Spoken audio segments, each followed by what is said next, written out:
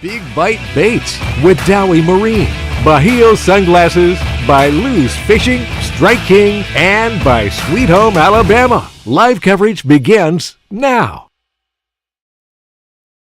Live coverage of the Alabama Bass Trail 100 Series is presented by Black Rifle Coffee and sponsored by Phoenix Boats, by T.H. Marine, and First Federal Credit Union, American Bait Works, Bill Penny Automotive, by Garmin, Big Bite Baits with Dowie Marine, Bahio Sunglasses, by Lou's Fishing, Strike King, and by Sweet Home Alabama. Live coverage begins now.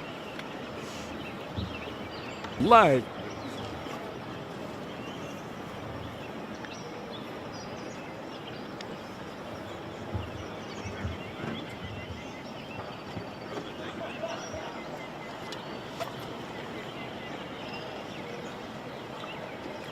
Good morning, everyone. I'm Kay Donaldson, Director of the Alabama Bass Trail Tournament Series and the Alabama Bass Trail 100, and that's what brings us to Neely Henry Lake today, the second stop of the Alabama Bass Trail 100 here on Neely Henry, the City of Gadsden. Huge shout out to the City of Gadsden, the Parks and Recreation Department, as well as the Greater Gadsden Tourism Board for being our host this week. We have 100 teams signed up for this event. They signed up last June to fish this event. Over $100,000 will be awarded today. First place, $25,000. All boat contingencies are in place. We've got Dowie Marine contingency money, $1,000 to the highest finisher, $1,000 to America's First Federal Credit Union's highest finisher, $500 to the Garmin highest finisher. Guys could walk away from this one-day event with over $35,000 in their pocket. It's going to be an exciting day of fishing. Everybody's saying they're catching tons and tons of fish. Can they find that 5-pounder, possibly 6-pounder kicker fish to put them at the top today? Conditions. As always, we have rain coming in. Over the last 10 days, we've experienced 3 to 5 inches of rain. However, yesterday, they weren't pulling a whole lot of current, so we'll see how that plays today. Traditionally on the Coosa River, unless we have a big rainstorm, they don't pull a lot of current on Saturday. So we'll see how that plays out for the guys. Temperatures today are going to be in the mid-80s. Humidity is quite low for Alabama. It's about 60% today, so not quite the 100% humidity that we're used to in June. Again, this tournament was scheduled over a year ago, and these guys have it circled on their calendar.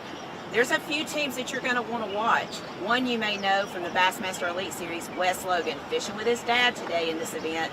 Fished Pickwick yesterday, didn't make the cut, came here with intentions of taking home that $25,000 first place. We've got lots of other guys that have fished this lake for years and years and years. Another team you're going to want to watch, Mark McKeag, Tim Hurst. They have a lot of history on this lake. They've done well here. You know they've got to want to win this event today. Some other teams that you're going to want to keep a watch out, and we're going to follow them this morning, Randy Talbert, Josh Butler. They've got a lot of history on this lake. They're known on the Coosa River. You're going to see them early this morning. Let's talk about how live's going to work. As you notice, I'm not in the live studio.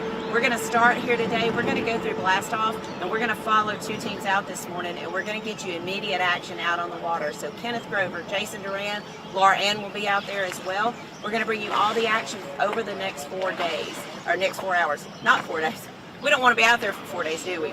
No, 4 hours. We'll be live here on Alabama Bass Trail 100's Facebook page, on the Alabama Bass Trail Facebook page, also on our YouTube page, Alabama Bass Trail TV, and on the Alabama Bass Trail 100.org website. So please make sure that you're tuning in there, catch all 4 hours of on the water action, and then come back at 2 o'clock when we have the weigh-in. We're going to see a lot of fish weighed in today. I feel confident about that. One other thing that you're going to see today is us working with Auburn University and the Department of Conservation and Natural Resources. They're doing a study here on Neely Henry to check the healthiness of this lake, so we'll be working in conjunction with them to get that started. We are about 13 minutes away from blast-off. Let's talk a little bit more about Coosa Landing. The City of Gadsden have done an amazing job in their riverfront development here. They've quickly become the tourism destination for bass fishing tournaments. You've seen Bassmasters Elites come here. You've seen Toyota Series come here. Alabama Bass Trail's been here for 9 straight years. So this is our second visit. We were here earlier in February. It was a tough tournament, high muddy water. Not the case this time. The water's real clear, got great stain to it. I think you're going to see the guys catch a lot of fish today. Hopefully we'll be able to bring that to you on live. Talk a little bit about the guys we're going to have out on the water. I mentioned Jason Duran, frequent face on the Alabama Bass Trail. Kenneth Grover, been with us since day one, and then also Laura Ann, who's behind the camera now, but will be in front of the camera here in just a few short hours. Also would like to talk a little bit about the points. Dallas Weldon, Ken Walters won that tournament at Jordan. They're currently in the points lead. But more importantly, guys, in 4 Alabama Bass Trail 100 tournaments, they've taken home over $61,000 in amateur tournaments. That's kind of unheard of. So those guys, have got to be hungry today, and they're going to go out in a fashion and in a posture to take home another silver trophy. If you haven't seen that, go to our Facebook page and take a look at that trophy. It's pretty sweet. Also,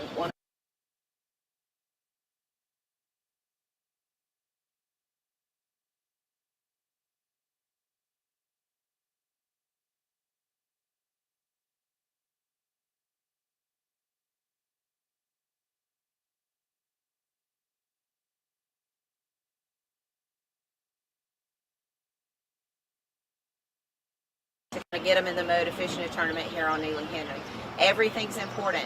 They're looking for largemouth and spotted bass that are 12 inches, and we always measure our fish mouth closed, tail fanned, and swipe to achieve the greatest length. 12-inch fish are not going to win you a tournament here on Neely Henry today. You're going to have to look for those larger fish. And, is it going to be a grass thing? If you were here at Coosa Landing this morning, you noticed one thing that I think is going to be key here, the mayfly hatch. It is in full effect. Guys are saying they're getting swarmed when they're under trees, if they're back in a creek. Mayflies are so thick. So I think that is going to play a huge part in how these guys fish this tournament today. Also, it's June in the state of Alabama, mid-80s, water temperatures up in the 80s. Fish care is going to be important. We saw that in some of our previous tournaments. In the Alabama Bass Trail, you can weigh 1 dead fish. So if you have 2, you must discard that fish, and you take a 1-pound penalty. Fish care will be key today. So we'll be watching that as we see guys out on the water culling and things like that. So a lot of things are going to play into how this tournament unfolds today. A lot of teams out here that you're going to want to watch. I mentioned Randy Talbert, Josh Butler. Josh fishes on the Tackle Warehouse Pro Tour. You've got Alex Davis, who also fishes on the Tackle Warehouse Pro Tour. He fishes with Eric Morris. So there's a lot of teams out here that are going to be vying for that $25,000 check, and hopefully with boat contingency money and everything else, $35,000 will walk away here today. So we are really close to starting our national anthem. As you can see, the sun is about to get up. We're going to get started here in just a little bit. I was looking to make sure I have taken care of all of my notes. One thing I will mention on the Alabama Bass Trail 100, something that is different. Guys can fish with a pro. They must have 1 pro, 1 amateur. So that does make this tournament different. It is limited to 100 boats. That's going to help with traffic on the water and places getting crowded and being in a good rotation on spots. It is a $100,000 payout, $25,000 to the first place team, and we're going to pay the rest of that money through 20th place. So a very heavy payout, 1 through 20. And then 100% payback. The Alabama Bass Trail is committed to 100% payback to the anglers. 100% plus of their money goes into paying this payback. So we are committed to that. We do that in our regular series trail, and we do that here on the Alabama Bass Trail 100. Priority registration started June 1st. So just this week, priority registration for the 2023 season started, and new teams can sign up on June the 11th at 6 a.m. So if you're thinking about it, my advice to you would be to go ahead and sign up as quickly as it opens. We have no idea how long it will take, but we've seen it go from 30 days down to just a few hours. So if you're thinking about it, we're going to go to Lake Wedowee in January 21st. We're going to go to Miller's Ferry on June the 3rd, and then we're going to go to Smith Lake on November the 4th. That is our 2023 schedule. But guys, it looks like it's getting really, really close to time for the national anthem. So I'm going to step away. I'm going to let Laura Ann pan around, get some of these teams out here, and we're going to get that national anthem started and get these guys blasted off, because there's some fish to be caught and some money to be given away. Thank you, Black Rifle Coffee Company, for being the sponsor of today's live. For Phoenix Boats, our title sponsor on the Alabama Bass Trail and on the Alabama Bass Trail 100. If you have an option to do business in the fishing industry, we love for you to do business with our sponsors. So please make sure that you take a look at Phoenix Boats, look at Garmin. We talked about Panoptics last night at dinner and how important that was and how this fishery is going to fish today. You've We've got American Bait Works that has Halo. They have Net Bait. We've got Big Bite Baits that's been a huge sponsor of the Alabama Bass Trail. Mountain Dew. First thing these guys want to do is reach in that Yeti cooler and pull out that Mountain Dew or that Diet Mountain Dew, add the weigh-in tank. So, guys, with Dowie Marine, we talked about their contingency program. We talked about them at Amherst. These are the ones that take care of the Alabama Bass Trail and take care of the Alabama Bass Trail anglers. So please make sure if you have a chance to visit some of these companies that you do so. All right, Mr. Scott, are you ready? It's time to kick it off.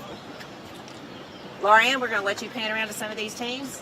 I'm going to get ready to call out some names. Let's do the national anthem.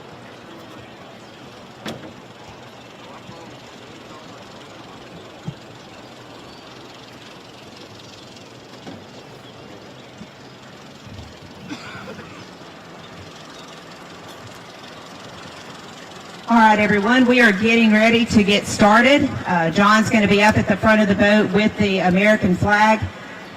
The way we start each and every Alabama Bass Trail tournament is by paying tribute to our soldiers here and around the world, by showing our thanks and our gratitude toward them, by playing our national anthem. So please rise, take off your hats, and let's pay tribute to the soldiers here and around the world.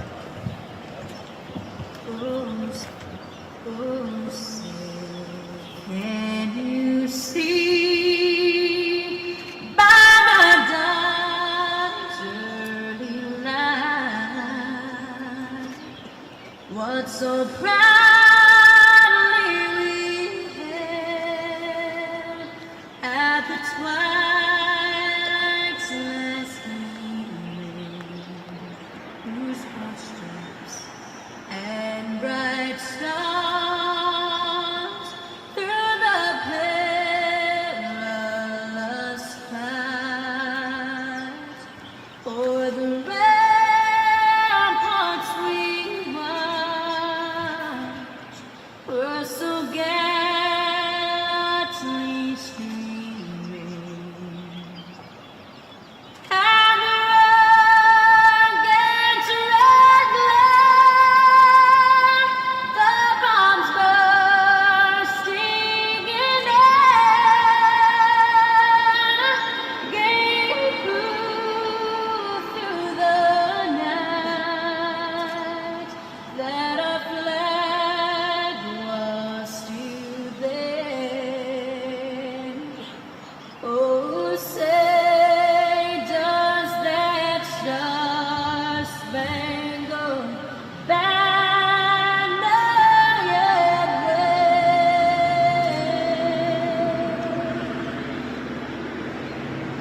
wave o'er the land of the free and the home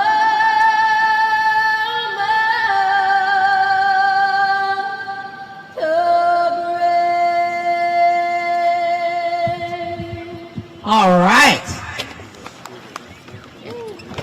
If you are on the left bank next to the highway, please come in. That is how we're going to let guys go through there to go north. So if you are on the left bank, please move your way into the area between the bridges. If you are boats 1 through 25, you should be close to me right now. We're going to go ahead with boat number 1, Zach Hester, Hunter Billingsley. If you would, raise your hand, let us know. All right, there you go. Boat number 2, Randall Hamilton and Justin Mott. Randall Hamilton, Justin Mott. Boat number 3, Rusty Mask, Cody Farr. Boat number 4, Caleb McNeil and Taylor Luna. Boat number 5, Kent Keys, Davey Campbell. Hope you're feeling better, Davey. Boat number 6, Michael Stevens, Kelly Cruz. Boat number 7, Mike Rasco and Eric Johnson. Boat number 8, fishing solo today, Scott Canaberries at Pickwick. Harry Stevens, fishing solo, boat number 8. Boat number 9, Kevin Allman and Mayor Dak Tibbs. There he is, right there. Boat number 10, Brent Crow and John Maynard. Should be a finished boat. Boat number 11, Clark Lawrence and Cody Nichols. There they are. Boat number 12, please idle past the blast off road. Do not get on plane. Boat number 12, Wes Logan and Doug Logan. Boat number 13, William Tager and Ray Baker. Boat number 15, Nicholas Turner and Joe Lay. I see you, Brent.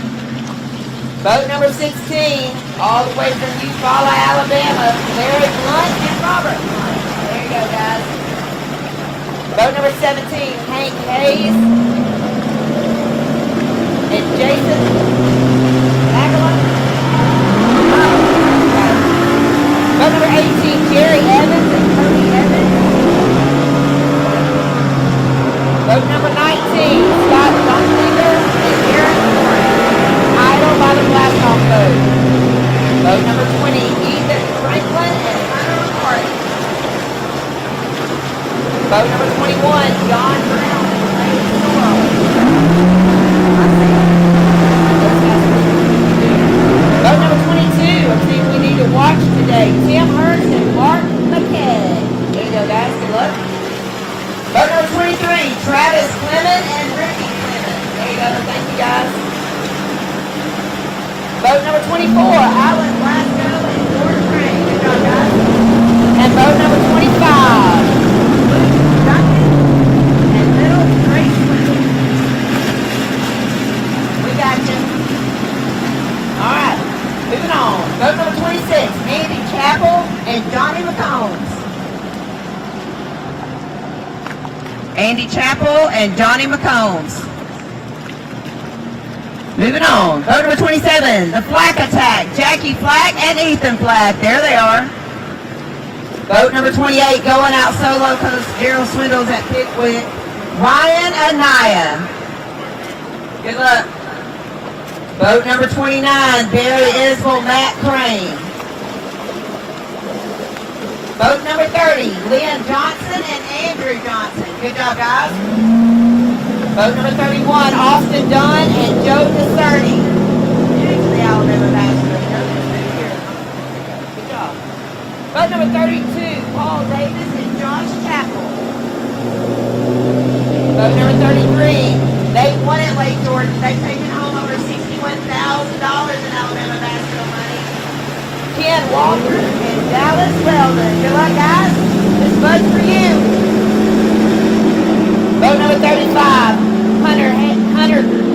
boat number 35, Hunter Hayes and Alex Alford. But boat number 34, Matt Green and Jacob Walker. Sorry, guys. Boat number 35, Hunter Hayes and Alex Alford. Got to think about that Bud Light. Number 36, Chris Bryles and Hagen Burnett.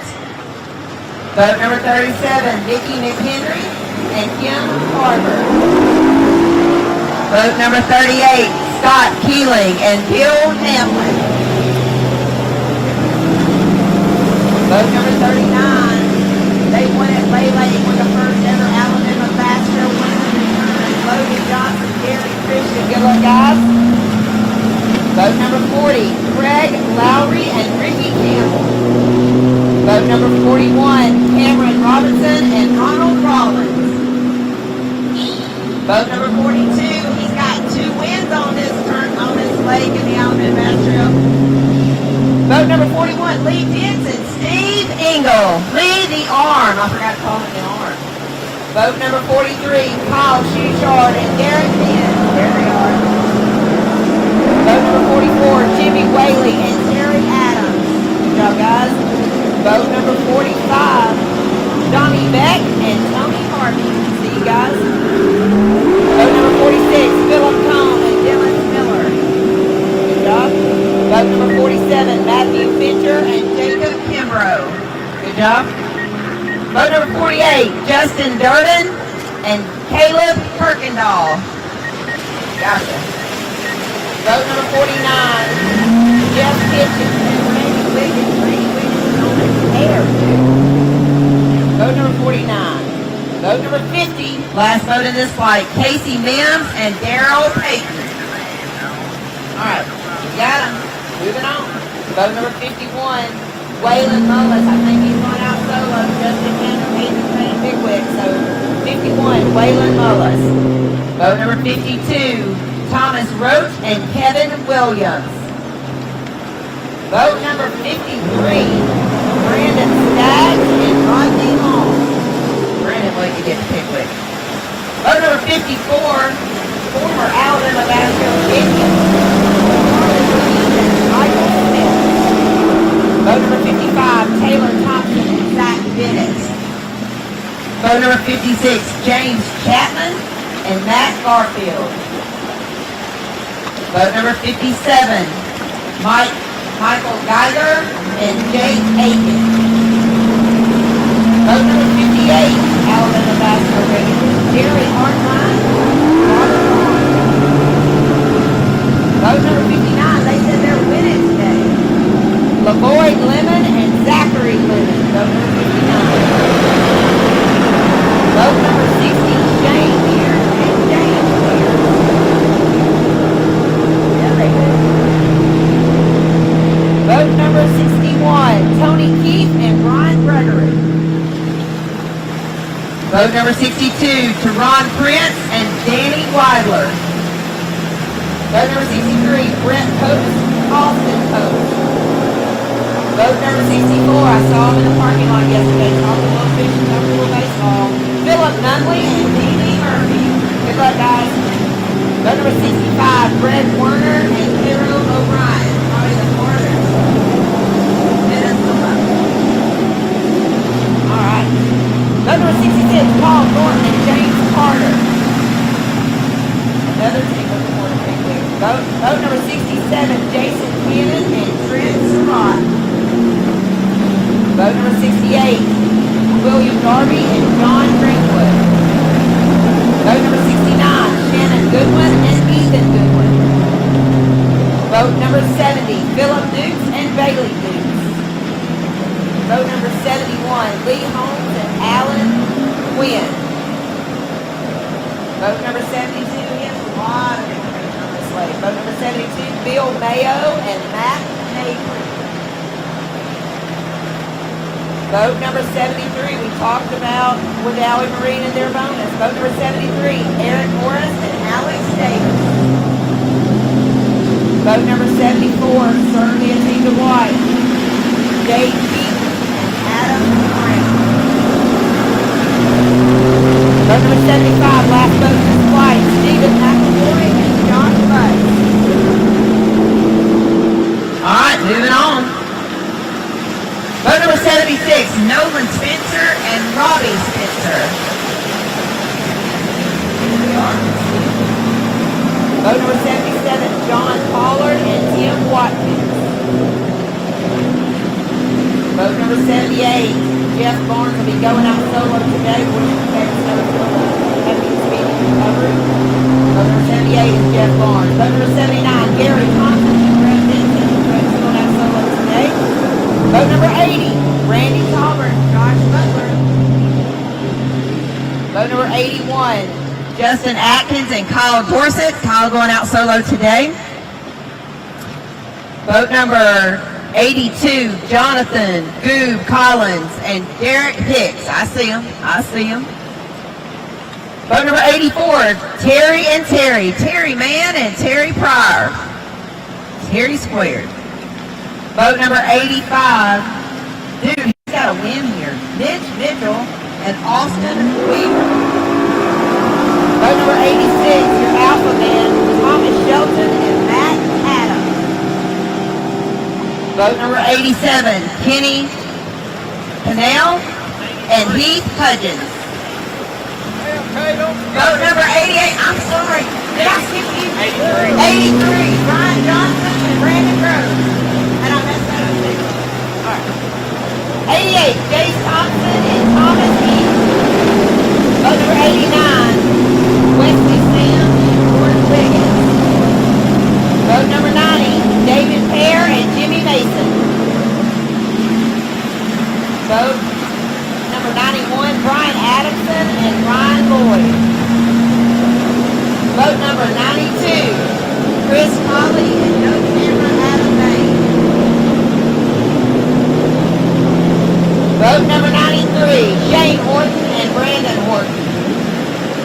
Boat number 94, Tom Freak is going out solo today. Boat number 95, Jeff Cannon. And what I hear is a legend, Terry Tucker. Boat number 96, Ryan Spindler. I'm so sorry for you, Ryan. Just stuck with Chad Hall all day. I see you. Good luck.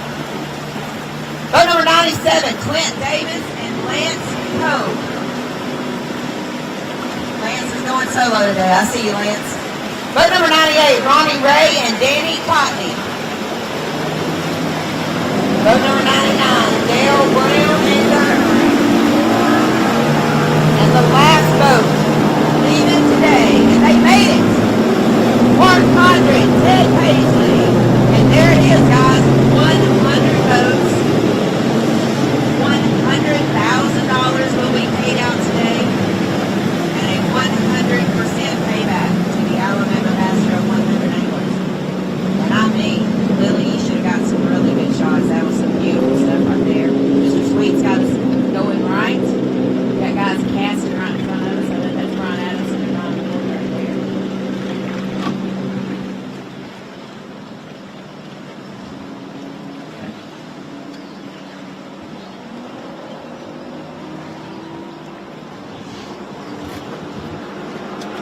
All right, guys, that's it. 100 boats launched out of Coosa Landing this morning here on Neely Henry Lake. It is a cool morning. I mean, probably in the 60s. These guys felt like the bite was going to be quick. We're going to get out on the water really Today's quick. Live on the Water coverage is brought to you by Wajawi Marine, by Big Bite Baits, by TH Marine, and by AmFirst Federal Credit Union. Live coverage continues right after this. At Phoenix Boats, our passion for fishing is obvious. Whether it's a pro event or fishing with our family and friends, We truly love the sport of fishing. that's why our goal is to make every single Phoenix boat that goes out the door the best fishing platform it can be in both design and construction. We love to fish as much as anyone, and we believe it shows in every boat we build. Phoenix Boats, built by anglers for anglers. Big companies get bigger and bigger and talk about their fancy labs where they study fish behavior, but then they all go golfing on the weekend. We don't have a large laboratory to test baits. Why, you ask? We don't need a big laboratory because our pros fish, our employees fish, our salespeople fish, our suppliers fish, our mold builders fish, our owners fish, and our kids fish. This is our laboratory. Our R&D comes from time on the water, learning how to make fish bite. We don't have other hobbies. We fish. We fish all year in all conditions across the whole country. All that time on the water brings us thousands of hours of testing new products and improving current ones for all species. We're a family-owned U.S. company that has many of our products made in America by American workers. The products we don't make in America, we make in Guatemala, which supports many families in that country as well.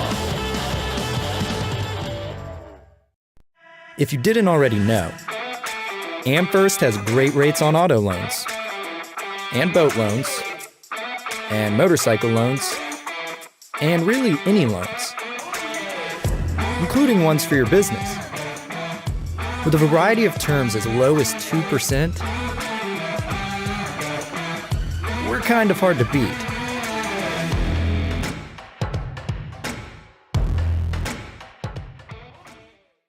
The TH Marine HydroWave H2 KVD Edition is a surefire way to ignite a feeding frenzy.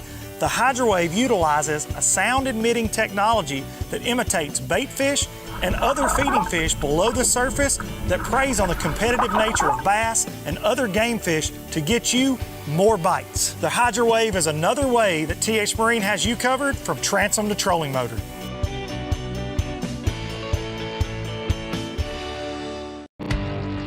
Stetson Blaylock, Todd Auten, and Jerry. Let's go! Garmin Live Scope, I tell you right now, if you don't have it, you are behind. It's just wild. It's like a video game. If you do not have that Garmin Live Scope, you are definitely missing out. Bassmaster Classic Champion!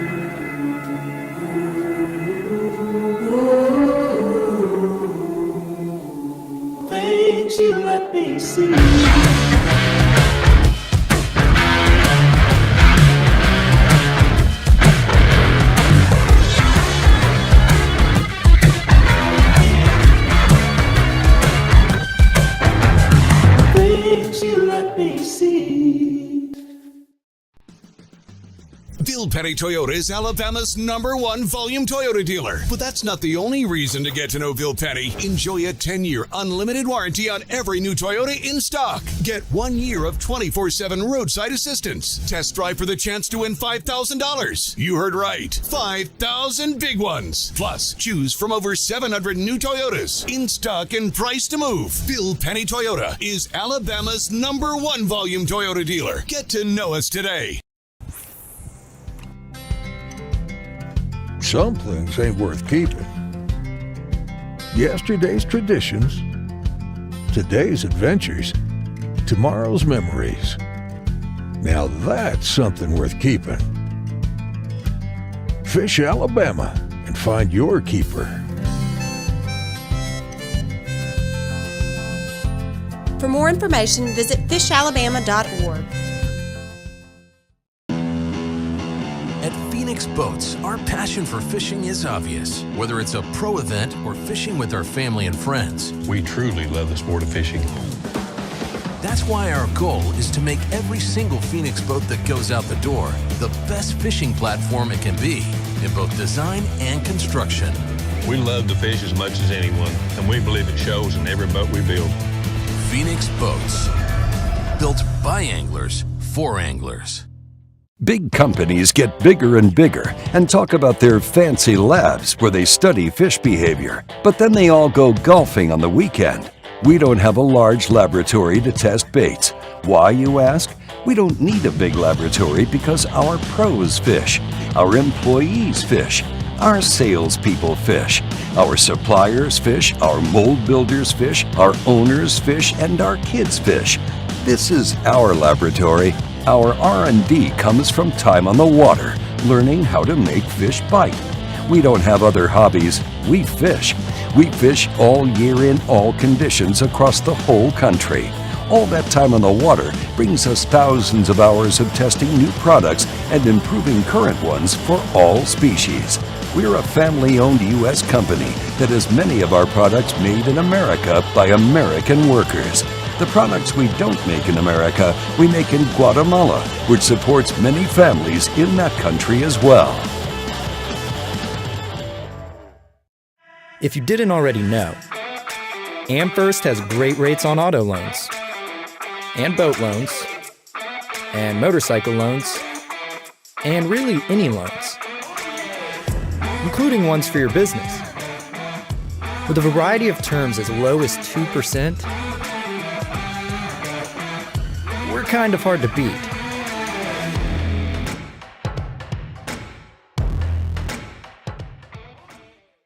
The TH Marine HydroWave H2 KVD Edition is a surefire way to ignite a feeding frenzy. The HydroWave utilizes a sound-emitting technology that imitates bait fish and other feeding fish below the surface that preys on the competitive nature of bass and other game fish to get you more bites. The HydroWave is another way that TH Marine has you covered from transom to trolling motor.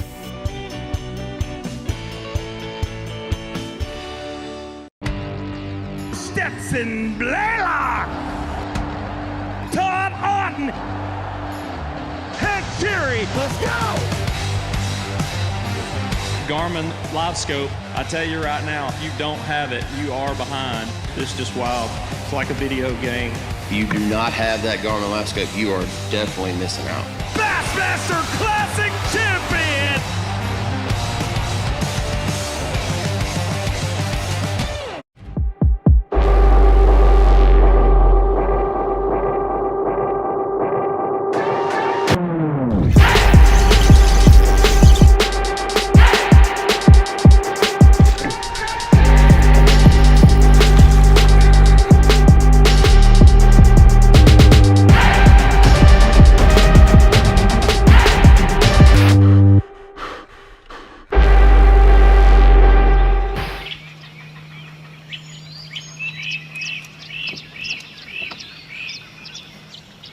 Here we are with Josh Butler and Randy Tolbert.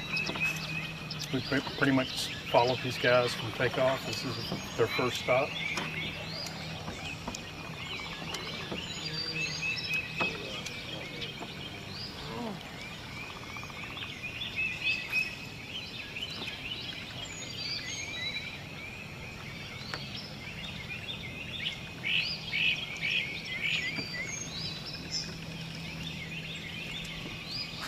Kind of a shallow backwater area upriver from takeoff, some shoreline grass.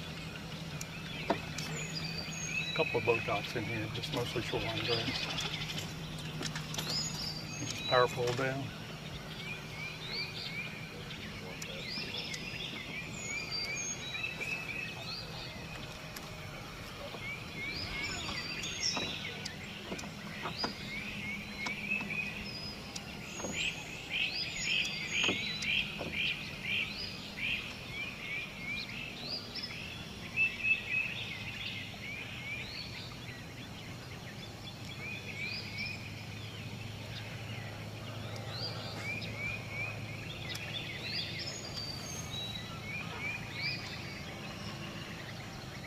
Here's another team. It's interesting how this keeps popping up. It's another team where a guy in front of the boat's throwing more of a reaction bait, a little bit fishing a little bit quicker, and the guy standing next to him is fishing a lot slower.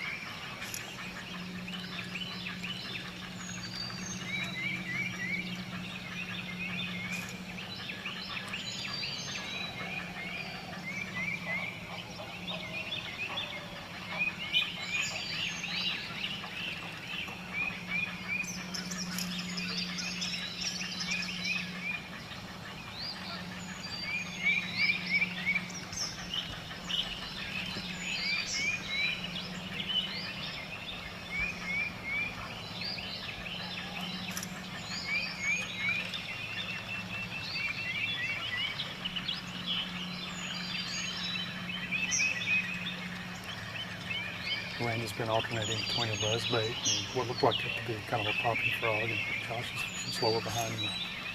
I can't tell if Josh is pitching a jig or some kind of plastic. I think it's some kind of plastic. But what we see lots of times with these teams is it is a benefit to have the anglers do two different things. It increases your chances of catching a fish that maybe your partner missed the first time around. And being a team event, whatever they catch works for both of them. So trying to be as efficient as they can while on the water. You can see out a lot of these teams.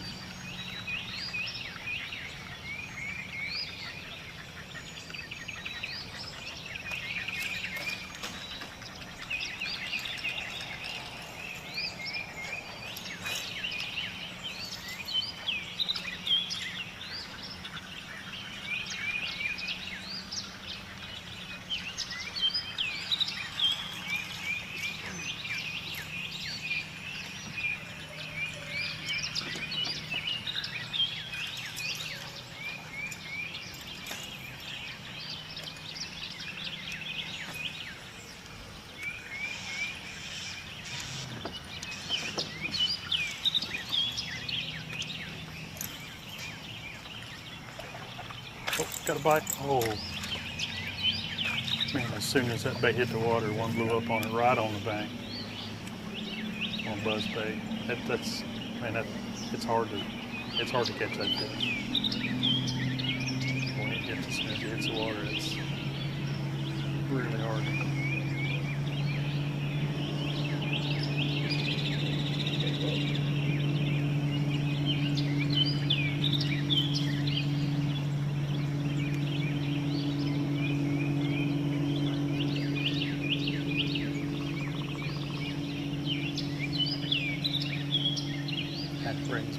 cast right where that pull up at. Can't get that fish to bite again.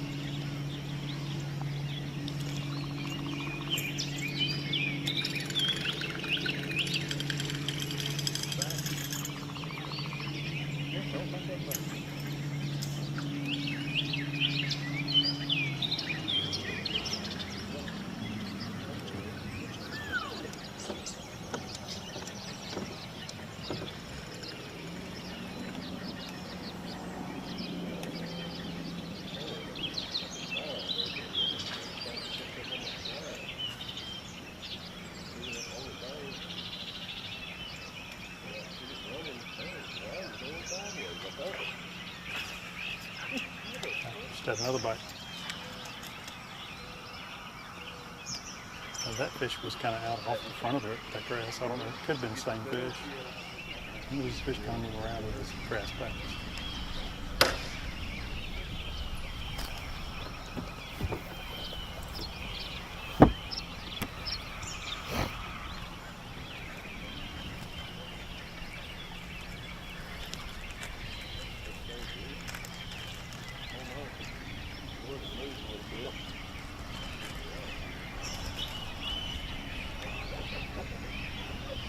Good morning, guys. We made a run down South River with Wesley Sands and Jordan Wiggins. Already have one short, I don't say short fish, one small fish in the box. Caught one up really quick on the grass bed when we first pulled up. Kind of sitting off Main River, fishing the grass. Do see lots of blow-ups in the grass, so the fish are very active down here this morning.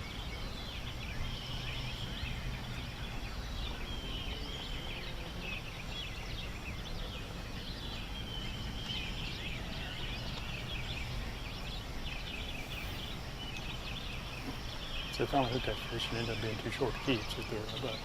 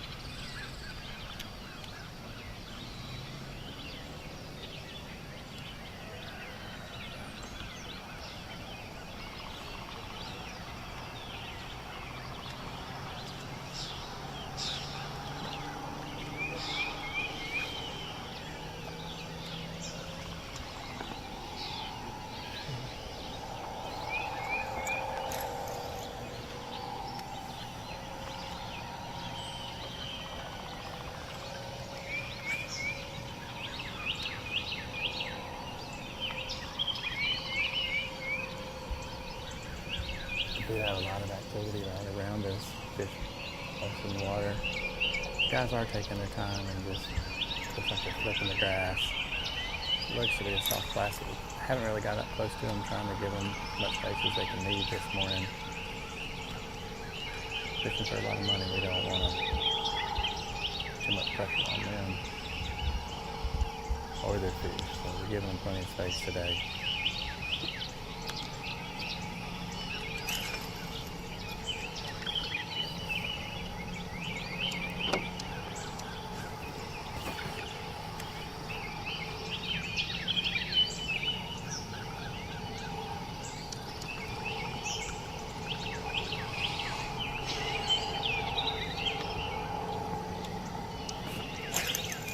Jason, are you along the main river channel, or are you in one of the pockets? We're really just off the main river channel. As you come south, the river makes that hard bend to the right. We're in that first little stretch right there on the right. A couple guys push back in. It does go into a flat back here. A couple guys push back into the flat. A couple guys sitting out here on the river. The river as well. So we're technically fishing the bank, but it is a good little flat off the river. You know, in a normal ABT event, when there's 225 boats, sometimes all that boat traffic and takeoff makes it tough to stay on the river channel first thing in the morning. to 100 posts today. It makes it a little bit easier to do that. You don't have quite as much boat weight along those stretches. We're actually back in the pocket upriver. Some of those main river stretches of grass. Maybe a little bit easier to fish today as opposed to one of the normal ABT events. Yeah, these fish don't like a lot of boat traffic, but thankfully we've got only 100 boats out here today, so you're right, Kenneth, it does make it easier for these guys to target some of these main river fish. I'm assuming they're bass. They may be white bass, but they are busting all around us right on the edge of the river right here.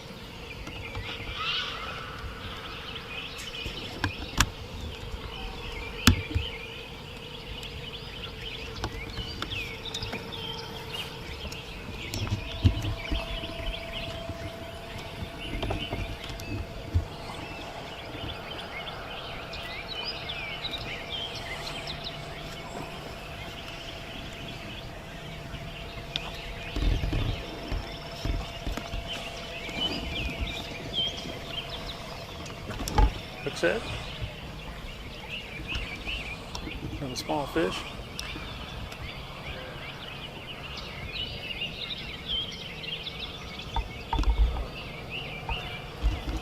This little guy. Throwing that one back.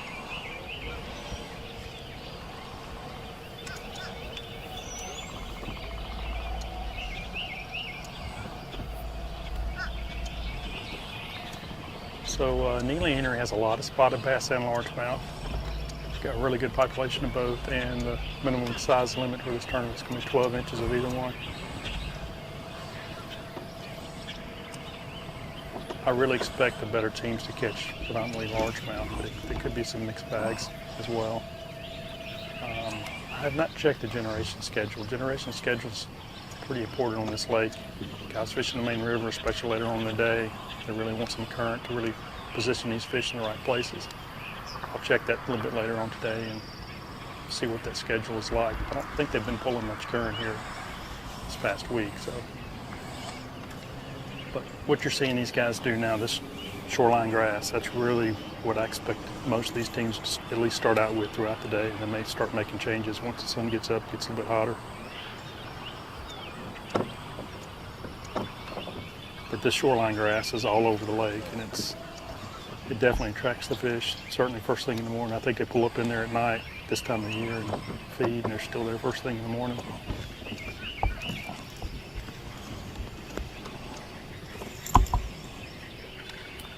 They caught 2 small fish and had one blow up. The first blow up they had hit Josh's buzzbait as soon as it hit the water. It's hard to hook those fish when that happens. And the fish could have even missed the bait. It looked like a pretty good blow up.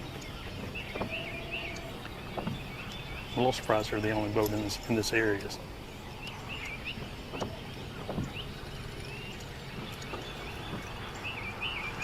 And if I did pull up the generation schedule, it looks like at 10 a.m. they're going to turn on one generator. There is no generator on currently coming out of wax. And one's really not enough to make a difference. You're looking for 2 or more at least here on this lake.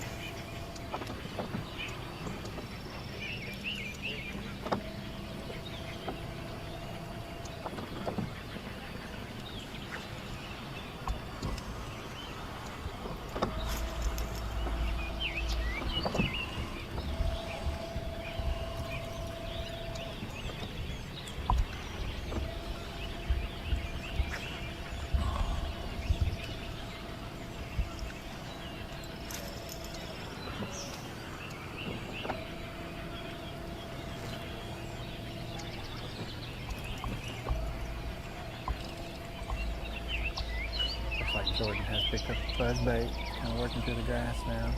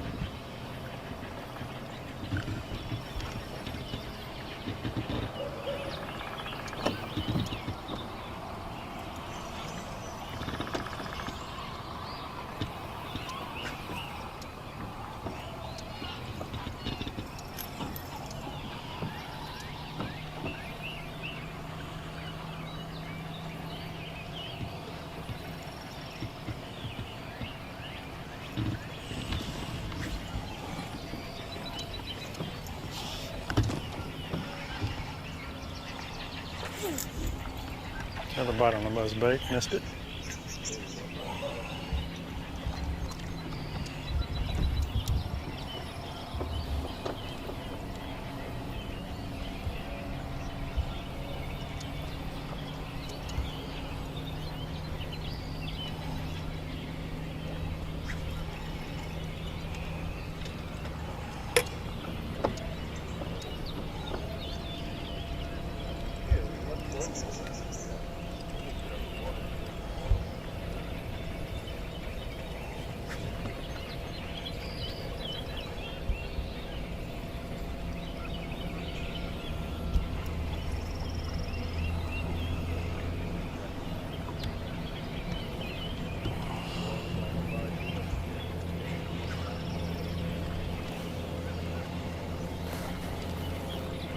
Alright guys, it's Laura Ann jumping on live, and we are with boat number 91. We got Brian Adamson and Brian Boyd, and right now they currently have 2 fish for 4 pounds. Just a reminder, we are right next to the boat ramp. We are probably only driven like 50 seconds away from the boat ramp, so these guys are super close. And we saw this team pull next to the bridge this morning and start fishing, and so now they've kind of come down to this point that's on the end close to where the boat ramp is, and they're fishing for that next 3 fish.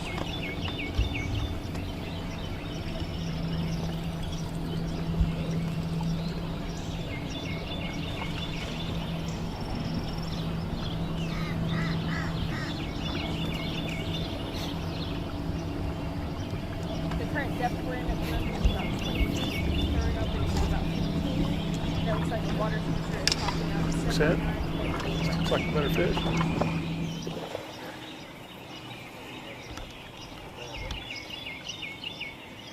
This will sure be a keeper.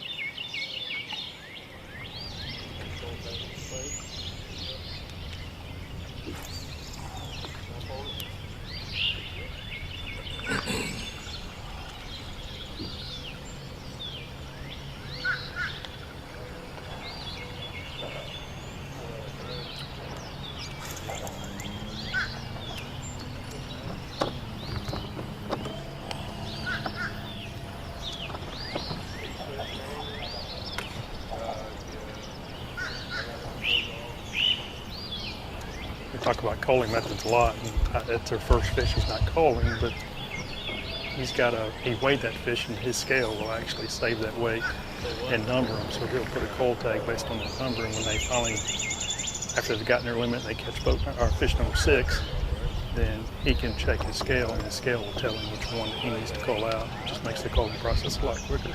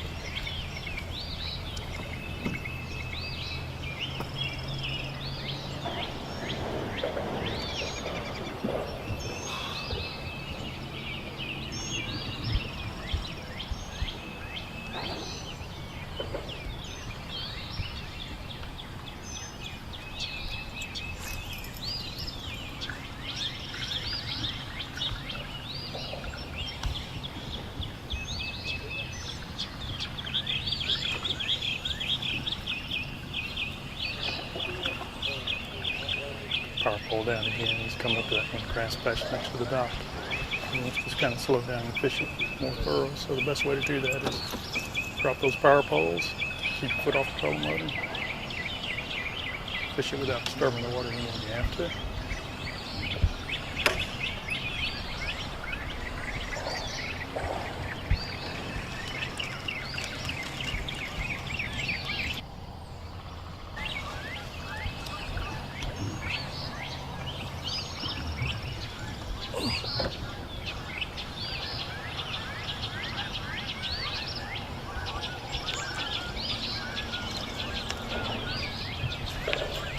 These guys are pretty much showing us textbook of how you fish these grass patches. It's been a combination of buzz baits, popping frog, and slower presentation. It looks like it's been mostly plastics, but a lot of these teams will also probably swim a jig through these grass patches as well.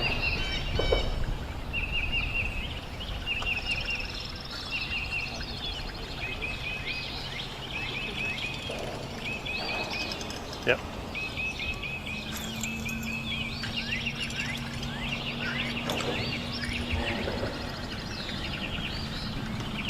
That's probably what 80 plus teams are doing this morning so far.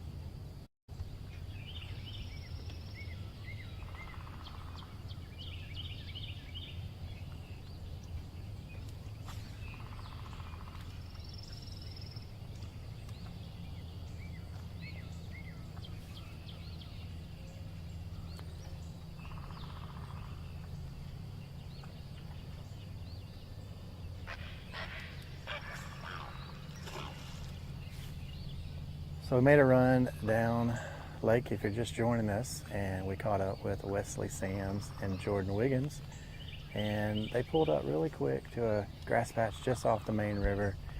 Caught a short one really quick. I mean, it's probably a 12-incher, but they did keep it because 12-inch or more is what we're keeping today.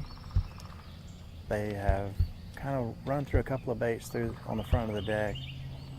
Buzz bait, soft plastic, swim jig, and they are continuing to work down this grass patch along now.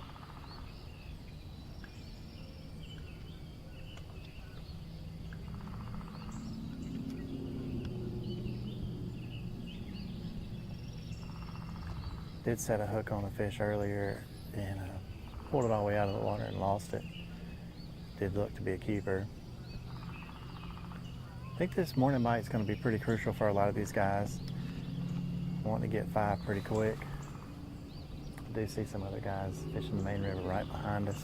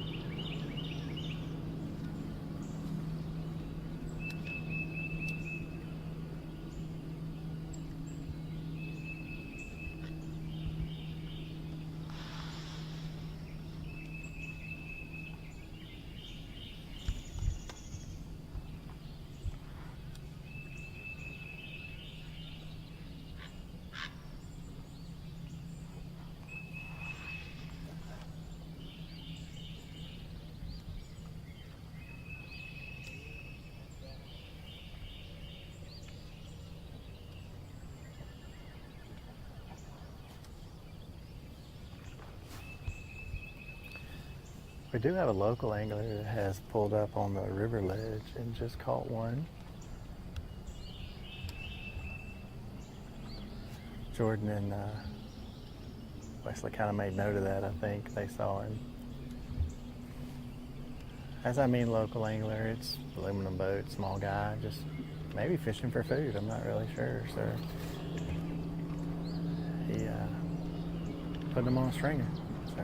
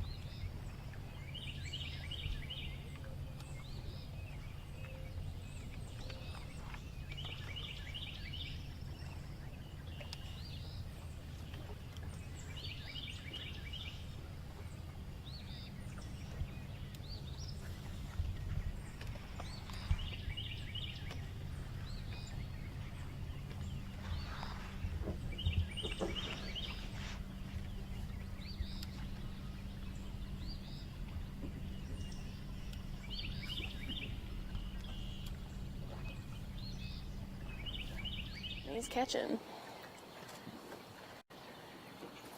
Oh, get it, Lily, get it. Yeah. Oh. He also just caught one.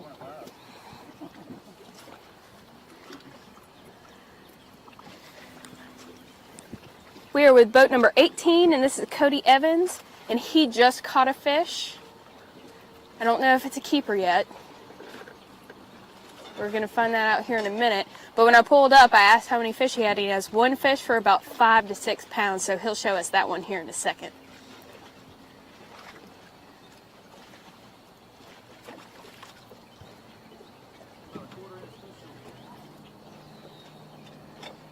Hey, we're good luck. That was nice. My photographer got it on camera too.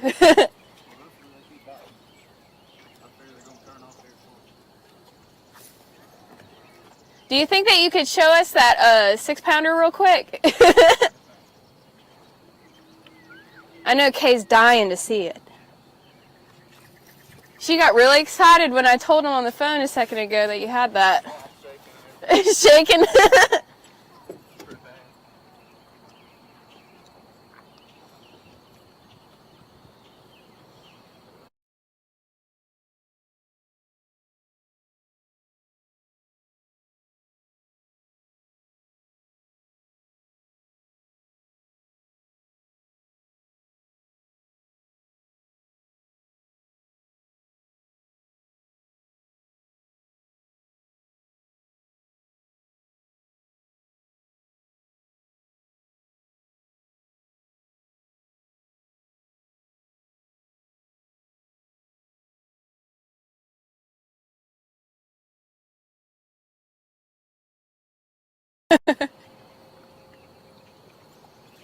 Oh, and was it on a buzzbait? Was it topwater?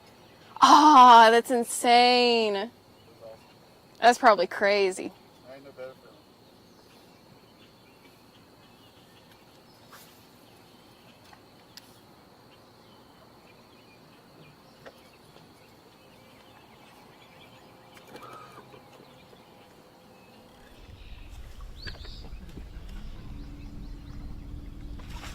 Fish on. Fish on, fish on, fish on.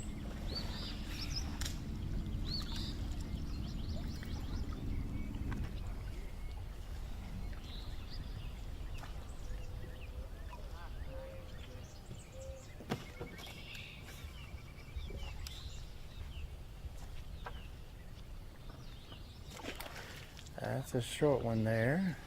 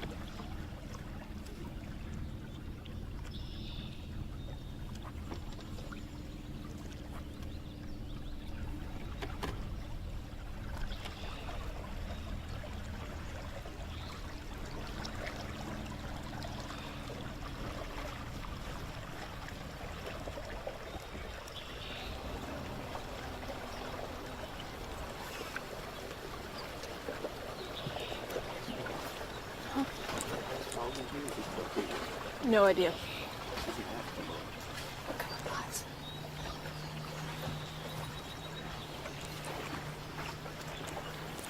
Just a reminder for anyone who's just now tuning in, I'm with boat number 18, and this is Cody Evans, and he has one fish for about 5 to 6 pounds. He's got a good keeper in the boat.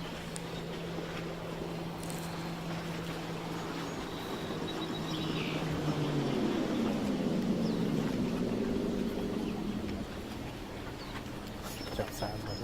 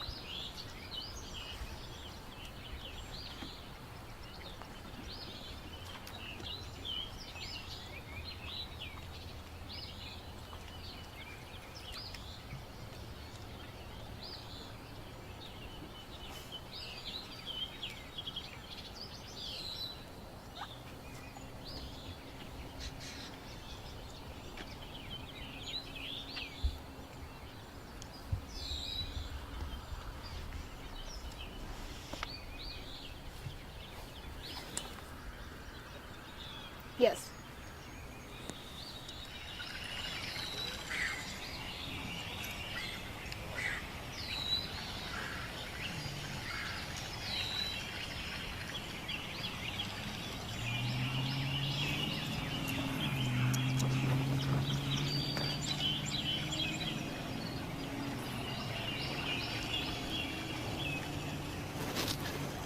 We're still here on Josh Butler and Randy Tolbert. Since we were last on, they've gotten one more bite. Fish that was too small. I say too small. They've caught 3 or 4 that may have been close to 12 inches. They didn't even worry about putting them on the measuring board. They just went ahead and turned them loose. It looks like their strategy so far is if it's not 2 pounds or better, they're not going to fool with it. They're probably pretty confident they'll get bites throughout the day, and they know that's what it's going to take to do well.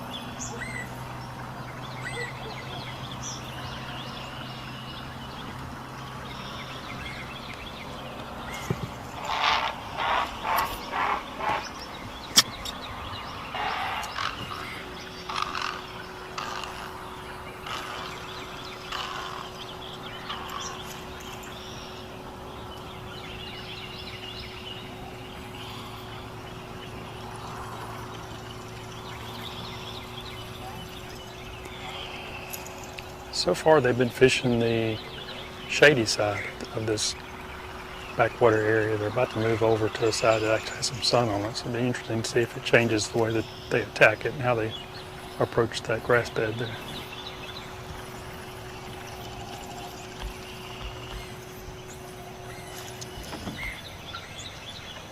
Got a little culvert here. Sometimes that can be a good area to kind of group these fish, give them a place to feed.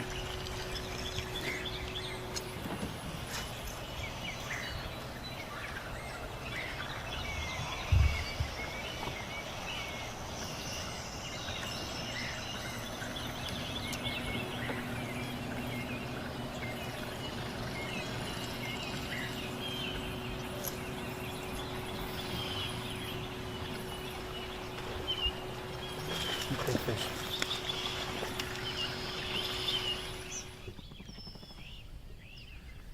Good fish catch coming right there.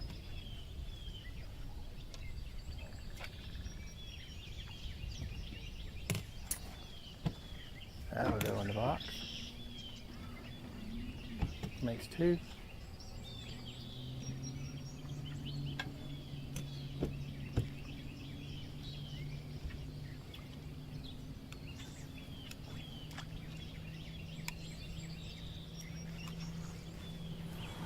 Another little fish.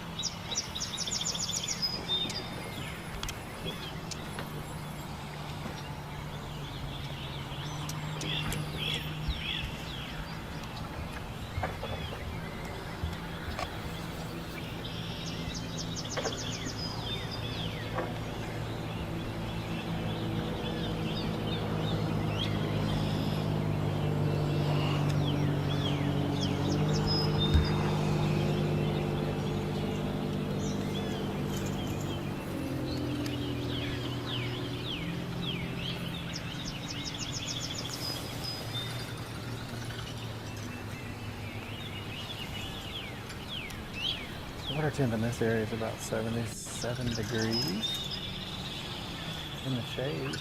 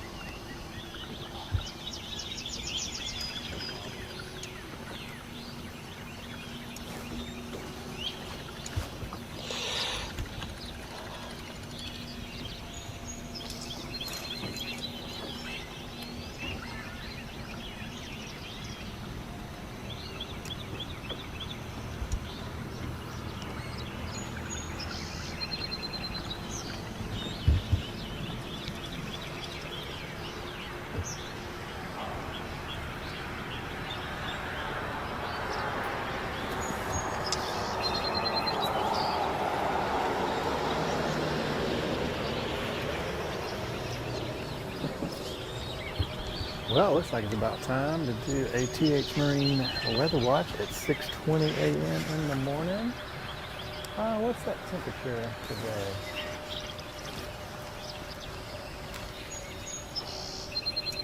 .61 degrees. Sliding into sunny skies this afternoon. There's a slight chance of rain overnight, but cloudy skies, just bluebird skies right now. Water temps pushing 77 degrees. Water's pretty typical for Neely Henry, Spain.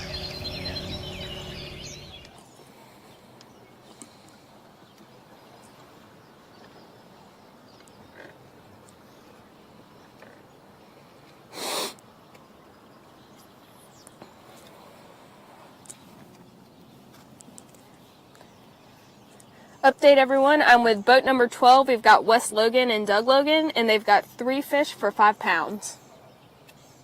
How did practice go for you guys? Y'all didn't get to practice? But y'all got a pretty solid plan for today though, right?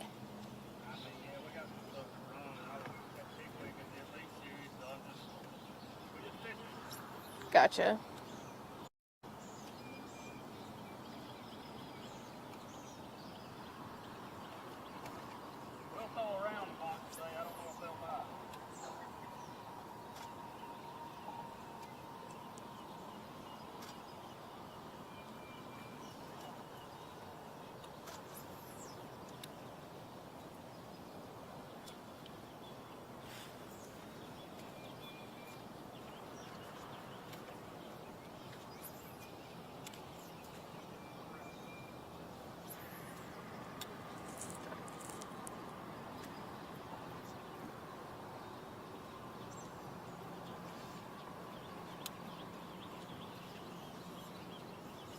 So since you haven't had much time to practice, are you going to be covering water pretty quickly today? Yeah, not because of no practice, just because of so many places I want to see, really. Yeah.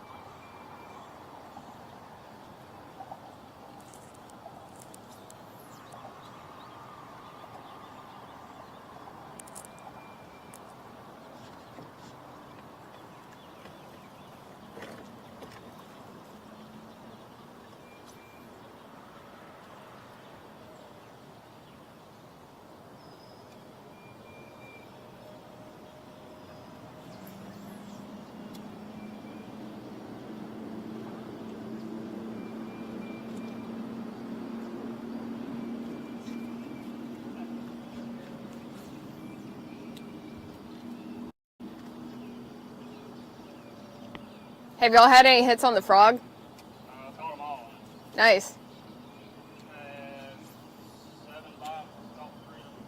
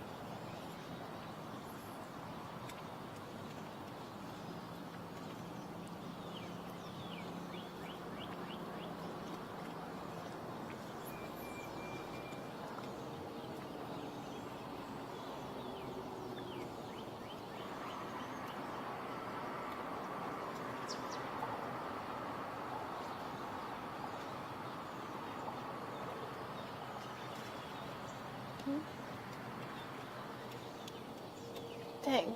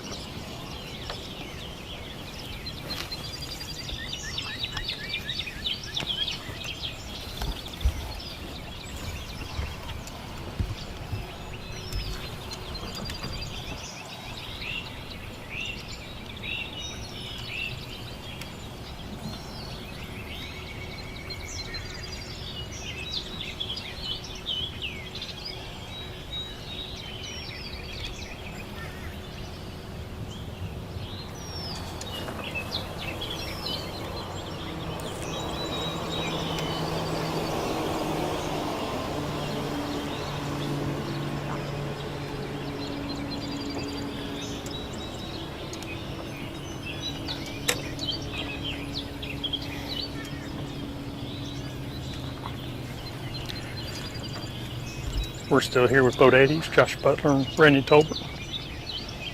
Pretty much had this backwater area themselves so far this morning. They've gone all the way around. They're kind of on the other side now. You can see where the sun is now shining on the grass, where the side where they started was kind of in the shade. Have not gotten any more bites since we last saw them back there in the back where the culvert was.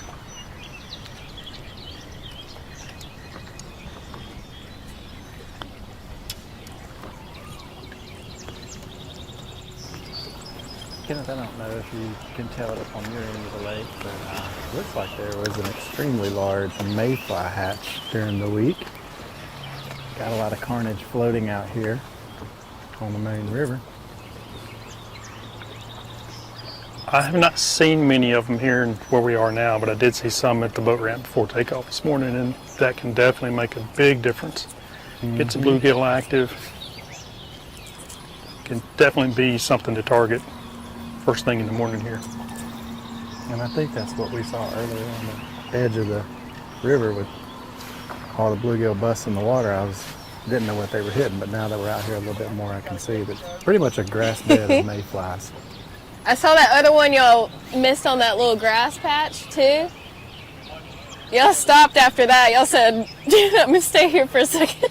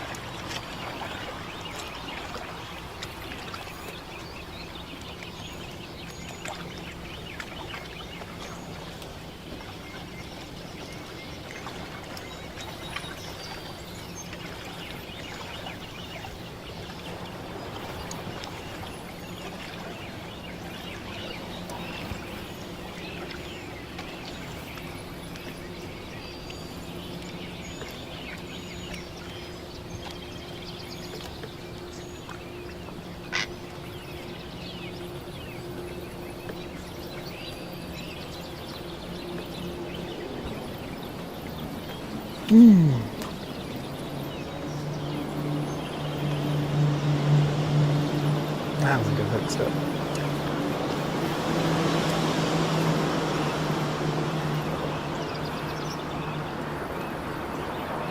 Swing and a miss on that one.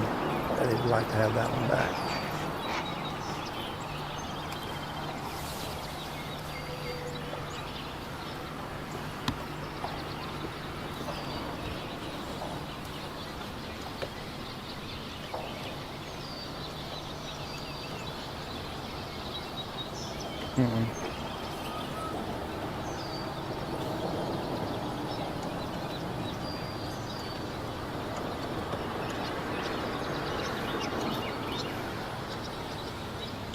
Going back to where he missed that one earlier and flipping back in there and really trying to take his time to work through the area.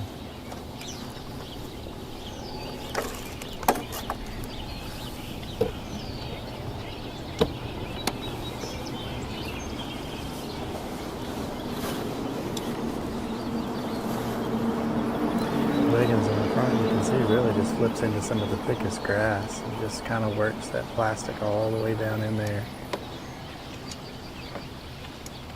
Just kind of soaks it for a little bit.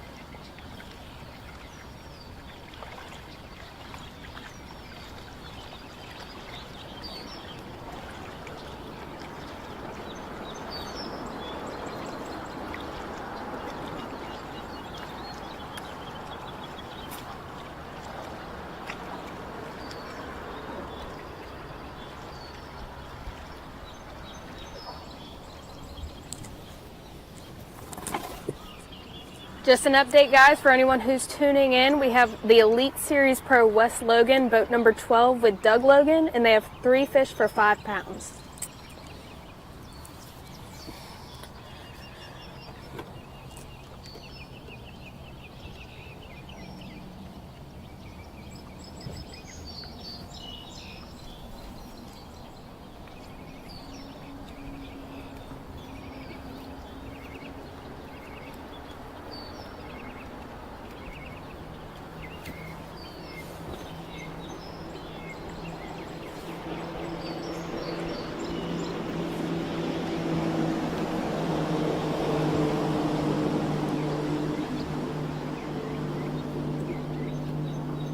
So we are on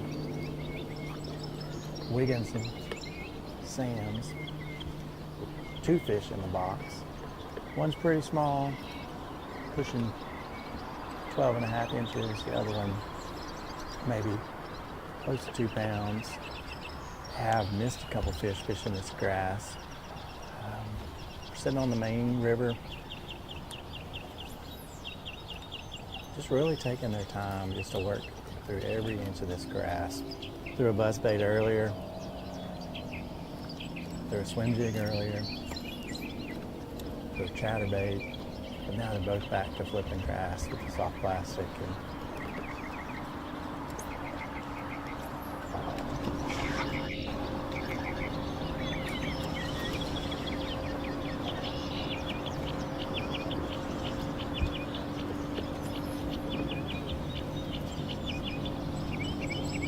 From here, there was another angler that did fish down this bank before us, and they have since left. They weren't afraid to go ahead and fish this water again, and they did get 2 strikes on it. So I guess it just goes to show that, you know, if you see a guy fishing an area, it's no problem to keep fishing it.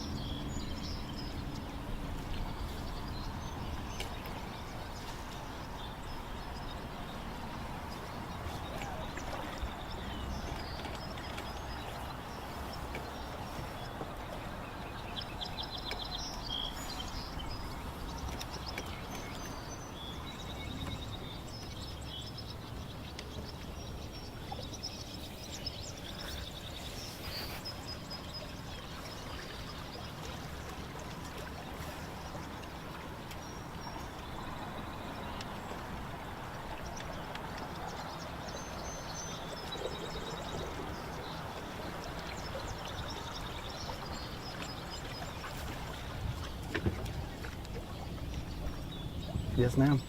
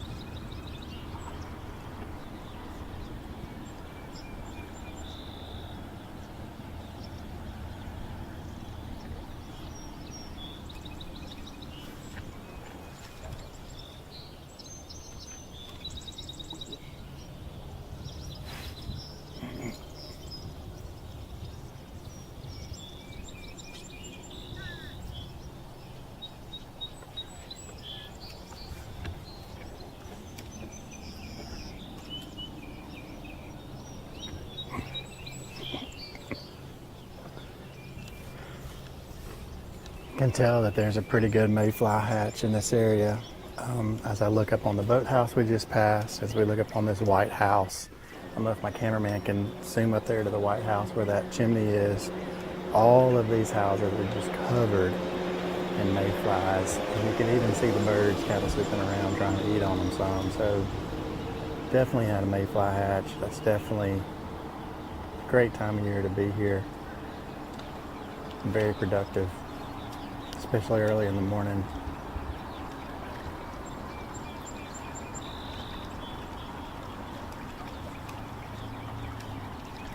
I mean, I guess I would hate to be a homeowner that just has my whole house covered in mayflies today, but sure pays off for the fishermen.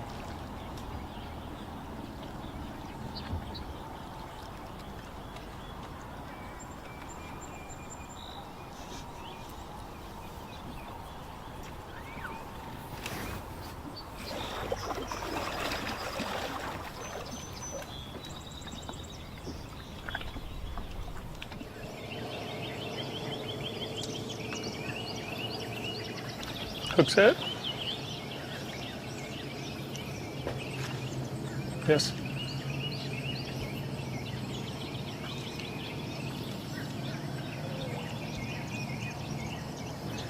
Josh just hooked another one, got it in the boat. Doesn't look very big from here, but looks like he's got his scale out, so he's going to keep it. Looks like this should be keeper number 2 for these guys.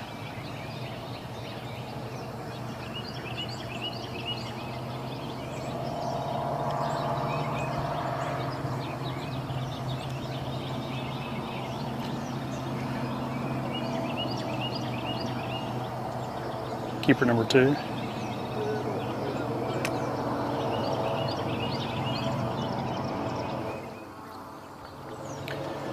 So these guys are weighing the fish as they catch it. That scale that he's using will store his five best catches. So when he catches fish number 6 later on, that scale will tell him which one he needs to call out.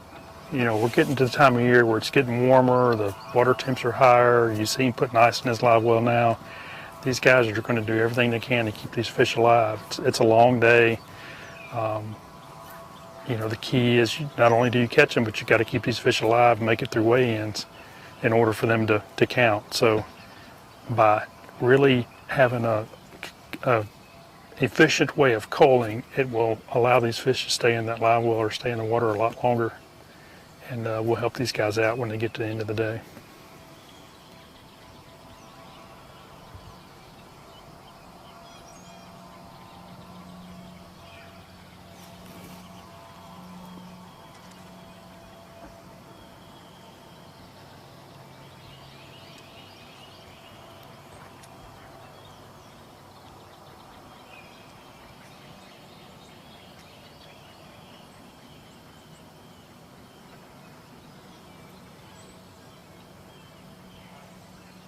Just had another bite on that frog. I don't know if he even knew it was a bite.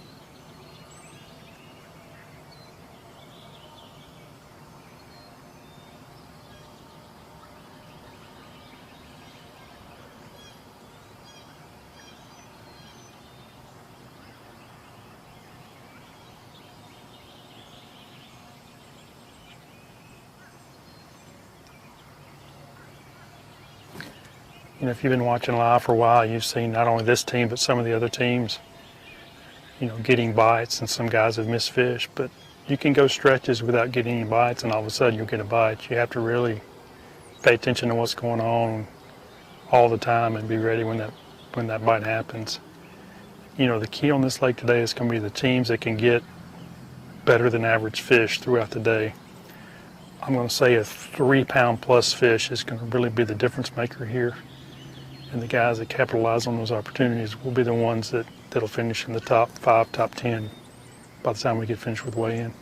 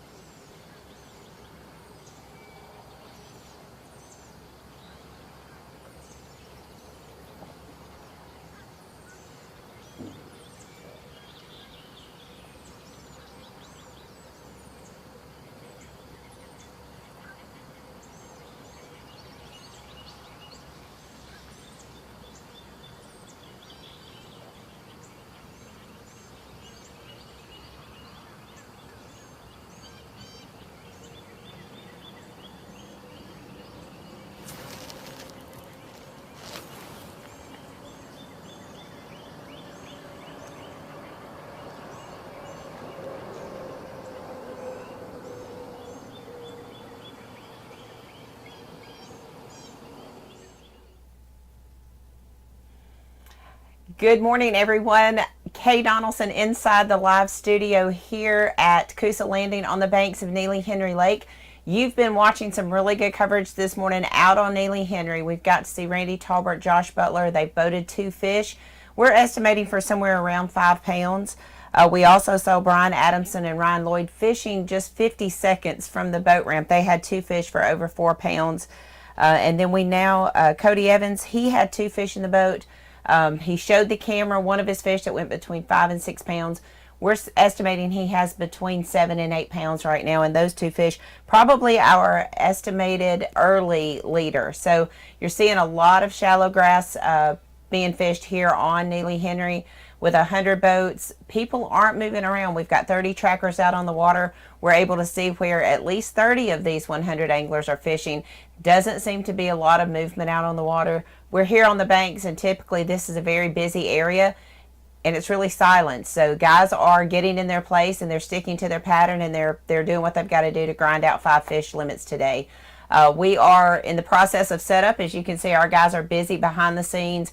Chris and his team working in the production trailer, as well as our guys out on the water, guys and gals out on the water. We'll be back shortly. We're going to go to a short commercial break. Stay tuned. We've got more action out on Neely Henry with the live show presented to you by Black Rifle Coffee. We'll be back shortly.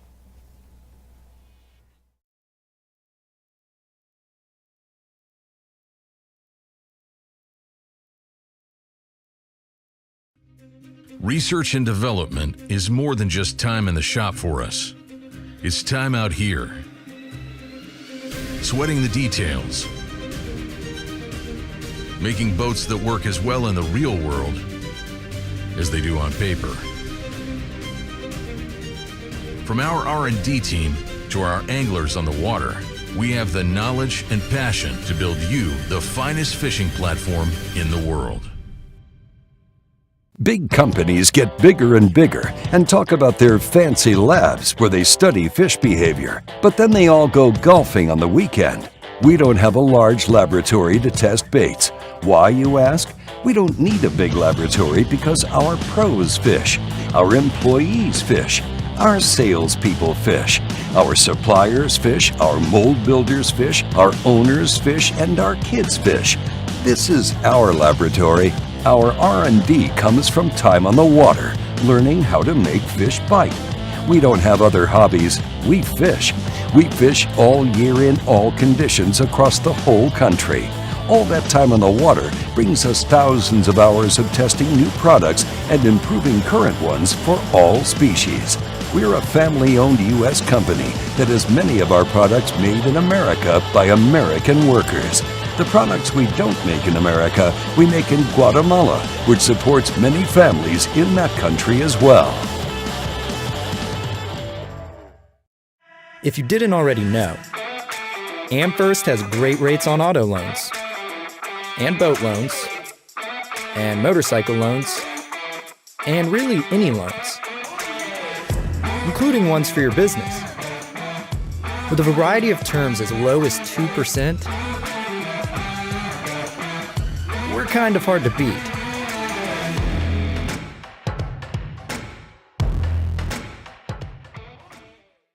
The TH Marine HydroWave H2 KVD Edition is a surefire way to ignite a feeding frenzy. The HydroWave utilizes a sound-emitting technology that imitates bait fish and other feeding fish below the surface that preys on the competitive nature of bass and other game fish to get you more bites. The HydroWave is another way that TH Marine has you covered from transom to trolling motor.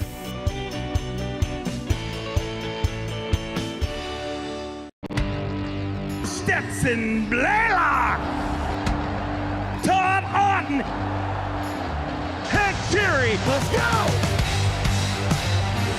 Garmin Live Scope, I tell you right now, if you don't have it, you are behind. This is just wild. It's like a video game. If you do not have that Garmin Live Scope, you are definitely missing out. Bassmaster Classic Champion!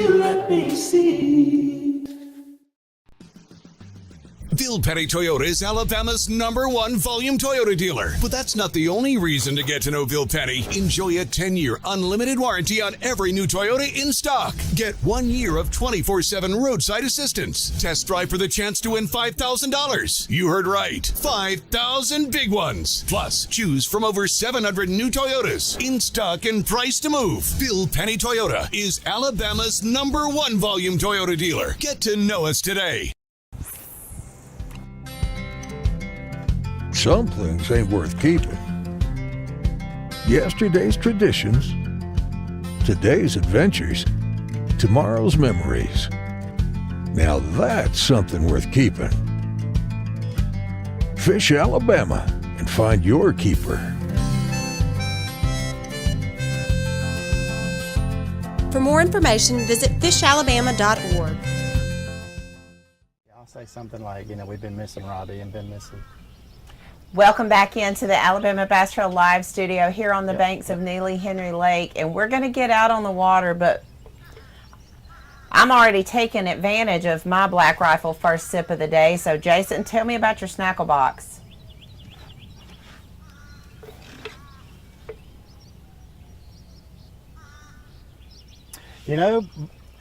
We have been missing Robbie on the water lately. He is the snack guy all day long, and I didn't have a snack last week, so somebody heard online that I didn't have a snack last week and made me a snack this week.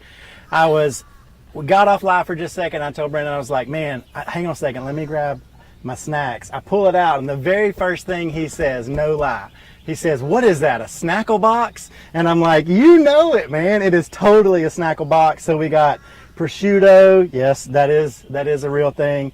Got some beef jerky here, cucumbers, olives. I mean, we ever had olives on the Alabama Bass Trail snackle box? We've got almonds, 3 kinds of cheeses, macadamia nuts, I'm loving and of course, Black Rifle Espresso with cream. So let's call this your Black Rifle first cast of the day with a snackle box. How about that, Miss Kay? But I mean, I'm here for it. I'm a little jealous of it, actually.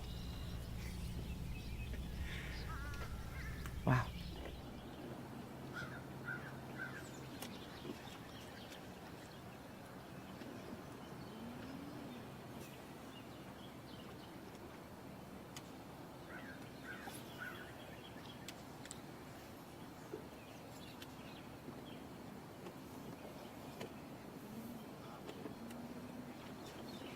All right, quick update, everyone. We are with boat 63, Brent and Austin Post, and they have 3 fish for about 7 pounds right now. Also, we stopped by another boat earlier before we hit these guys. We stopped by boat number 90, David Pear and Jimmy Mason, and they had 1 fish for about 2 pounds.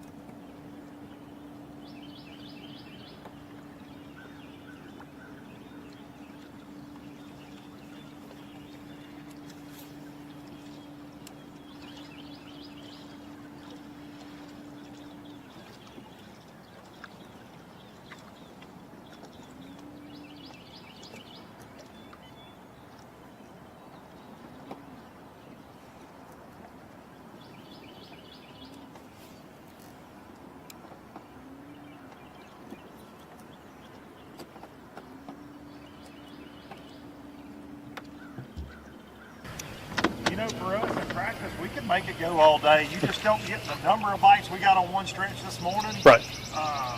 That seems to go away, but you can still get good bites Right. throughout the day. It's Okay. just not nearly as many as you get in that first hour, but I think it'll continue. We got some other stuff we're doing too, a couple little deep places, but we're going to do this for the most part. Right.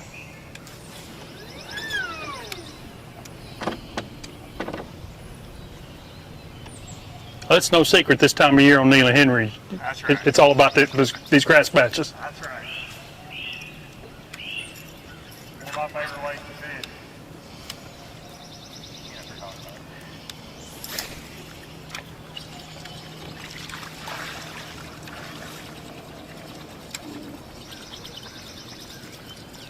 We changed the colors up a little bit on our stuff just because they're just, I don't know, grabbing the legs on trailers and everything else. But we've seen a couple nice fish.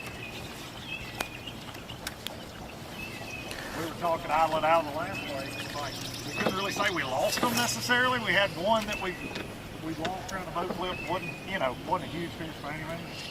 But most of them were just missing everything. Right. Barely getting it. Yeah, it's hard to hook them when you're not eating it. Exactly.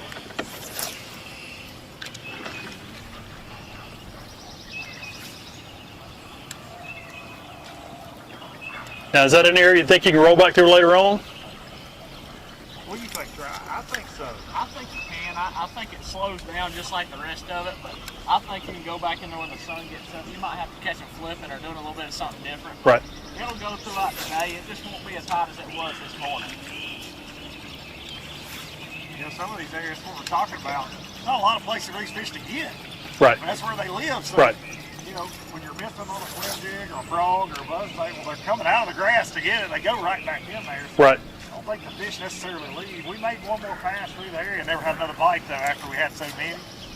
But we'll definitely hit it again this afternoon. We just got to make sure we burn enough $5 a gallon gas. That's our thing. We don't see most of the lake today. We'll feel like we didn't do enough, right? Yeah, we didn't try hard enough if we don't burn 30 gallons. But you need to finish high to be able to replenish that gas. No doubt about it. We barely missed a check at Jordan. We need to get one in here.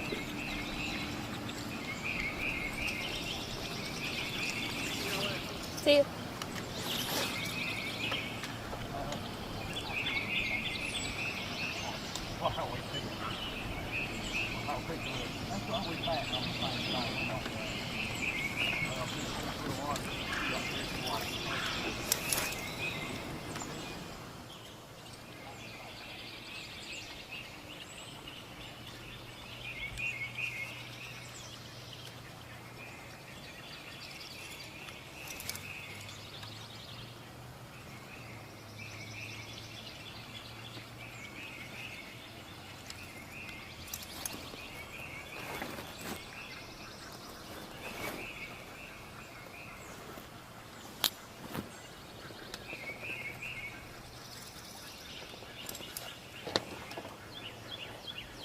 Just a reminder, we're here with Luke Duncan and Trey Swindle. They got 2 fish in the boat, about 3 pounds. Just like we've seen from several other teams so far this morning. A lot of teams getting a lot of bites, not necessarily being able to hook the bites. They talked about how a lot of short strikes, not really getting the whole bait. They've tried changing some colors around, trying to make a difference, and they're just trying to cover enough water to hopefully get enough bites to make it work. So they had one stretch this morning where they got a lot of bites in it, and try to roll back through a second time and didn't get any more bites. So they're going to cover a lot of water. He just said if they didn't burn a bunch of gas out by the end of the day, they didn't do well enough. So he also mentioned he's got kind of some deeper areas that they can hit throughout the day as well.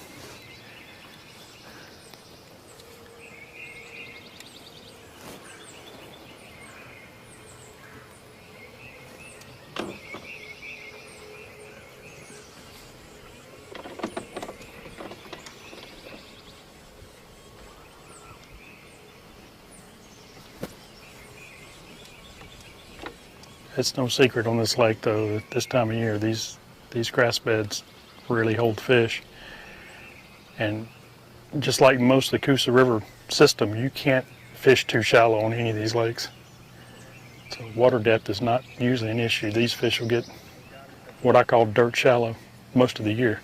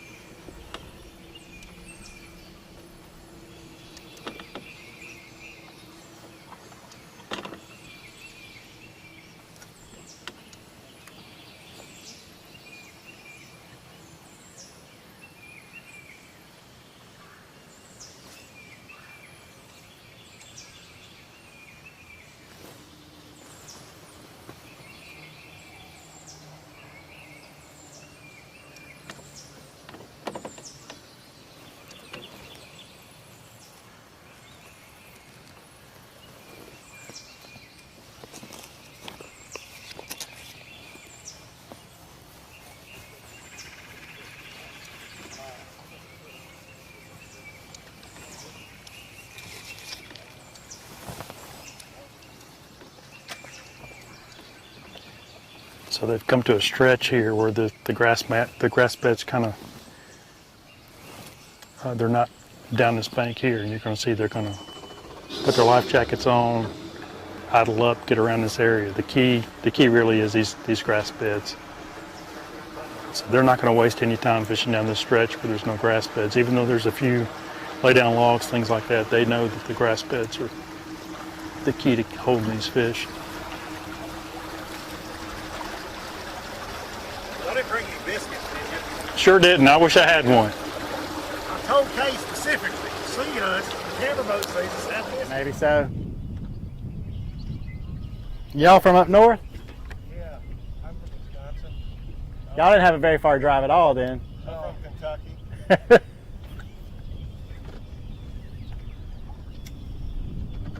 fished down here a couple times years ago. First time I've been here for a while.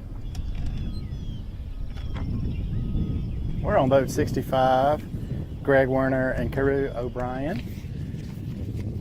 And guys, we just pulled in live here. Y'all got 2 fish in the box. Not really any size. Said y'all had a little late practice on Thursday, but y'all had a little bit of drive. Wisconsin and Kansas.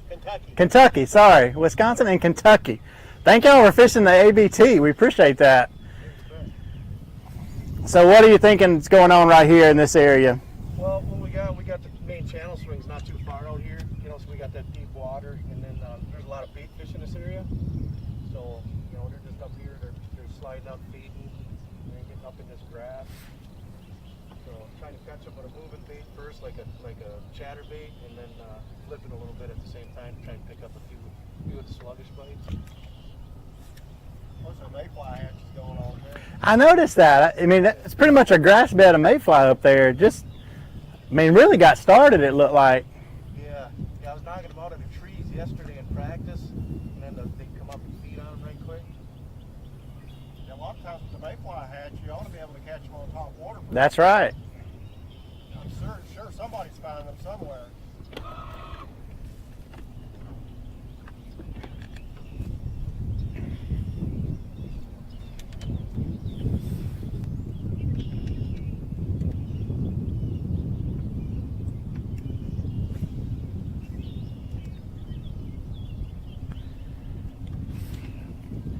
I got bit really fast in here yesterday in practice, and I figured this would be a good starting spot.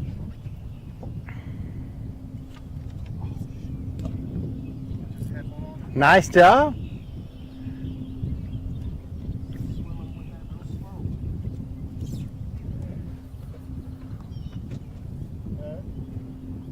I will say sometimes the fish are camera shy, just to let you know.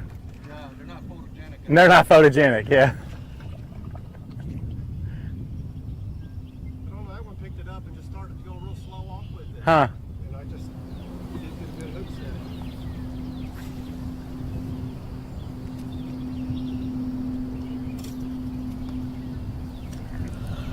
There's another one down there doing the same thing, so I don't know if it's maybe a lake spawner or something. Hey guys, we're with boat number 27. We've got Jackie Flack and Ethan Flack, and they have 4 fish for about 7 pounds right now. Yeah.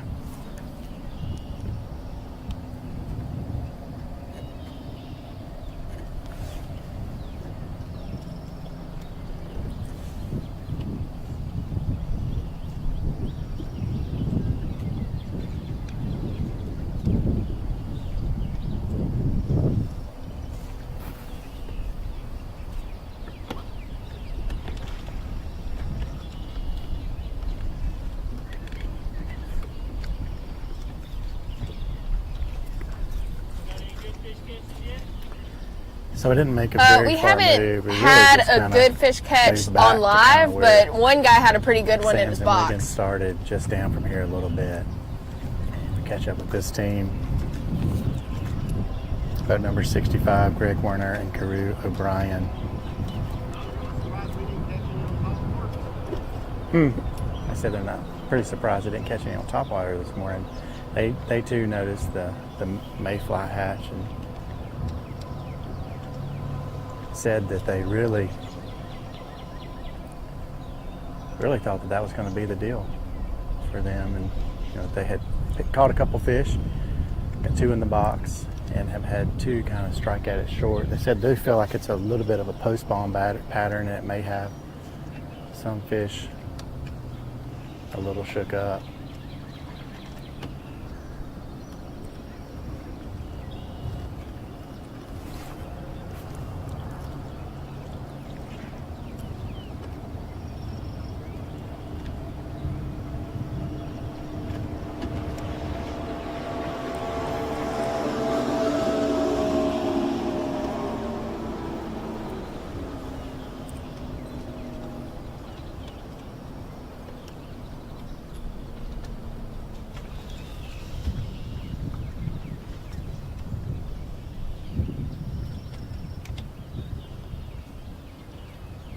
Kind of working the same pattern though, as flipping this grass along the river edge. Behind us is the main channel. We've kind of pulled up into a flat, sitting about 16 foot of water. Water temps pushing 77.5. Don't have any current. We said earlier that one turbine is going to turn on at 10. Probably won't make much of a difference today. Skies are really clear.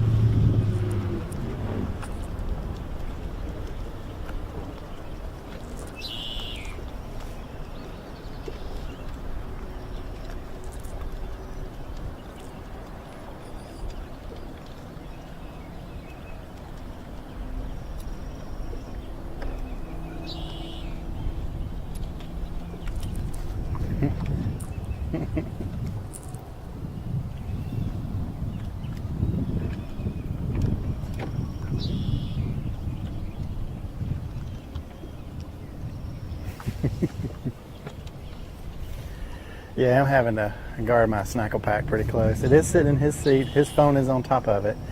But I brought enough to share. Take care of my cameraman. He makes us all look good and gets the good shots. Without him, you guys at home would have nothing to see. So come fish in my boat, come run a camera in my boat, whatever. We're going to take care of you. So.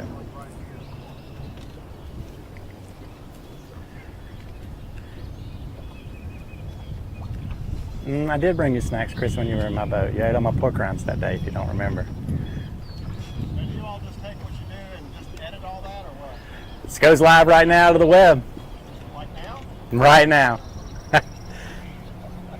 The guys just realized they're live on the internet. Yeah. Yeah. For all the world to see right now.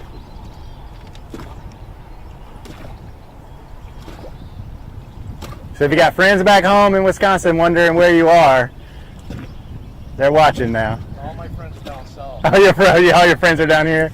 That's why you're down here, right? Well, hell, their lake's just unthawed.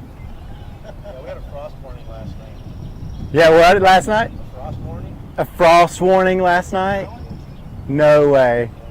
That's why you're down here, right? I mean, why are you in Alabama? What brings you to Alabama to fish the ABT? The ABT 100. The 100?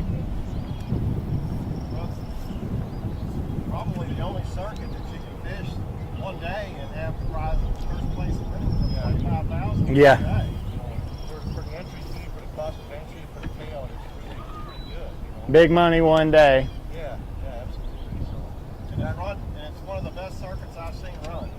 Yep. Everybody that works with the ABT has done a great job. This is our second year fishing it. It is your second, okay. I mean, we need to get y'all just to move down here, I guess.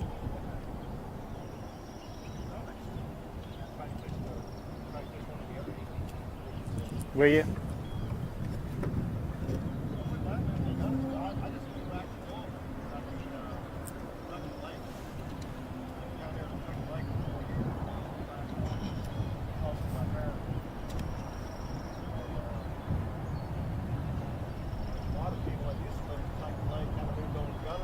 Yeah. Because of Kentucky Lake, they were killing all the grass. Grass, makes it so much better with the grass. Now there's some that want to move over to Chicken Harbor. Yeah. But Alabama's got a lot of nice lakes. I've fished a lot of lakes in Alabama over the years, fishing the Bass Masters. National.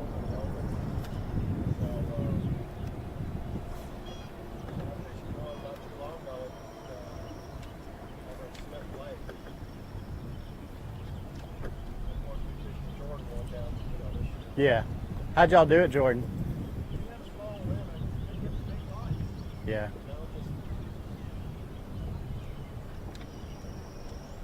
That's what it usually takes is, finding that group of fish that are a little bigger than this normal size. Yeah. I mean, today, if you can get a limit and a couple of good thicker fish, it might It's pretty easy, yeah. Especially it's getting slow. And or just cover a lot of water and hopefully we'll run into them, Yeah. Putting up? You're good.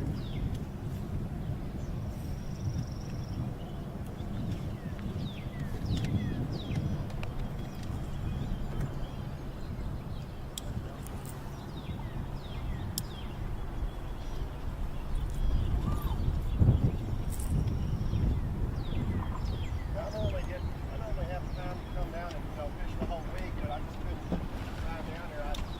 Down at Jordan, I blew up my motor. Last day of practice, and I had a new power head put on about 3 weeks or 4 weeks after that, and then broke it in. And I was over at a Bass Open at St. James River, and fished 3 days, not a problem. And then 5 minutes, day one of the tournament, the engine blew again. No way. I just got it back after 5 weeks. Wow. So yeah, it was a bum deal. The whole trip, it was probably the most stressful and mentally, mind-boggling trip I've ever been on a fishing trip. Yeah. Like one thing happened after another. Yeah. And I was just like, I'm done. I just want to go home. It is kind of hard to keep your head in the game at that point. Well, yeah, it did because now it's like, mentally it messes your mind up because, I was all ready to go fish that tournament and I had some good practice days and I felt good about day one, but then, that happens and it's like, couldn't get it fixed and I felt bad for my partner, but, there's nothing you can do about it. But now, I have the next one up there in Oneida next month and it's just like, it kind of already throws it out trying to qualify, the top elites and stuff. So, at least you can go fish the next two and hopefully if you win, you'll go to the Classic. Yeah. Or, get a check or something, but I don't know. But it's just, it was kind of a bummer. Well, I sure appreciate y'all fishing with us, for sure.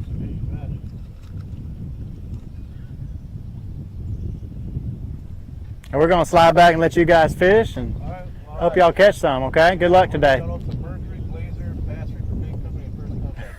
Good job. If I don't do that, my wife will shoot me.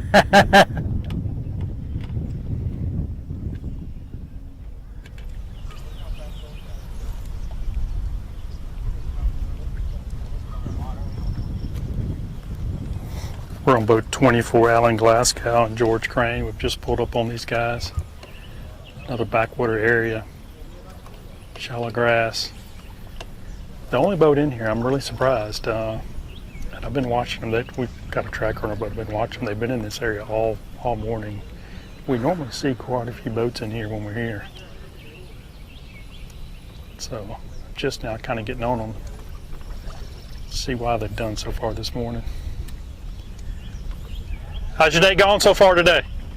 Got 4 for about 9.5 pounds. Okay. Have you been in this area all morning? All morning, right? Okay. 4 fish for about 9.5 pounds.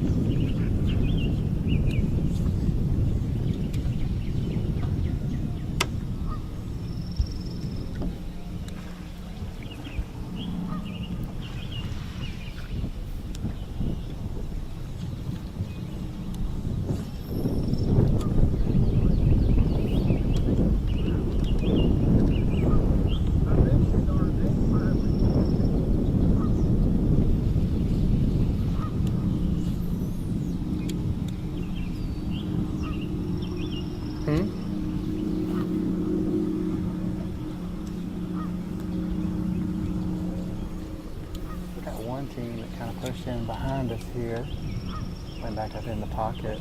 These guys are kind of fishing the main mouth of this pocket, I would call it. Really close to the river ledge. This is where Wiggins and Sam's actually caught their first one this morning.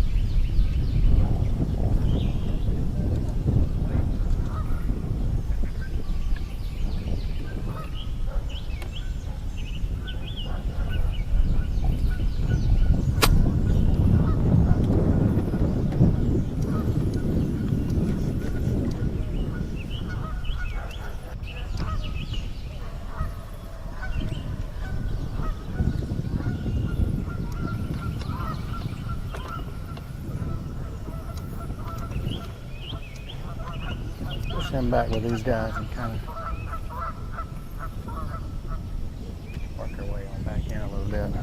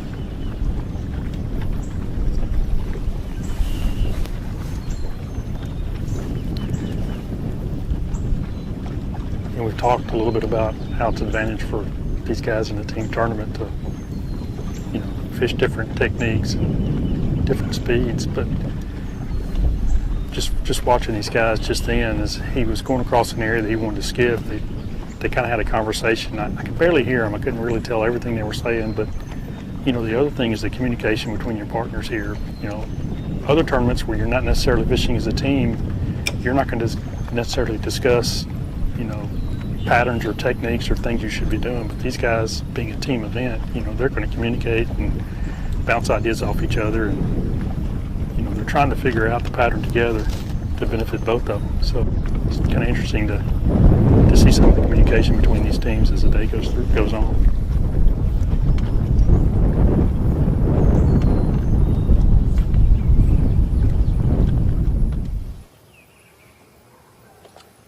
Hooked up.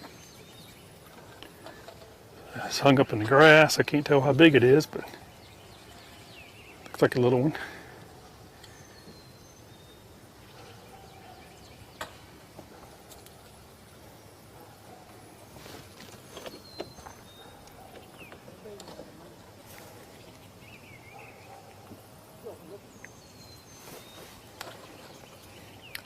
And that fish was too short, did not measure. So they're still sitting 4 fish about 9.5 pounds.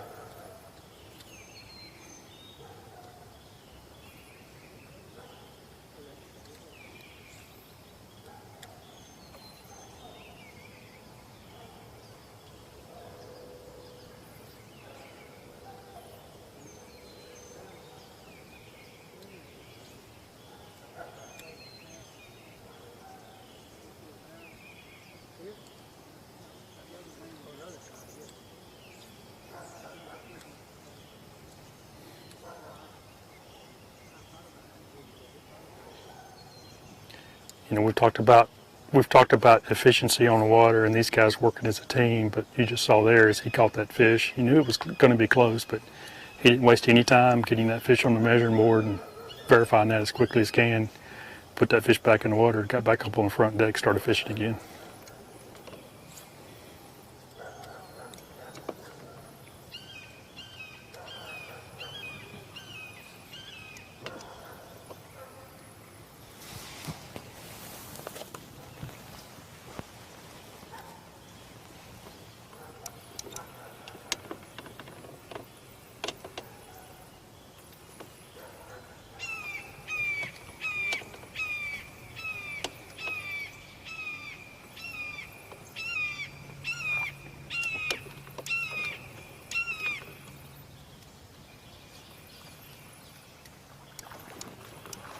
All right, hooked up again.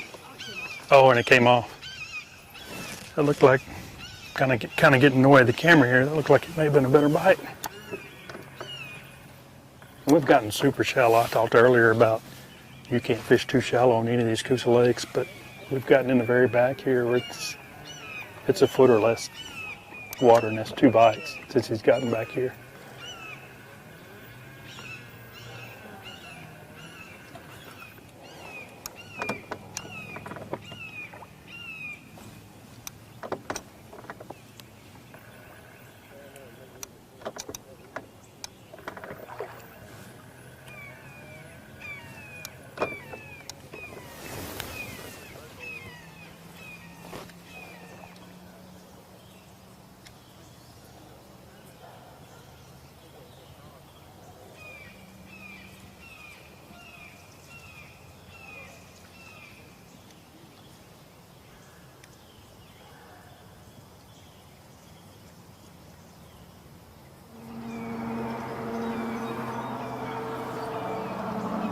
All right, guys, we are with boat number 38, Scott Keeling and Bill Hamilton, and they have 3 fish for 5 pounds right now.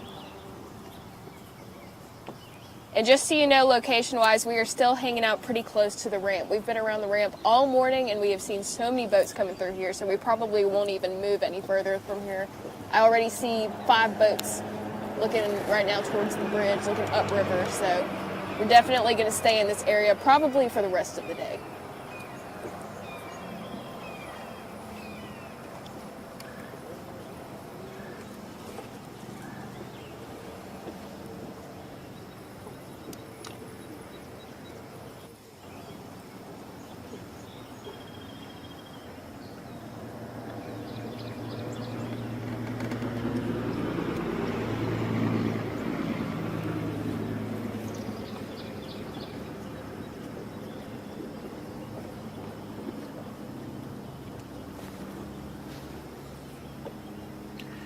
You might be able to see kind of the angle we're at with the camera now, but you can kind of see where these grass beds, you can see little points in the grass. There's indentations and points. The last 2 bites that he's gotten has been on these little isolated pieces of grass that are kind of on the outside edge, kind of creating that little point. And as these guys are fishing down through here, you kind of think, well, it's just so random, you never know when you're going to get a bite. But if you really pay attention to where these bites come, lots of times you can kind of determine that there's a pattern of where they are. And just like we talk about efficiency on the water, that's what these guys are trying to determine as they're fishing down through here, and want to make sure that they hit those high percentage areas, more thorough as they come across them. Those little outside points, though, typically are key lots of times.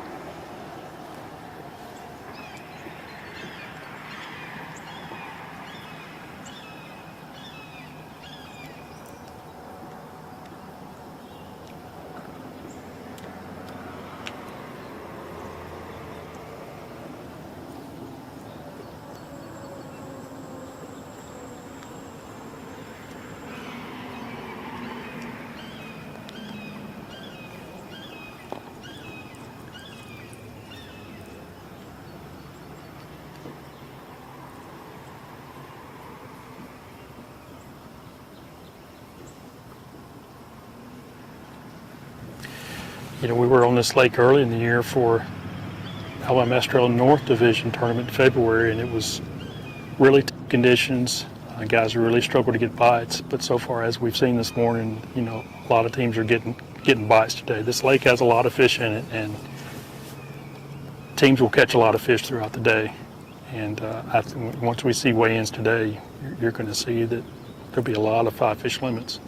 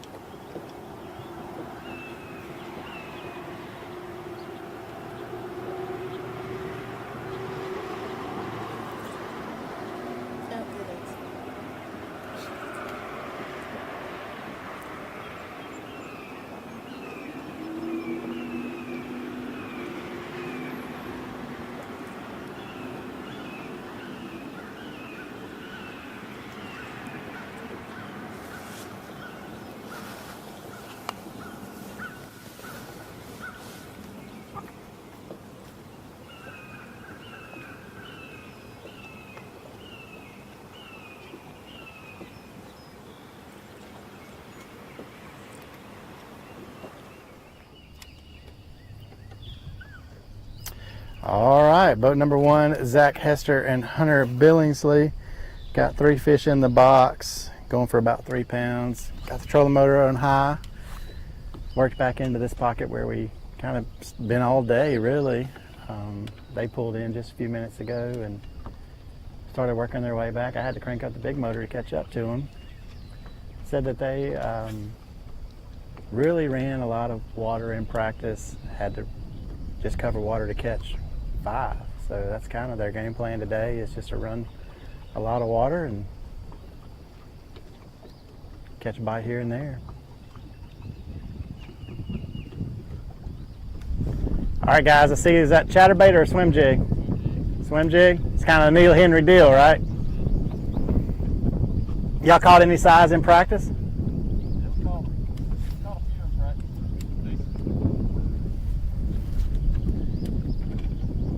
Just covering water.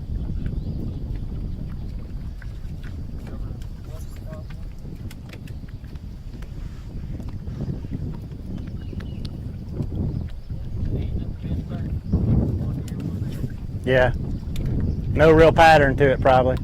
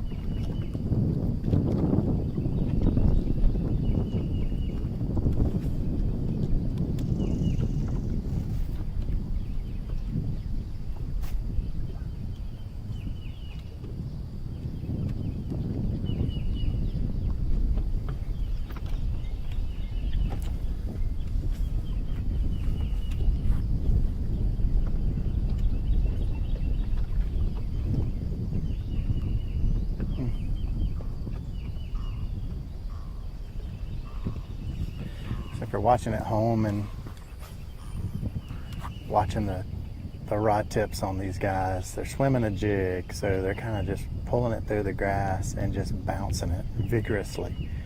I mean, just really take their time to get a good cast in, but then just bring it back to the boat at a fairly steady pace, but just swimming it. So using the rod to make it have a real true swimming action.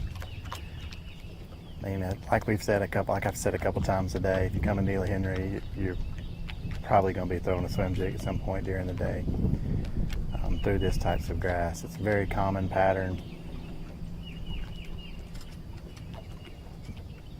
It looks like they're going to make a move. So.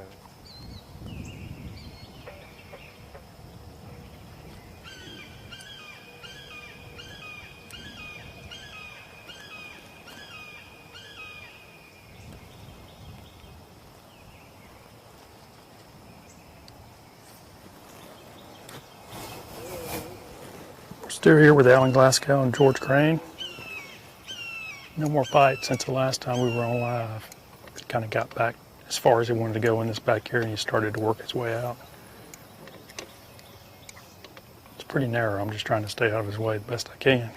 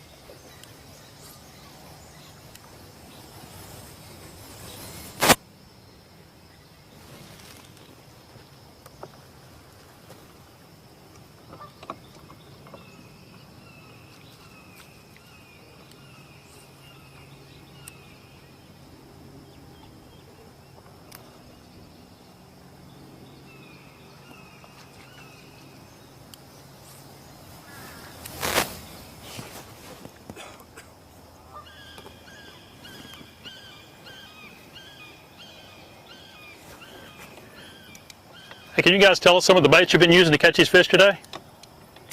Yeah, so far we caught everything on a HDF swim jig, and this has been a pocket challenge on it. Okay. I felt like he got a lot of pressure all week. So we had 6 bites now. And lost that one, I guess. Right. Get a lot of shade in here, so we're just going to kind of stay with it for a minute and leave. Okay. You got a lot of areas to cover if this doesn't pan out, or what's your game plan for the day? Yeah, we was going to base it off how we started. So if we could get another limit, another keeper and get 10 pounds, we could feel pretty good about just running on the lower end and start chasing docks. Right. Just brush piles on shallow docks is what our plan was. Okay. That fish would have gave us about 10 pounds right there.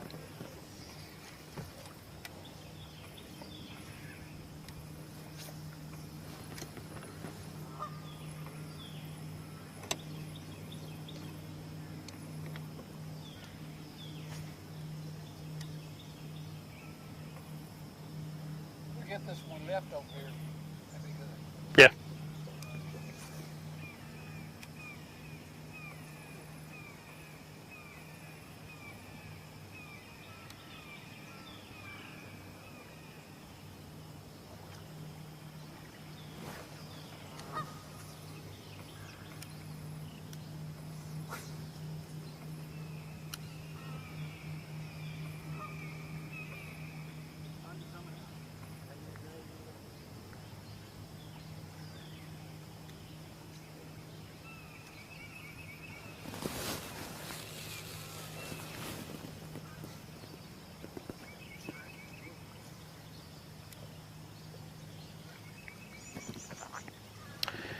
I'm being reminded that both of these guys have fished a Bassmaster Classic in the past. I would say that this is probably the only team fishing today that can say that.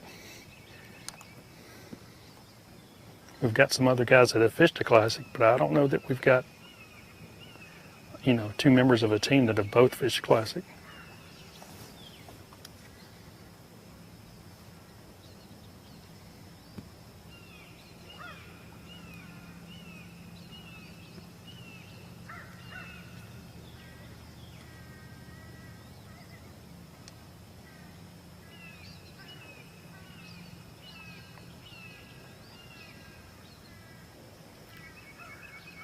These 2 guys have been fishing tournaments in the state of Alabama for a long time and have been successful in that time period as well.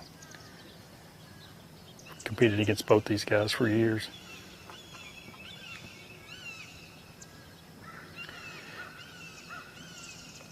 These guys have been alternating multiple baits, but when we got close enough to talk to him, he said all their bites have come on a swim jig. But they're trying to keep them honest. They're throwing a lot of different things.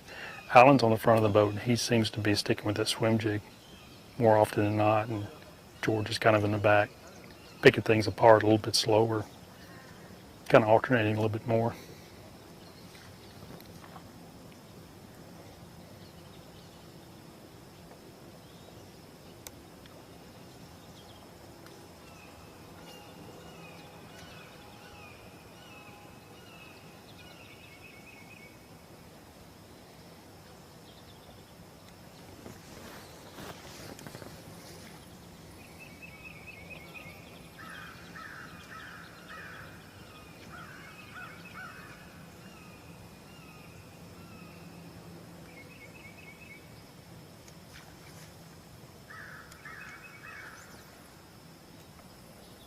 Alan did tell us a few minutes ago that their goal was to kind of come in here and hope that they could get a limit in here, a decent sized limit, and then move on to other things. His backup pattern, or where he thinks he can catch bigger fish, is going to be fishing boat docks, maybe even further down lake. And he did say, I found it kind of interesting, he specifically said shallow boat docks. So there's a lot of boat docks in the lower end of the lake, but it sounds like when he gets there, he's just going to key in on the shallower boat docks. And maybe the ones that have less pressure.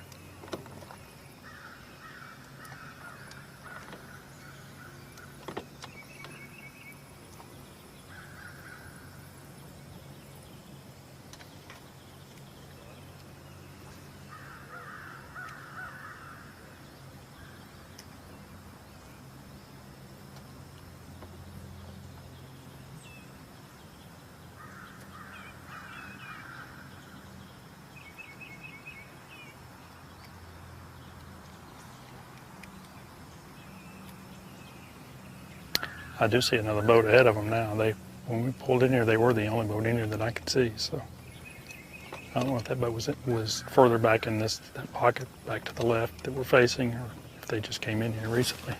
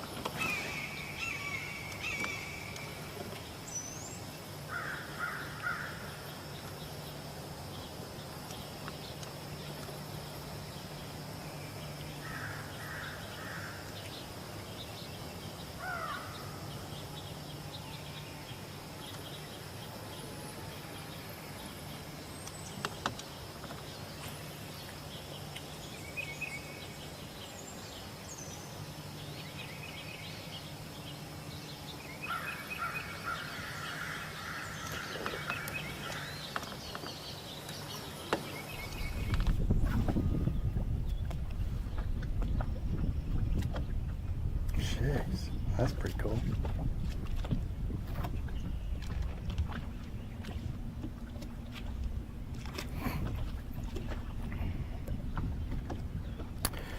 Just pulled up on boat number 53, Brandon Staggs and Rodney Long. Guys got 3 fish in the box. How was practice for y'all? Pretty bad. Pretty bad? Hard to get them on a pattern, you know, we can catch it consistently. Yeah. That's what I hear a lot of guys saying today. It's just kind of covering water. Is that kind of the game plan today? Yeah. Brandon, you're not a stranger to winning on the ABT. You hold the title as the first ever ABT winner on Gunnersville. I think that's a pretty big deal in my book. You get lucky once in a while. Yeah, but that 32.02, if I remember the weight correctly, with like a 10+ kicker on that day. That's a little bit better than getting lucky, I would say. Now, I'm not saying we'll see 32.02 here, but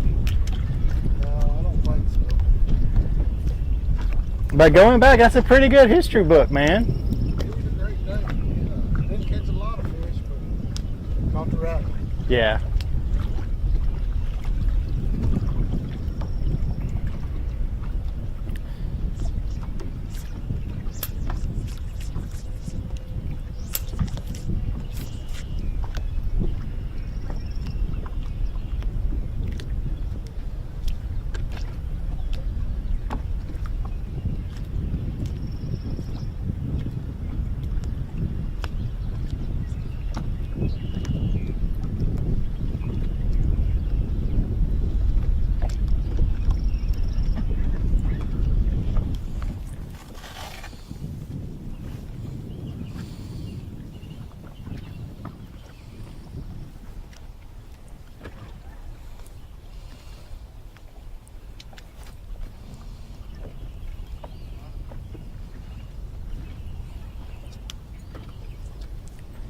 So he really just came back out to the mouth.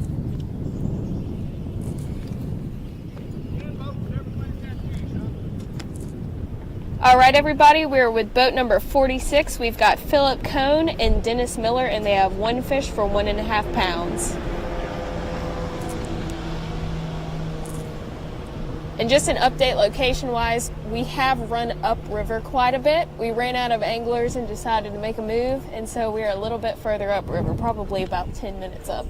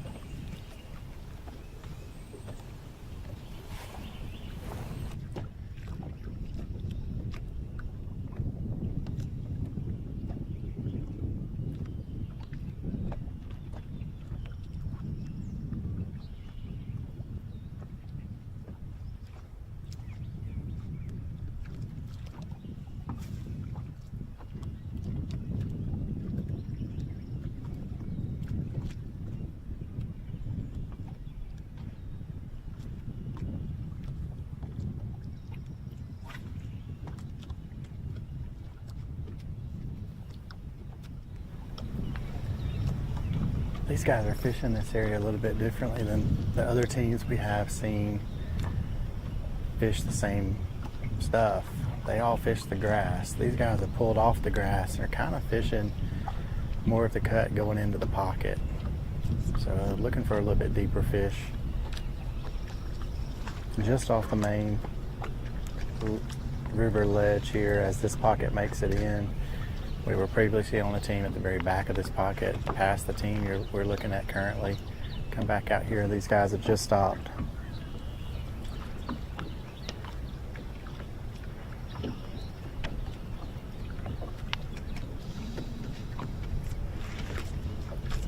The practice with them for them was pretty slow.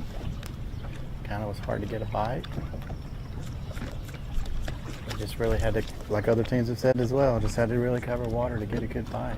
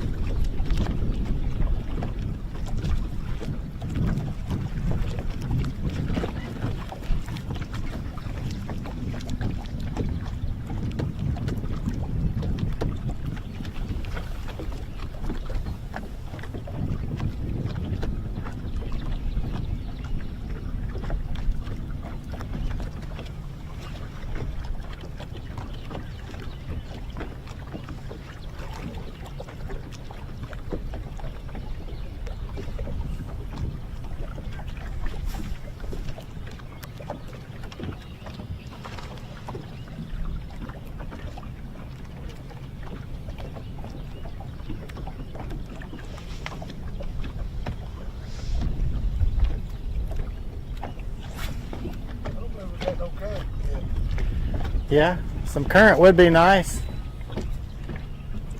I don't know if it's going to produce though.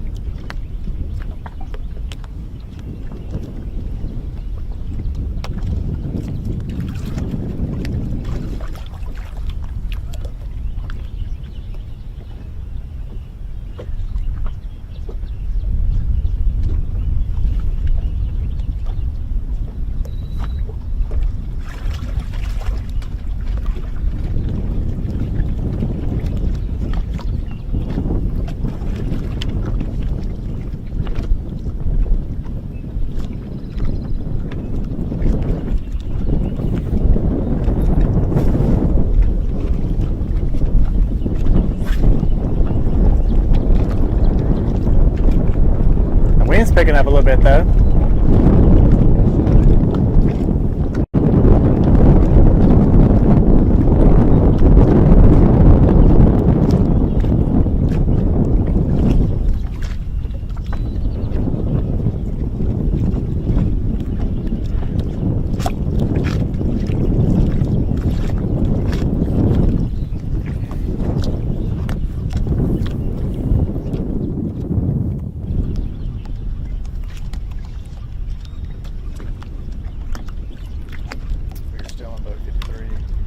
Stags and Rodney Long, 3 fish in the boat. Not really any size, 3 or 4 pounds. We are south of takeoff. Made a long run this morning following Wesley.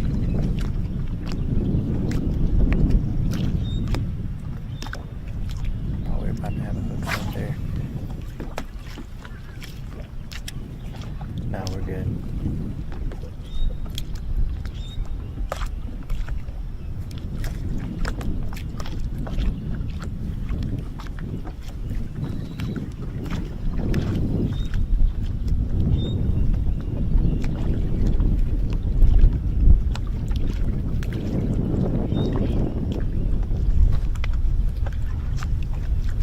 Well, let's kick it back to Miss Kay in the studio. Miss Kay, Welcome back inside the Alabama Bass Trail Live Studio here on the banks of Neely, Henry Lake at Coosa Landing. Jason, it is probably as warm in here as it is out there. I have not cut the air conditioning on this morning. I've got a little fan, but no air conditioning yet. I will say that Jackie Flack and Ethan Flack are the unofficial leaders for today. They're reporting they have about 9 pounds. We haven't seen them for quite some time on camera, but they did update with Laura Ann and let her know that they had 9 pounds right now. Seeing a lot of teams with that 3 to 4 fish, in the boat. Not many limits yet. So if any, I think we had one limit, which was Flack and Flack, that said they had 9 pounds. So that's where we are this morning. It looks like we've covered about, I would say, 15 teams thus far. We got a couple more hours that we'll be with you. We're going to go to a short commercial break. Don't tune away. We'll be right back. Mr. Chris is going to take us to commercial, and we'll be back shortly. This hour's live action is sponsored in part by Garmin, by PowerPole, American Baitworks, Bill Penny Automotive, and by FishAlabama.org. There's a lot more to come. In 2009, it all started with this 721 Pro XP and a passion to build the best fishing platform in design, performance, and construction for all of our customers. Through the years, motors have changed, electronics have changed, but the passion to build the best bass boat possible has not changed. Everyone at Phoenix believes we got it right the first time.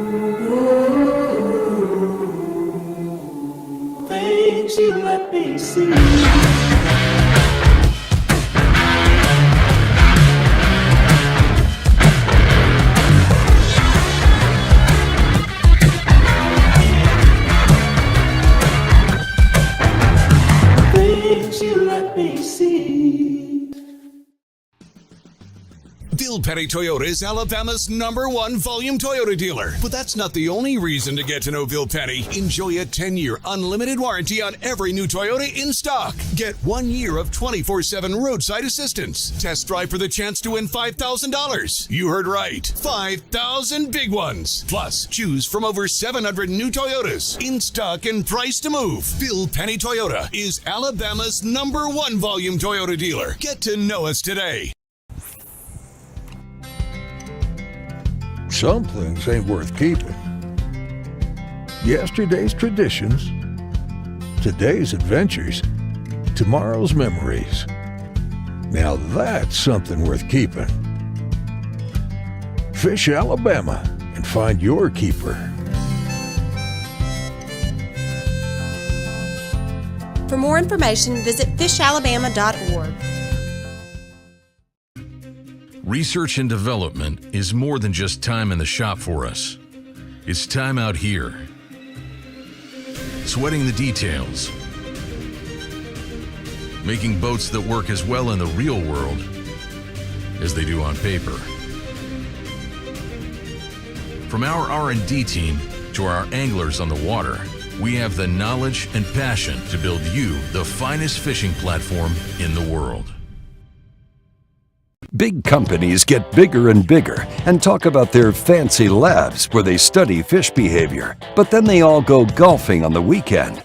We don't have a large laboratory to test baits. Why, you ask? We don't need a big laboratory because our pros fish, our employees fish, our salespeople fish, our suppliers fish, our mold builders fish, our owners fish, and our kids fish. This is our laboratory. Our R&D comes from time on the water, learning how to make fish bite. We don't have other hobbies. We fish. We fish all year in all conditions across the whole country. All that time on the water brings us thousands of hours of testing new products and improving current ones for all species. We're a family-owned U.S. company that has many of our products made in America by American workers. The products we don't make in America, we make in Guatemala, which supports many families in that country as well.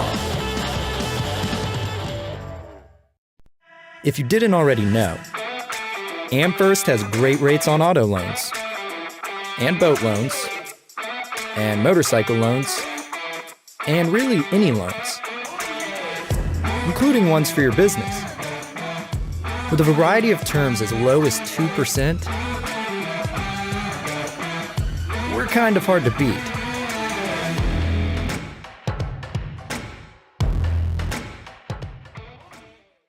The TH Marine HydroWave H2 KVD Edition is a surefire way to ignite a feeding frenzy. The HydroWave utilizes a sound-emitting technology that imitates bait fish and other feeding fish below the surface that preys on the competitive nature of bass and other game fish to get you more bites. The HydroWave is another way that TH Marine has you covered from transom to trolling motor.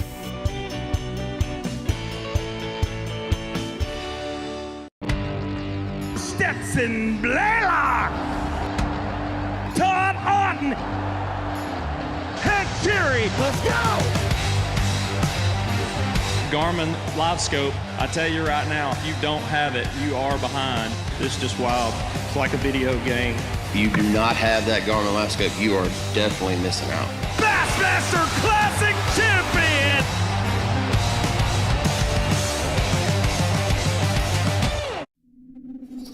In 2009, it all started with this 721 Pro XP and a passion to build the best fishing platform in design, performance, and construction for all of our customers. Through the years, motors have changed. Electronics have changed. But the passion to build the best bass boat possible has not changed. Everyone at Phoenix believes we got it right the first time.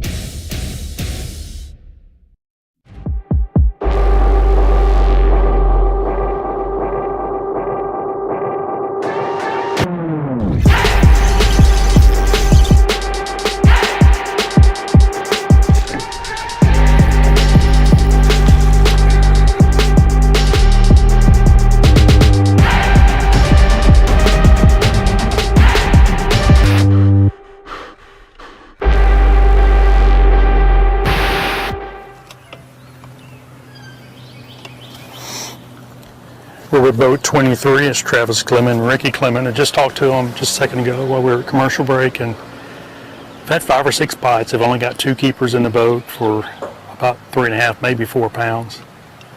Said that the bite has gotten a lot slower than what it was in practice. They've had to really slow down. They can't get any bites on moving baits. Said practice they could get bites on moving baits, but it seems like over the last 3 days that it's progressively gotten slower.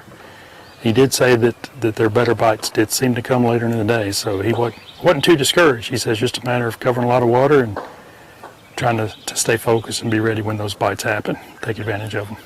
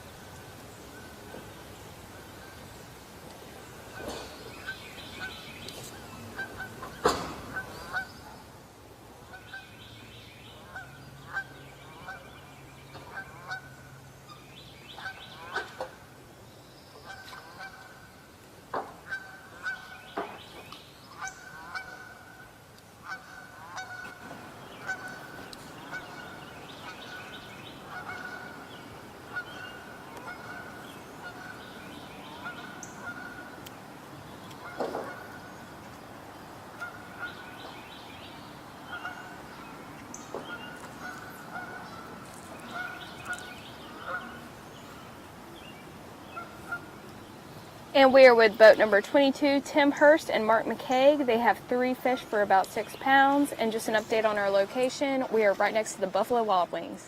Fish on.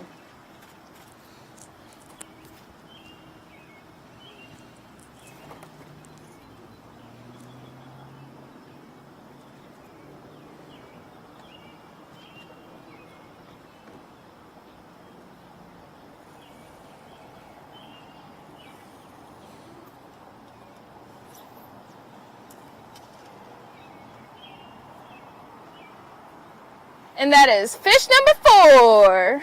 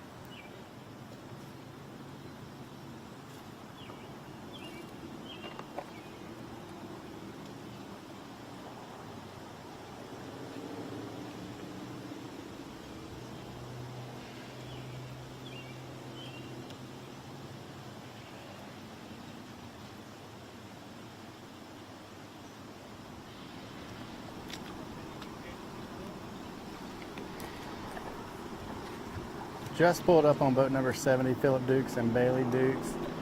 Guys, y'all said you had 2 fish in the box. Been kind of slow today, I guess.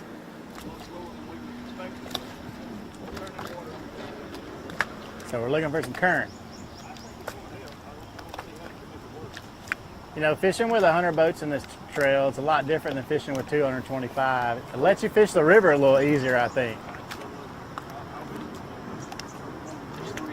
Yeah.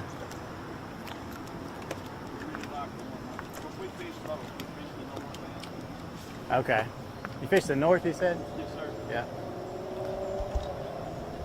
How'd y'all do on Wheeler last week? We didn't do any good on Wheeler. We've had a good year. I mean, we were in like 12 to 13. Oh, really? And going into Wheeler, that was our worst tournament of the year. We got bites, but everything we caught was small. Yeah. We did not do well there at all. We caught them good in practice. I reckon that was all the good bites in practice. Well, Gunnersville is not far away either, so. Y'all had 3 pretty good weeks of fishing.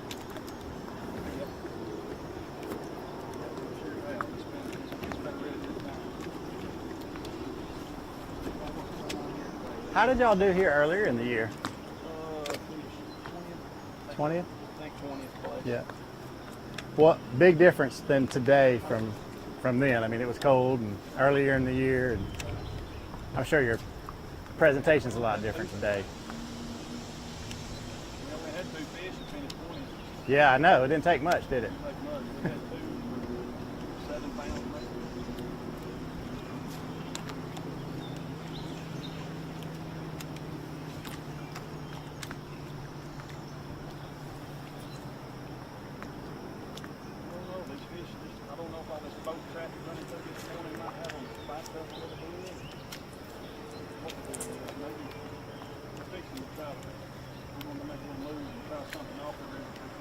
Yeah.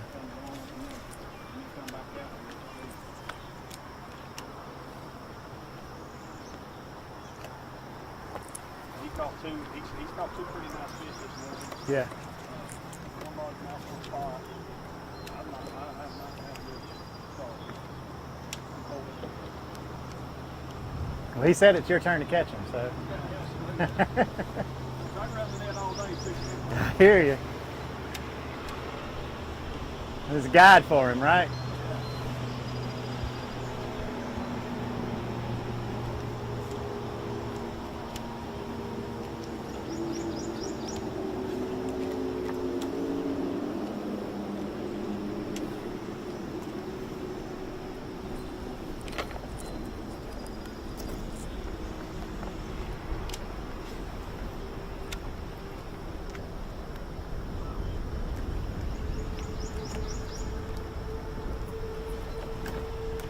Seen anybody catch much this morning? I haven't really seen a lot. It's been, kind of slow with like y'all with the rest of them.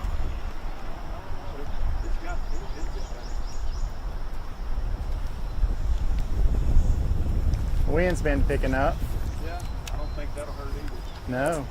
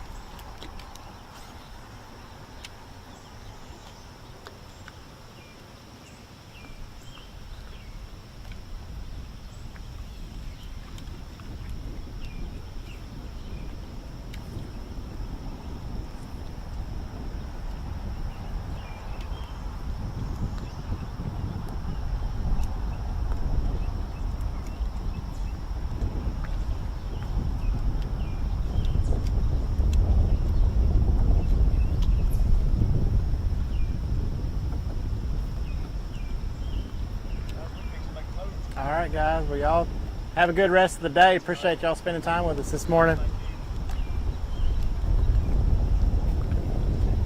These guys are going to make a move. They said that they had a couple bites here in practice, but shook them off and aren't able to produce this morning. They do have two pretty good fish in the box.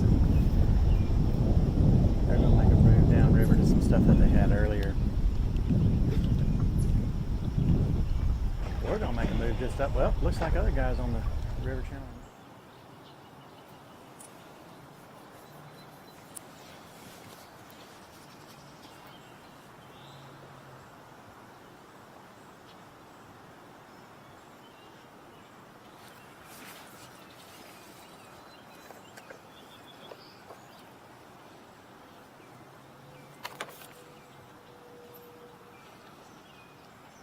All right, just a reminder, guys, we're with boat number 22, Tim Hurst and Mark McCaig. When we originally pulled up, they had 3 fish for 6 pounds, but they did have a fish catch on camera that was probably 2 to 2.5 pounds. So I'm assuming they're at probably 4 for 8.5 pounds at the moment. And we're right next to the Buffalo Wild Wings, right next to the ramp.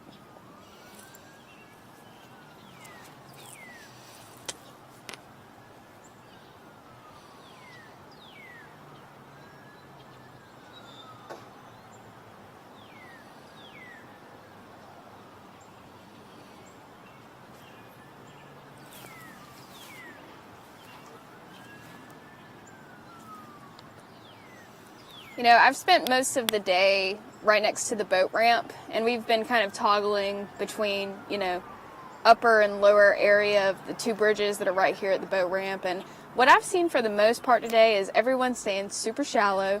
I'm seeing a lot of topwater frogs. I've seen some buzzbaits. I've seen some swim jigs. And it just seems like everyone's just aiming shallow and trying to stay either in the top of the water column or like topwater area or the middle of the water column. But I'm not seeing a lot of slow dragging action. I'm seeing mostly like quick, like swimming style baits, very active. And I'm sure that's due to the fact that we had a huge mayfly hatch and a lot of fish are pretty active. And it's just been really exciting because, especially with us having all these topwater action baits, there's just so much action for live today. We've seen a lot of topwater blow-ups, a lot of fish catches today. And even though we're not seeing any crazy big bags like on my end where we are, it is really good to see a lot of good fish catches, even though most of the fish we've been seeing today have been 2 pounds and below.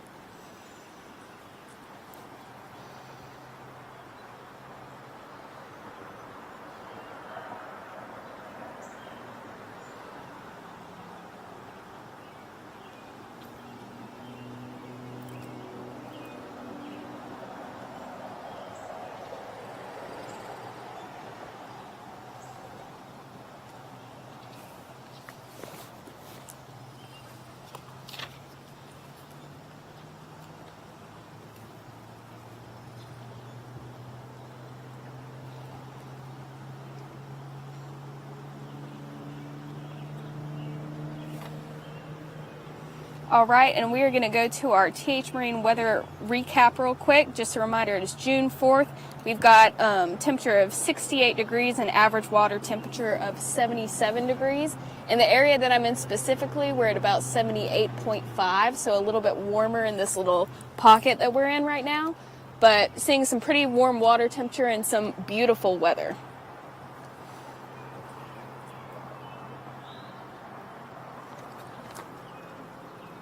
I think that's just the hot sauce from the Buffalo Wild Wings linking into this area, making it nice and toasty back here.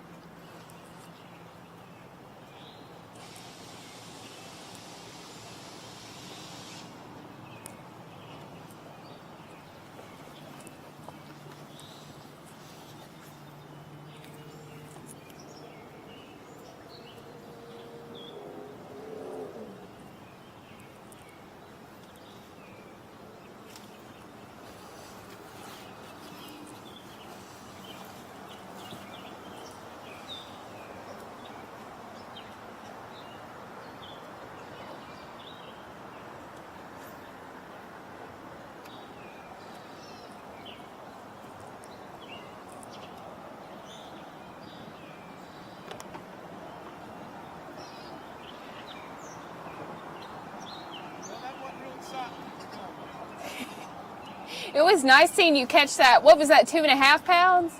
Maybe a pound 3/4. Yeah. It looked a little bit bigger from where I was at.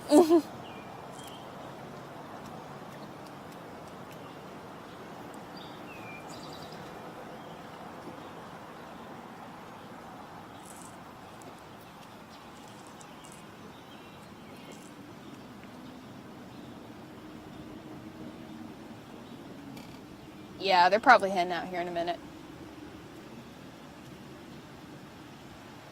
But they're going to fish their way out.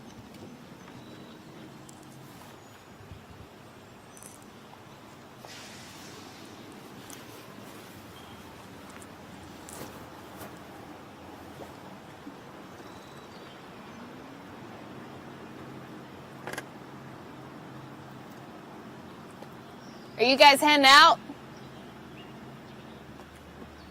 You guys heading out? Okay. Cool. Yeah, they're leaving.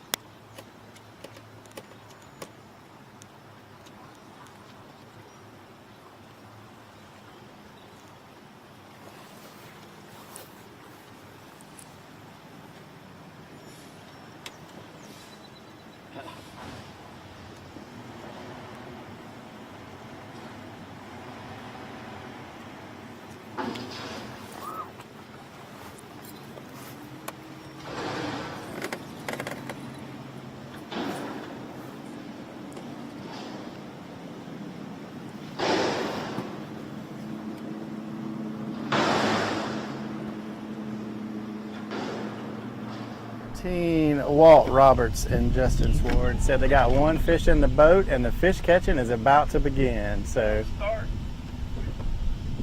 guys, looks like we are fishing a main river bank, I would say. Yeah. Hoping for some current, maybe. That would be nice, yeah.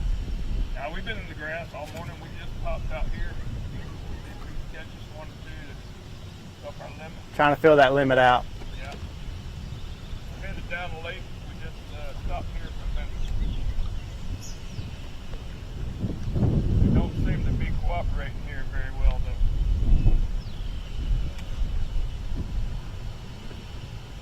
Now, this is an old drainage that came out of a water treatment pond. Okay. There's a pipe that runs up. Fishing a drain here. And it's, they get on it sometimes, but they're not on it today, I don't think. These are currents. Maybe we need a little bit of bait fuel. Bait fuel's doing. We caught the one with bait fuel. Did you this morning? How about that? Yep. We're hoping it gets them excited here a little bit. Yeah. Bait fuel is brought to you by American Bait Works as well. They are a sponsor of the ABT 100, so proud to have them guys on board for us today. And as just said, they caught their first one using bait fuel, so it does work.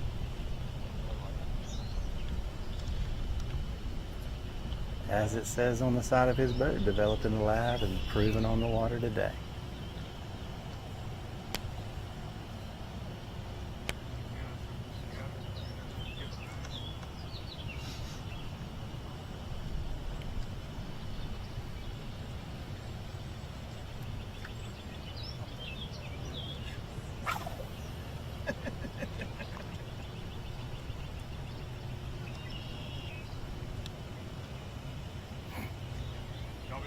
bunch of people with fish? Just a couple guys. You know, nobody had a limit yet, so been kind of slow for a lot of guys, I think. Yeah, practice was slow for me. You know, I was getting 8 or 10 bites in the grass, but they were few and far between. That's what guys are saying. It's kind of spread out and scattered, and but we think we can pound us out a limit. Hopefully we get some bigger. yeah, you only need 5, right? Right. Sounds easy, right? And then you can also add June and no current. It doesn't sound That's what I was about to say. June, no current today. Hope the wind blows a little harder to move the water a little bit. Mayfly hatch. I mean, all the right things are there. Oh yeah. They're somewhere. Somebody will catch them, and hopefully it's us. And we got our first ski boat for the day. So, I mean, we're about to get on. ain't looking up, dude.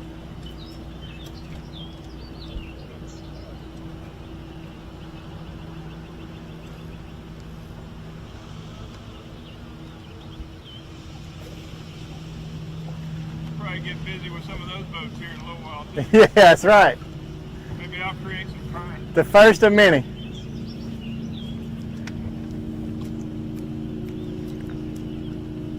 You heard Walt say that there is really a treatment pond right behind here, an old water treatment pond, and it drains into the lake right here. Couldn't ask for a prettier day though. It's nice and cool. It is a nice day, not 105 degrees. Right. Yeah, we're from South Mississippi. It's been 105 degrees there for last month. Yes, sir.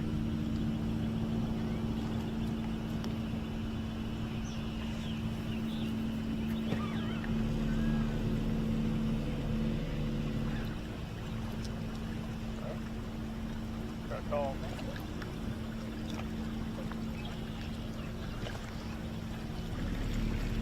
Gotta hide my bait. Nobody wants to use what I'm using.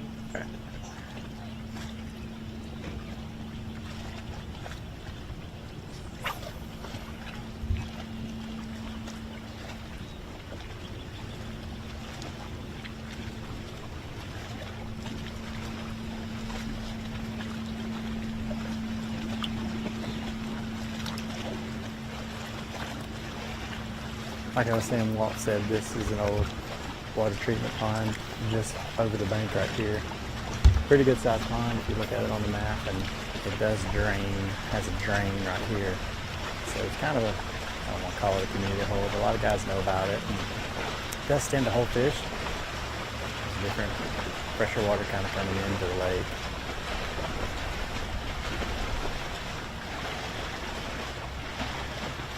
So they're looking to try to fill out their limit. Got one fish, need 4 more. Said that the practice was kind of slow and fish were spread out far and few between. It's kind of what we've been hearing from a lot of guys this morning, is they were catching them in the grass and it was just slow. So I think they're kind of in their mindset right now is to come out here and get 5 so they get the pressure off of them a little bit, and then they can go slow down and look for that 1 to 2, 3 bites that hopefully are, you know, good quality fish to upgrade with. If you can get that limit, it does feel a little bit better. Gives you more time to go hunt for the big fish.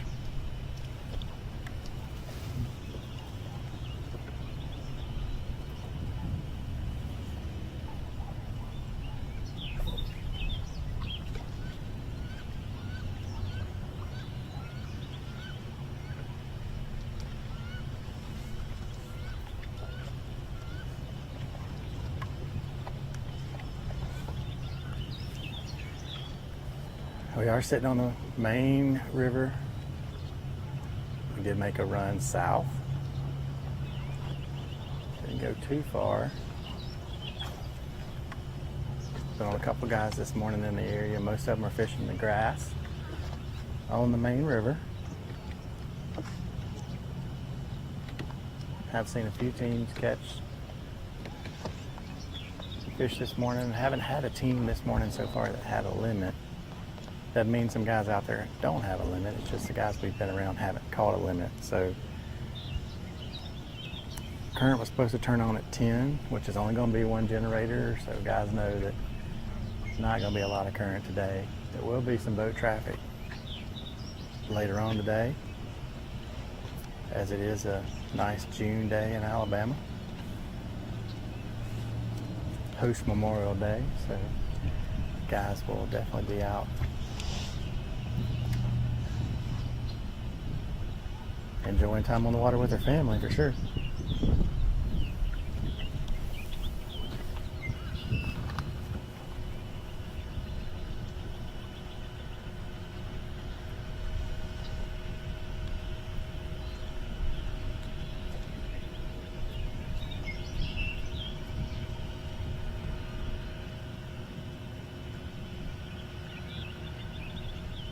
Anybody caught anything for him? It's just been sporadic.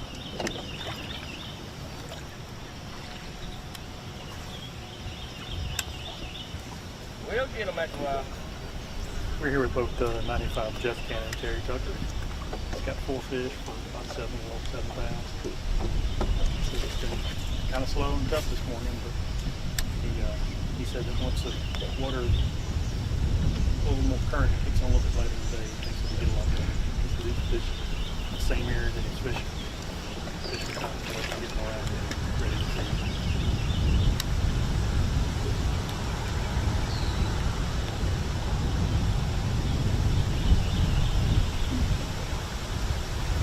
Terry has a lot of experience fishing big time community. A long time. Won a lot of money here.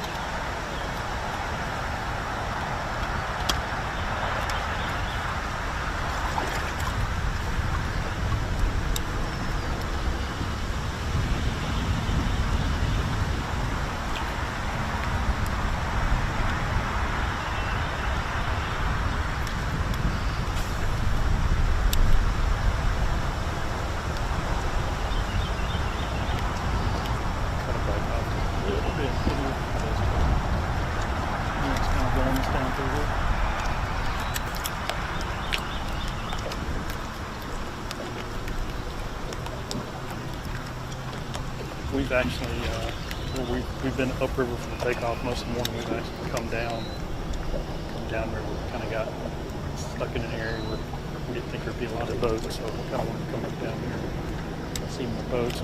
Kind of in between where Laura and Jason have been most of the day. Along the main river now, we're so far this morning, we spent a lot of time back in creeks and pockets.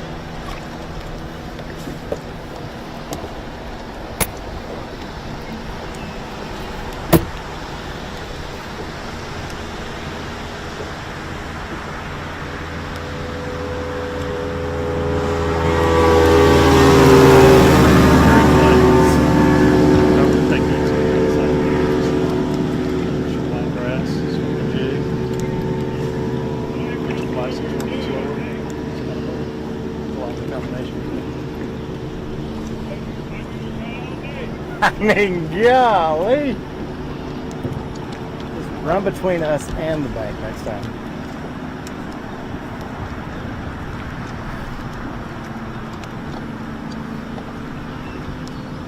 I don't think he's an ABT guy.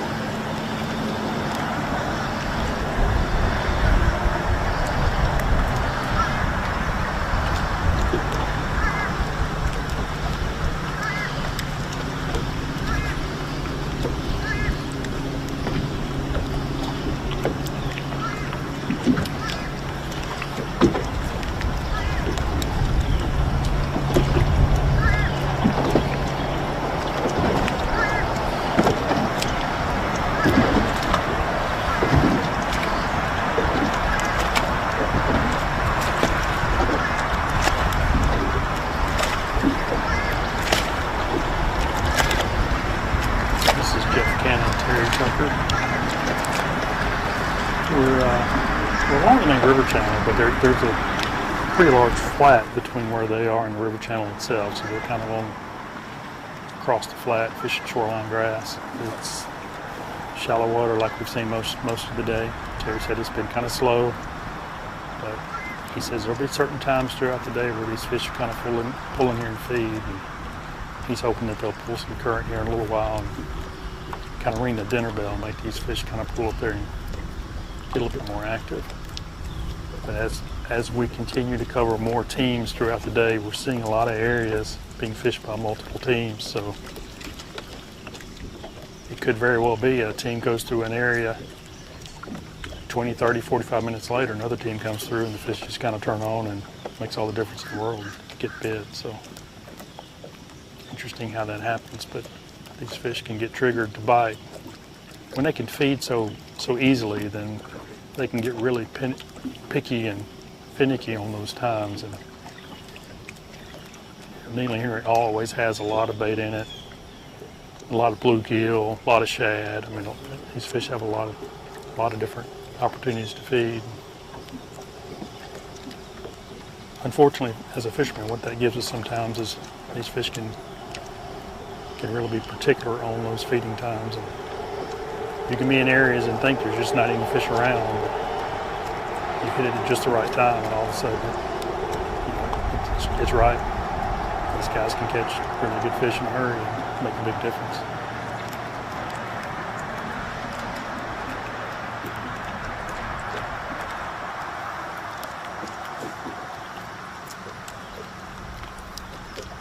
Yeah, I think that's one of the things we learn with the more live coverage we have is, before we would always see or hear the results at the end of the day, but you don't really realize some of the struggles these guys go through and the periods of the day where they go fishless. You see guys come in with good weight, win a tournament or top 5, and you think, well, they caught them all day long. Lots of times it's 5, 6, 7 bites throughout the day. That is all these guys get in order to win these tournaments. You got 8 to 9 hours in the day to fish. So the key is to stay focused and keep working and take advantage of the opportunities when you have them.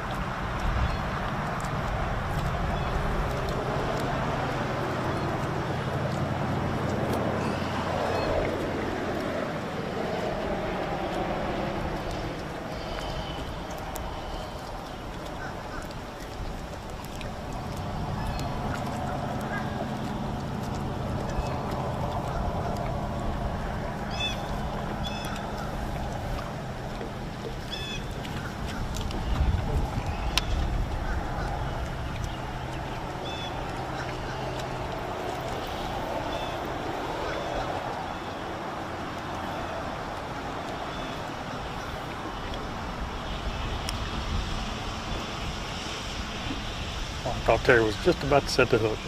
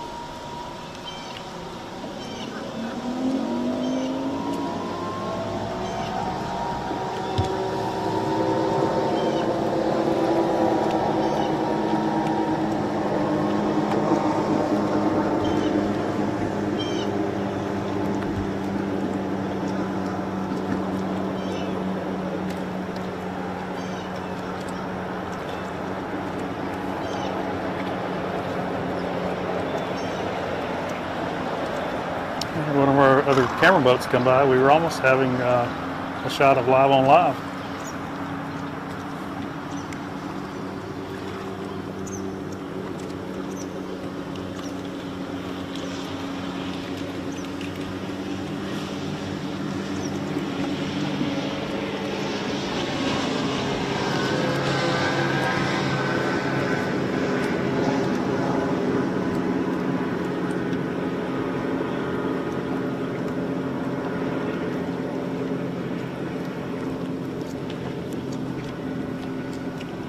Ooh, I just saw something chasing bait in front of them, and Terry never saw it.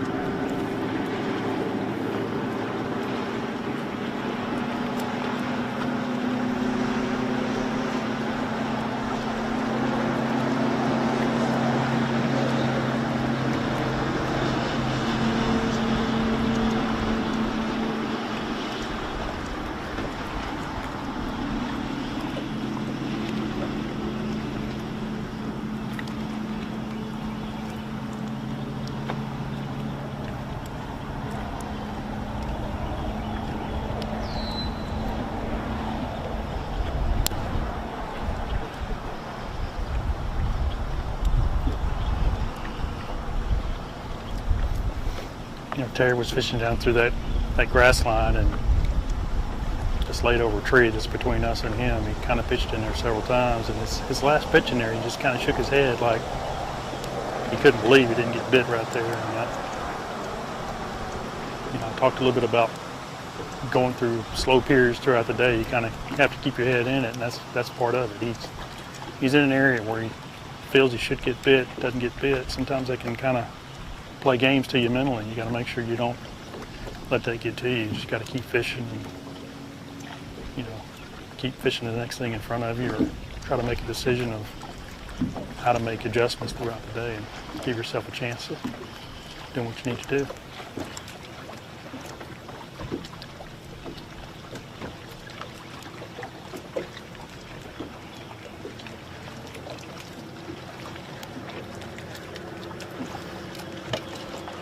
We can give you no exit.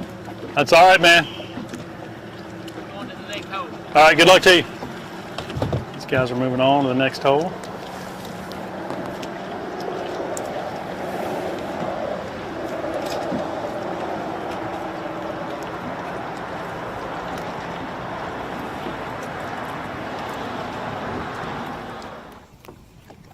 All right, guys, we are with boat number 21, John Brown and Trey Sorrells.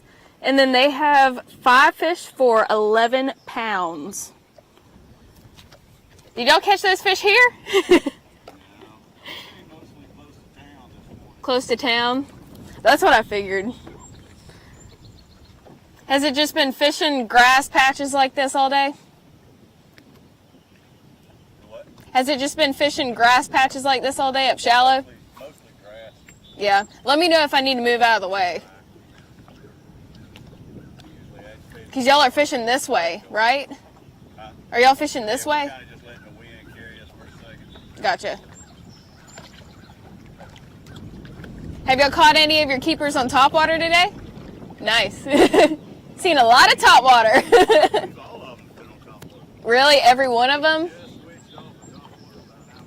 Do you think, like, at this point in the day where the sun's positioned, like, topwater would still work, or are you going to stick to, like, middle of the water column baits from now on? We're pretty stubborn. We caught 5 pretty quick. Yeah. We caught 4 real quick. Yeah. And it takes us about an hour to realize that something's changed. Yeah, before you can make the adjustment. Did you catch him on a frog? Yeah. Biggest one on a frog? Buzzbait? Rest of them? Do you think that has a lot to do with the big mayfly hatch we've seen all over the lake? Yeah, yeah. Uh-huh. I was gonna say it's a little late.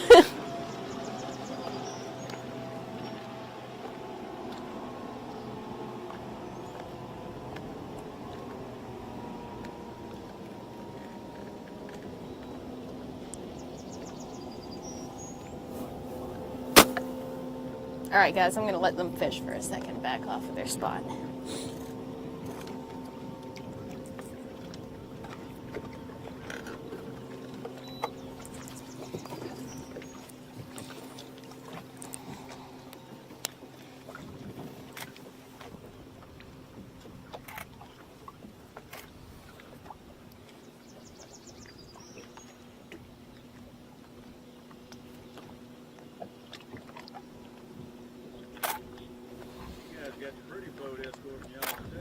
I know.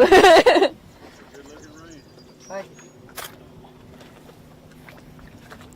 There is a inboard outboard ranger up that top, or up that top. Inboard outboard fishing ski. Never seen it. Never seen it.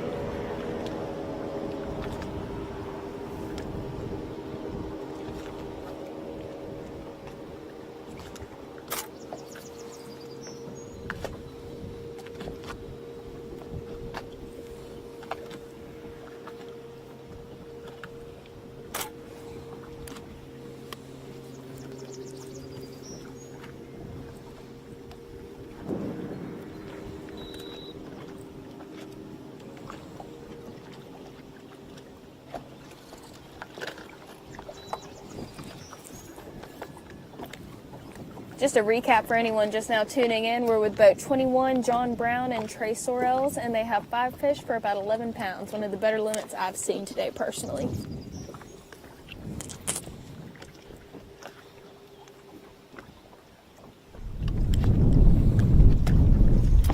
All right, we have made a little run and pulled up on Nolan Spencer and Robbie Spencer, 2 fish in the box.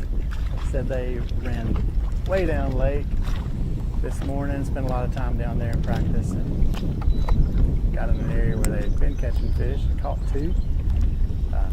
Decided to get out of there and kind of make a move back upriver. Guys, what makes you stop here?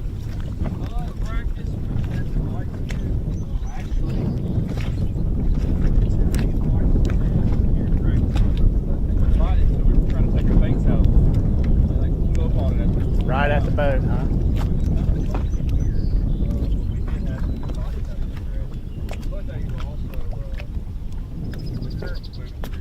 Yeah. Maybe the wind's blowing hard enough to get her in a little bit, but I'm not seeing the other day, even in the shallow and this is up here, I can see some fish out on the edge of the grass and I can catch a good one too.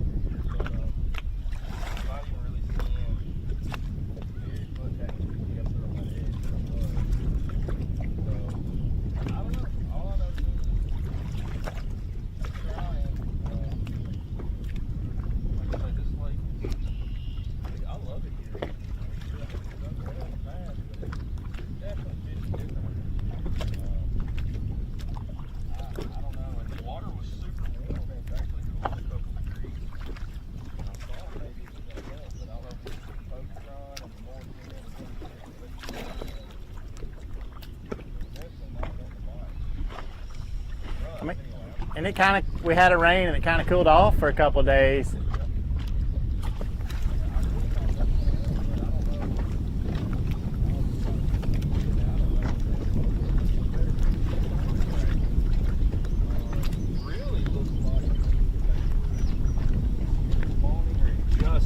Really? Still really bloody and tails were really, I mean, it looked like they killed much at all.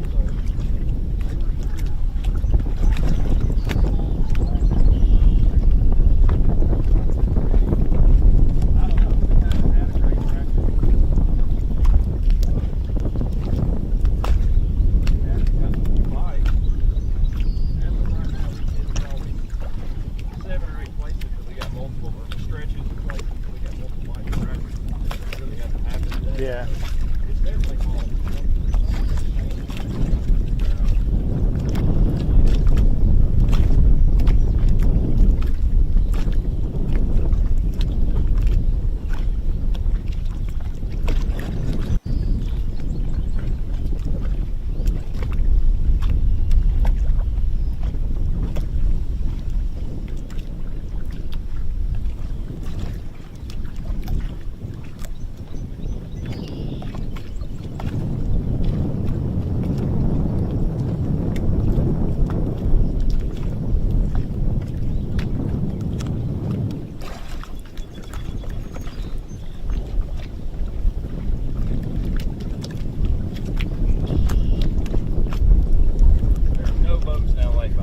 Really? Everybody's kind of right in here. We pulled up down there and we were like, in my head, I was thinking, well, is it really good or is it really bad?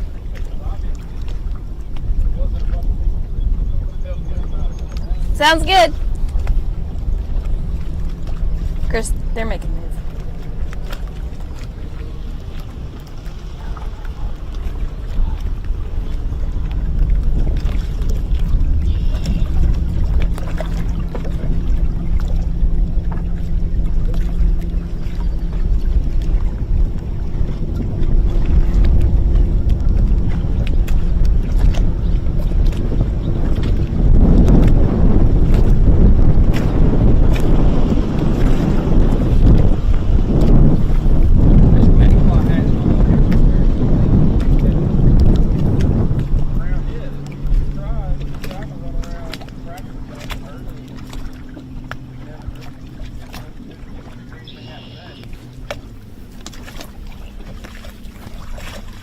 I think maybe they just got enough to eat at this point too.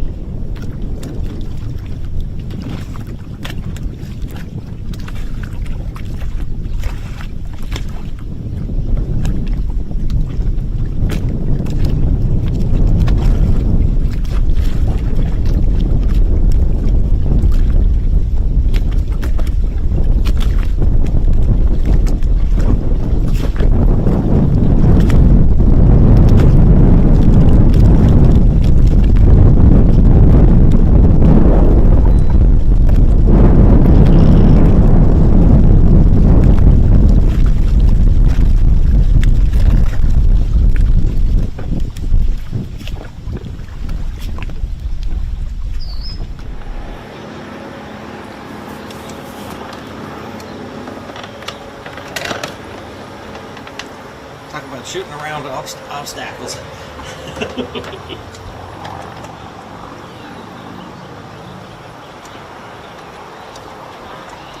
We're here with Eric Morris, Alex Davis, and a little tricky getting in here to him. And we missed. I saw the hook set, missed a fish, but he's got a fish now that he's getting unhooked, and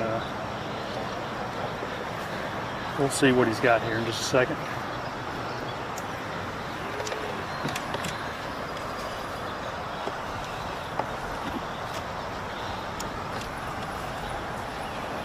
very big fish, but it is a keeper and he's going to live well.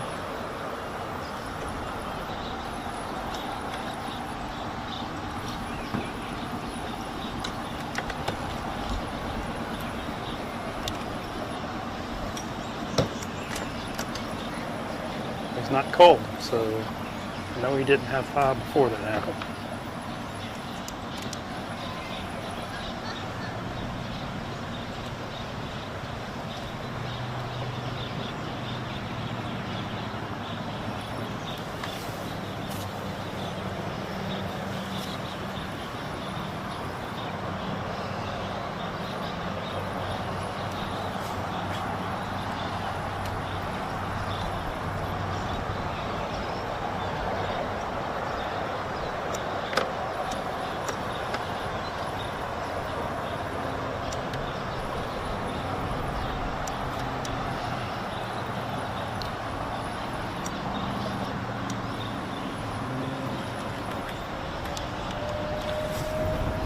This is another one of those teams where we have a touring pro teamed up with someone that we see on the Alabama Bass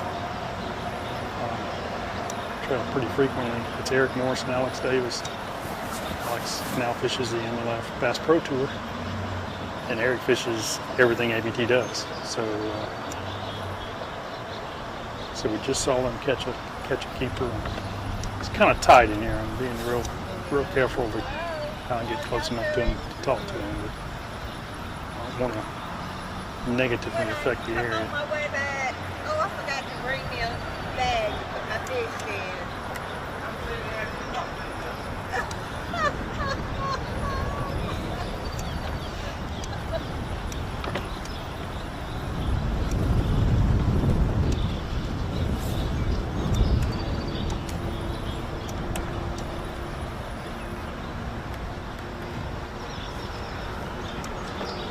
I'm going to let them fish this dock area, and then when they come out, I should be able to talk to them because they'll come up to us, and I'll let them kind of come to us.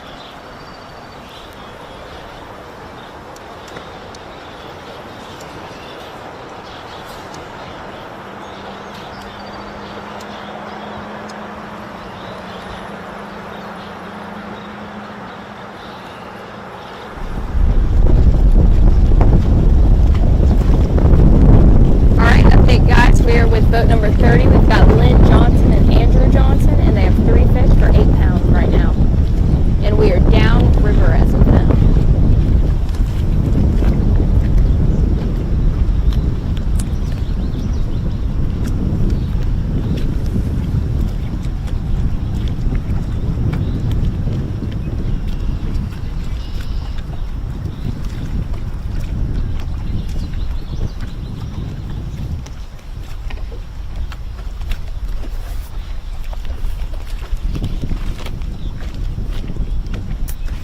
We are still on the team of Nolan Spencer and Robbie Spencer, 2 fish in the box. Lorianne said she's downriver, but we're downriver. We made a run this morning and we kind of stayed in the area. Lots of teams kind of seem to be concentrating right here on the main river, fishing the grass. A couple of them slipped off back into the pockets and come back out to the main river and fish a little more. I haven't seen a team yet with a limit. All our teams have had 2 and 3 fish. The guys have said it's been a little tough today. Said they had to cover water in practice to catch them, and they did catch decent limits in practice, or shook off decent limits even. So look for guys to catch fish today. I think just kind of got to figure out what's getting going. If you're paying attention on the live there, you just saw Robbie cast up into the bush there and shook that mayfly. Catch. The flies flying away. That tends to get the fish stirred up.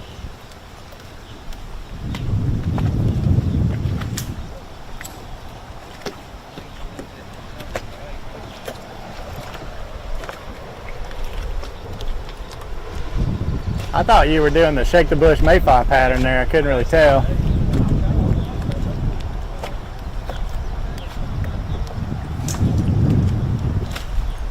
We'll call it that. You weren't hung up, right? You just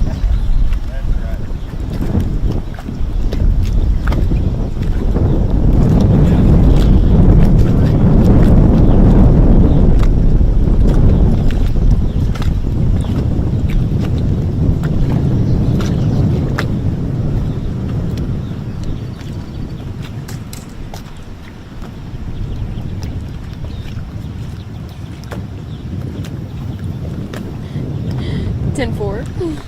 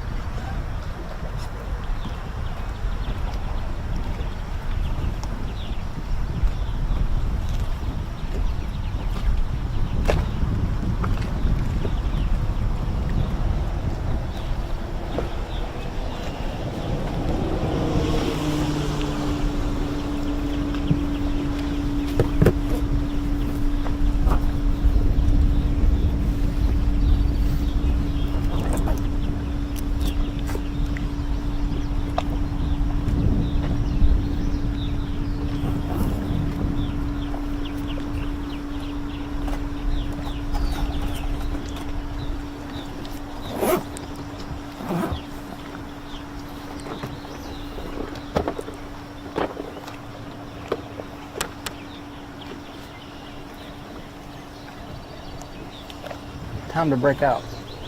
Snackle box again. Hooked up. Another small one. Or, oh, tree fish.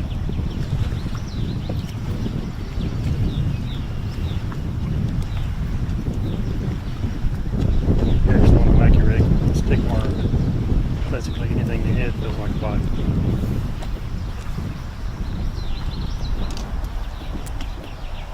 Fish on.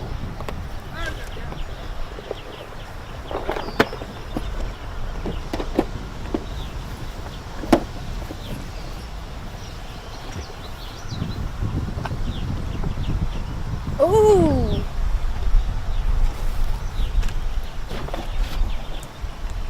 Two fish.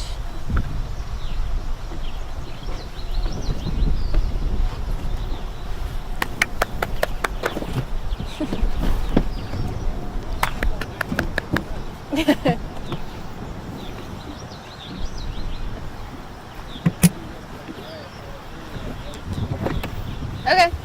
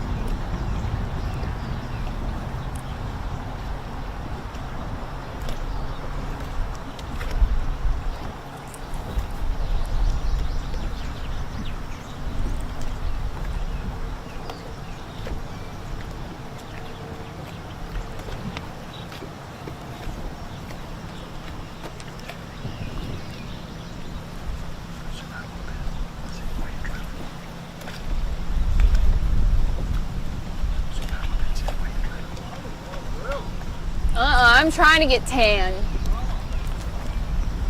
So as you can see behind Eric and Alex here is the weigh-in trailer. That's why I took my hat off. I'm getting highlights in my hair. Be sure to join us later on this afternoon. It's time to weigh in and see what it's really going to take to win this tournament.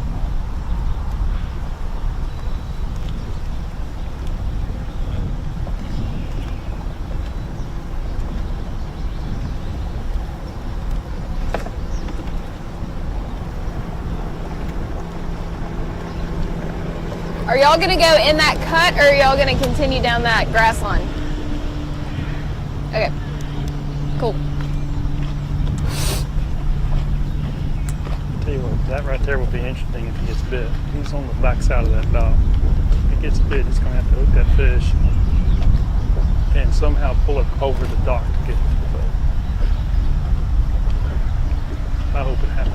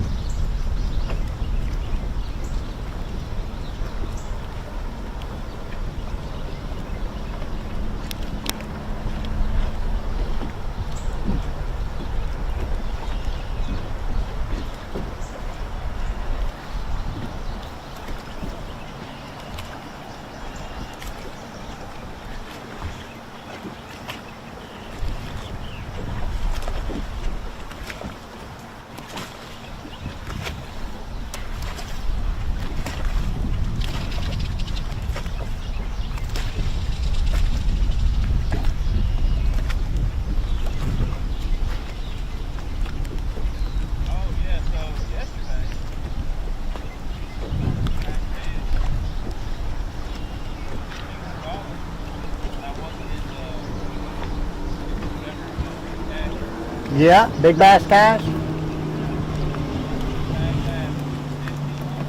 50 here. You caught that fish yesterday? No one just said he caught a fish yesterday for $1,500, but he was not in it. He was not registered.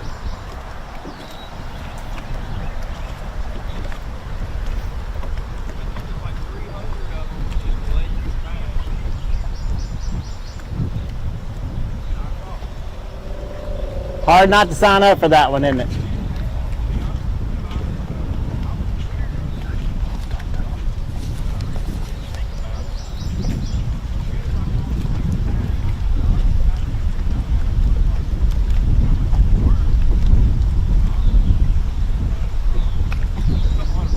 Yeah.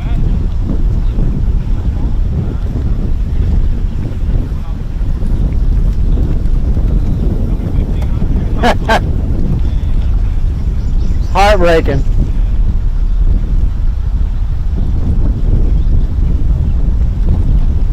No one said he called the guy to see what he would have won. You know, he didn't register, but he was just like, you know, just curious what I would have won. He said, oh, $1,500. So, he said it's kind of heartbreaking.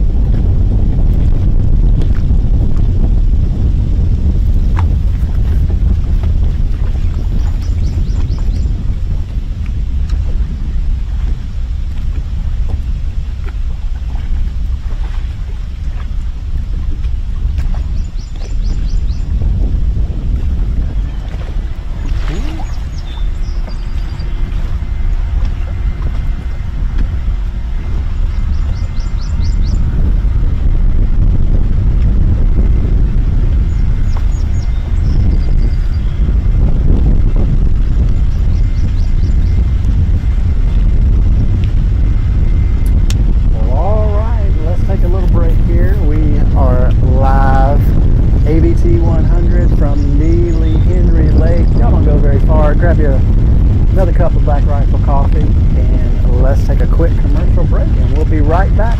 Won't be long. Stay tuned. All right, guys, welcome back inside the Alabama Bass Pro Live studio here at Neely Henry Lake. We are at Coosa Landing, the official launch and weigh-in for today's tournament. Just a reminder, if you want to come out today, we do have bleacher seating. It's under the bridge. It's awfully nice outside. Wind's blowing just a little bit. It absolutely feels amazing outside. Weigh-in starts at 2 o'clock. The first flight is due in at 2 o'clock, so we will start weighing fish around 2:15. It is a non-trailered weigh-in. But looky there, Mr. Chris just put up something that's very, very, very true to my heart. That would be my son Jake Smallwood up in Traverse City, Michigan. Hit his first home run last night. Got a chance to talk to him. He's enjoying his time up there in Traverse City. Very, very proud of him. Thank you. We actually were in a live meeting last night when that happened, and I may have lost control just a little bit, but very thankful for that young man. Very thankful for that young man, and know that he's up there working and putting in his work too. You got me there, Mr. Chris. You got me there. I love this job. I love the Alabama Bass Pro, but that young man right there is a mama's boy. So, all right. The unofficial leader right now is Mr. John Brown and Trey Sorrells. They are boat number 21. They're going to be in that first flight. We'll get to see them weigh in early today, but there is a lot of time left to fish. The current's going to turn on in a little bit, and hopefully we'll see the fish catches catch up as well. We're going to take a short commercial break, and we'll be back soon. Stay tuned. That got me. That got me. I love that baby. Love that young man. In 2009, it all started with this 721 Pro XP and a passion to build the best fishing platform in design, performance, and construction for all of our customers. Through the years, motors have changed. Electronics have changed. But the passion to build the best bass boat possible has not changed. Everyone at Phoenix believes we got it right the first time. All right, Jason. Let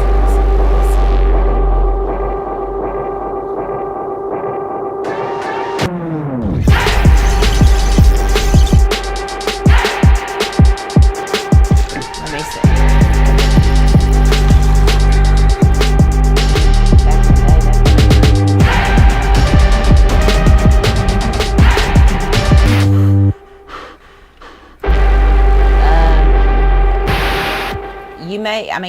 To get an update from Wiggins and Sam's. You know, they're second in the points race in the regular ABT. Hey, Jason. Okay, Kits and Eagle. Let me see if they're stopping. Because they have 2 wins here in the summertime.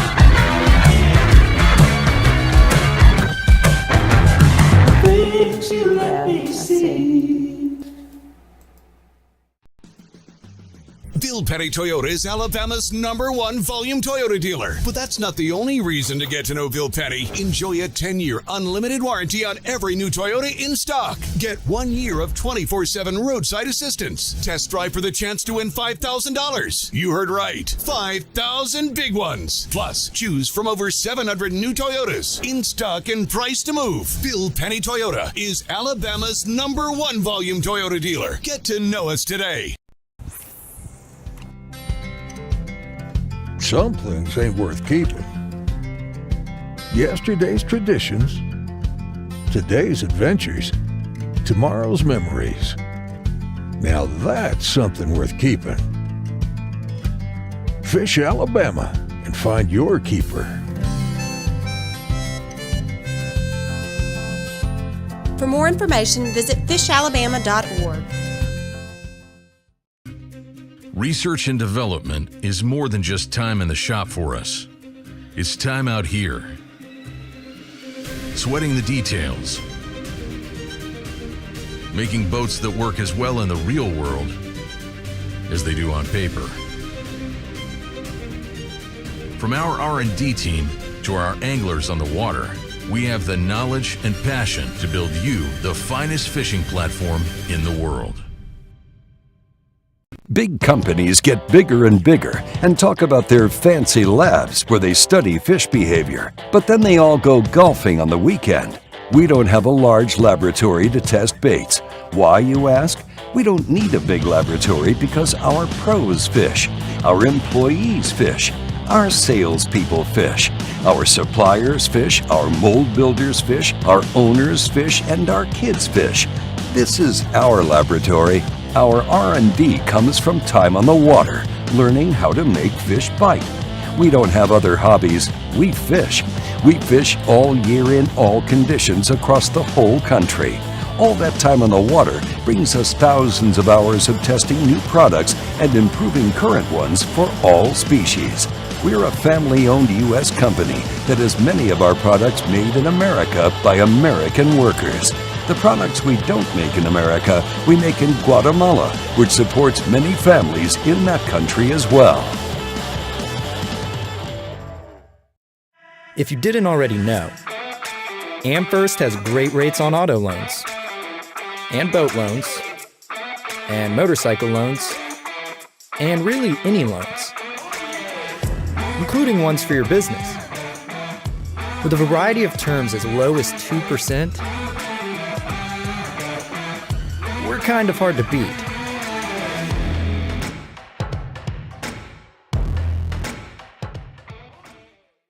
The TH Marine HydroWave H2 KVD Edition is a surefire way to ignite a feeding frenzy. The HydroWave utilizes a sound-emitting technology that imitates bait fish and other feeding fish below the surface that preys on the competitive nature of bass and other game fish to get you more bites. The HydroWave is another way that TH Marine has you covered from transom to trolling motor.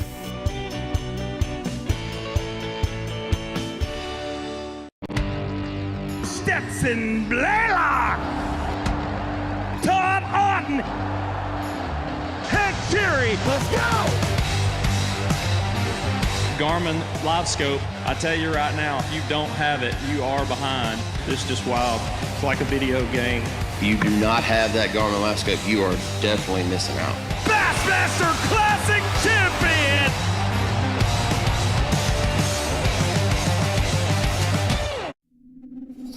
In 2009, it all started with this 721 Pro XP and a passion to build the best fishing platform in design, performance, and construction for all of our customers. Through the years, motors have changed. Electronics have changed. But the passion to build the best bass boat possible has not changed. Everyone at Phoenix believes we got it right the first time.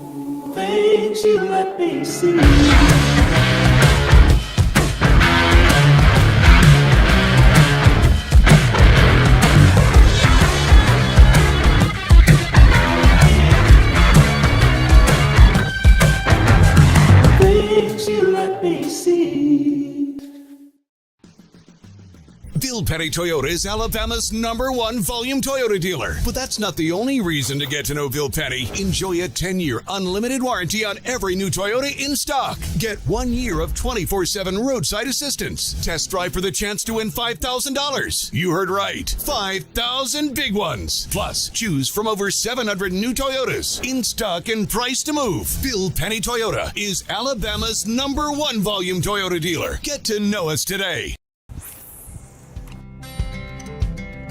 Some things ain't worth keeping.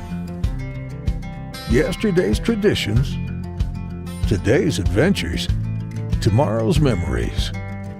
Now that's something worth keeping. Fish Alabama and find your keeper. For more information, visit fishalabama.org. Research and development is more than just time in the shop for us. It's time out here, sweating the details, making boats that work as well in the real world as they do on paper. From our R&D team to our anglers on the water, we have the knowledge and passion to build you the finest fishing platform in the world. All right. Well, all right. We didn't move far. We just took a little commercial break there, and coming back from commercial break, we thank you for tuning in this morning on ABT 100 live from Neely, Henry Lake.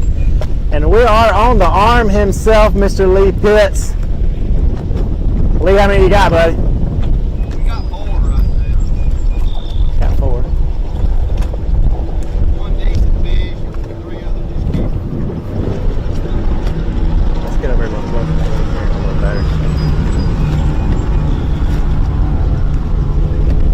You got 1 decent one, you said? Yeah. That's good, right? About 4. I'm getting many bites. Well, since the tournament is on right now, you can give a lot of secrets away because none of the guys are watching on ABT Live. So, what's been going on lately with Neely Henry? You know, our strengths are flipping grass and flipping this shallow wood, and the fish just seem to be really scattered in it right now. Not finding a whole lot of good bites, even in practice. I didn't have a real good practice. You know, catching a lot of little fish, 10 limited. Yeah. Get those good bites. We got one that may go 2.5, 3 pounds, and then that 4. We really got to start doing something to try to find a good bite. What kind of weight do you think guys are looking for today to win? I'm sure somebody will set down on 20 pounds. Yeah. You know, I think if you can get 13, 14, you probably get Good six. check. Yep.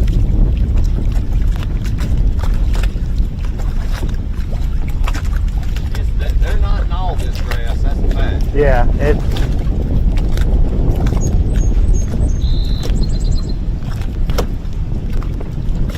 think they're supposed to start pulling water at 11. Yeah. And we may make a move to try to get out wide on the snow back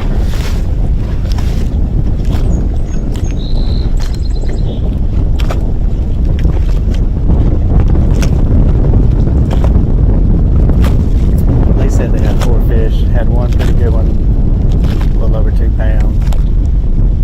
Said their strength is fishing in the wood and grass here. God had said this before, but you know, there's 5 miles north of takeoff this morning all the way to the dam is where this grass exists. It runs the bank, it runs the backs of pockets. So there's lots of this grass. Lee just said what a lot of guys will say. Not all of this grass is great. Not all of this grass is where they're at. So the key is to find where they are and what's holding them there. Sometimes it's wood, sometimes it's current, sometimes it's the mouth of these creeks. You know, there's a lot of different things, but you got to get out here and figure it out that day. Sometimes what it is that's holding them there.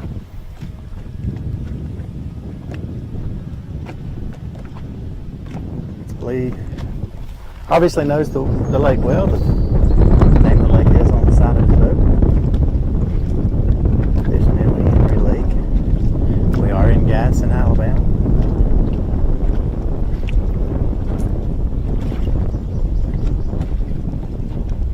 If y'all tuned in to live from the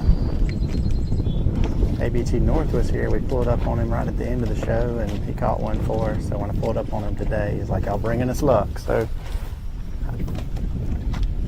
he said he should catch one right here in this little stretch. So hopefully we'll see him do that, because that's what you guys tuned in to watch today.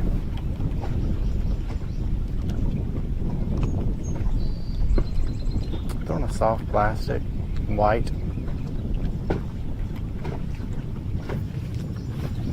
It's got a jig head on it. Just swimming it through that grass.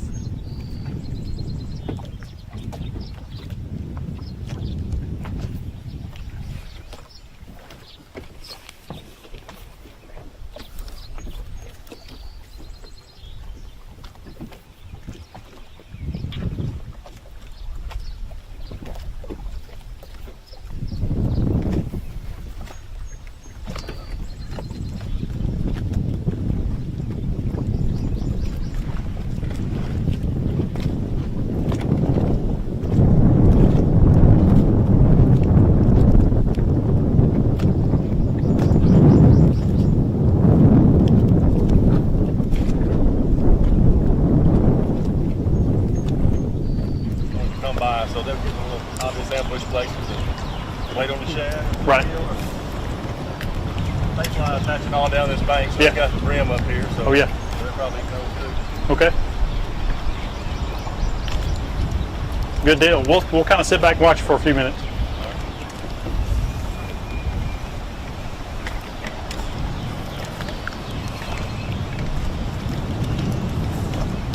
This is Ken Walters, Dallas Weldon. Each of the guys that won the first APT 100 event this year at Jordan. And they've only got one fish in the boat. Ken said they had a lot of short strikes this morning.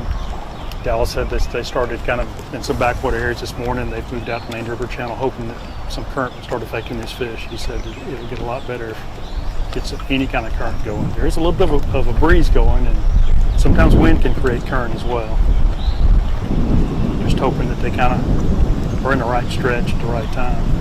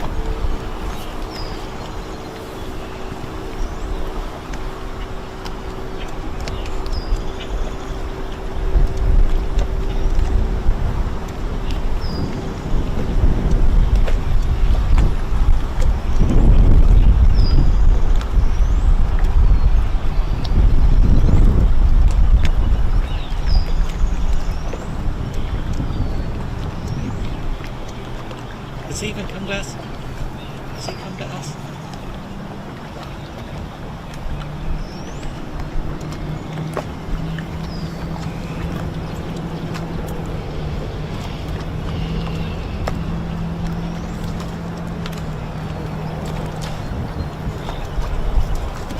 Fish on, fish on.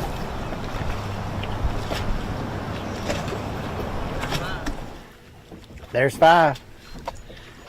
I mean, can you call your shot or what? We don't need to take him back. There's 5 in the box for Mr. Lee Pitts. He said we don't need to take him back with us, but that does get us one.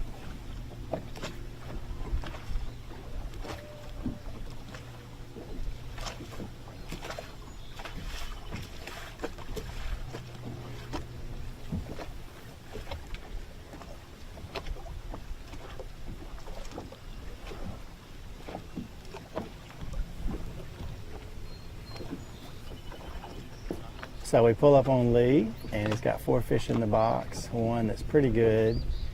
And if anybody knows this lake well, it's Lee. Guides here all the time, here in Weiss Lake. He said he was looking for one more fish.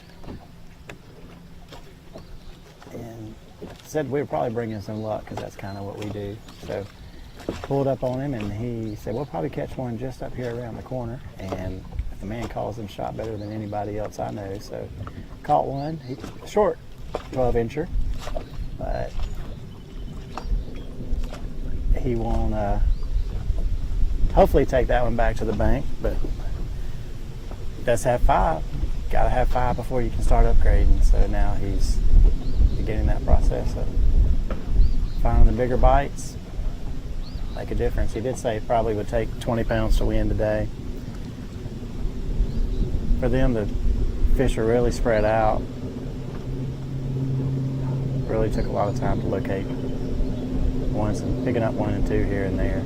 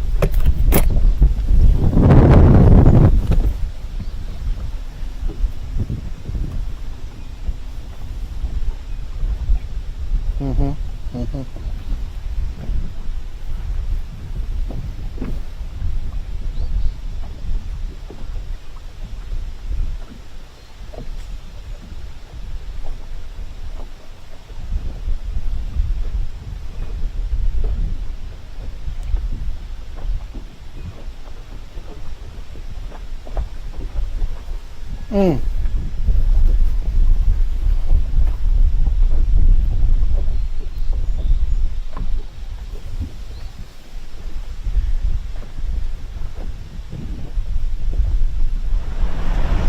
be good now.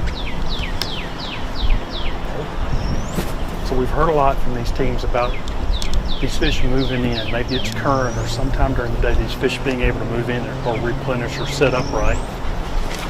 This morning we spent a lot of time back in backwater, shallow water areas where these fish really didn't have anywhere else to live but in the grass. We're out on the main river channel now, and my boat's sitting in about 25 feet of water. So the river channel edge is between Dallas and Ken's boat and my boat right now. And what happens is these fish can actually live off this ledge. There's scattered treetops, different things, but these fish can live off this ledge when they're not active, not actively feeding. Those fish are hard to catch. But what happens is when they want to feed, want to move up, they'll pull up on the edge of these grass beds, and that's what these anglers keep targeting, these grass beds, because they know when it gets right, these fish are going to move up there, and that's when they're going to feed. That's when they can be caught. That's when you're going to catch the biggest fish. So these guys are consistently hitting these grass beds, waiting for that time period, waiting for the right moment, so they can get the kind of fish they need to do well in this tournament.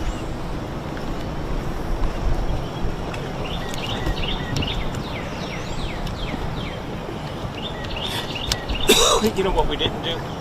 The G-Juice deal, if you have some. Yeah. I'd like it for TV.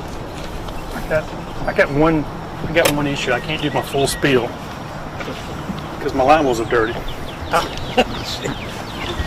got you. Let me see if one's cleaner than the other. Maybe I'll put enough water in it too. Maybe that's what I'll fill it up and put G-Juice in it so it's already blue.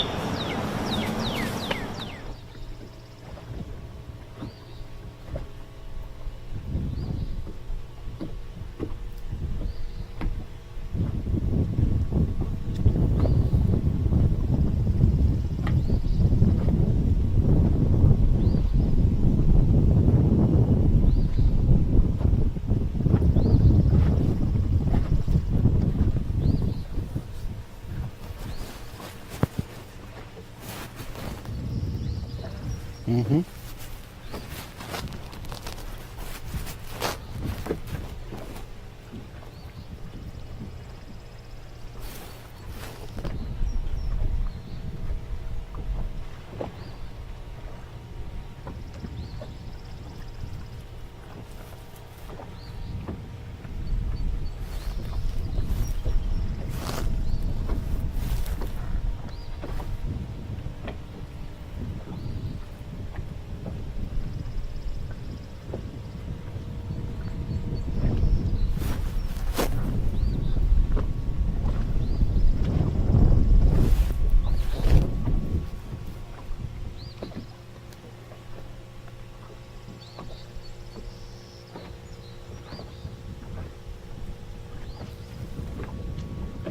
Mm-hmm.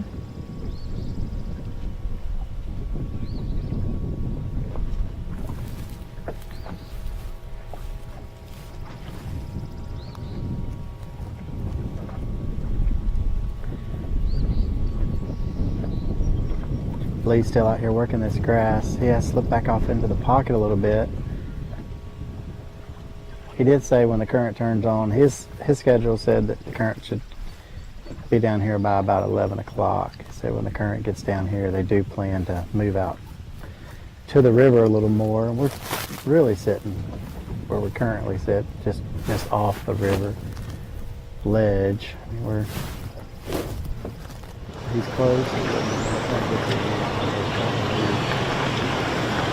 Just look at this grass. Like he said, it's not all great grass. There's just certain areas that are good for him. Lee does spend a lot of time here on the lake. Does guide here and Neely Henry Inn on Weiss Lake. Has a couple wins here in the ABT regular division. So he's no stranger to the trophy stage.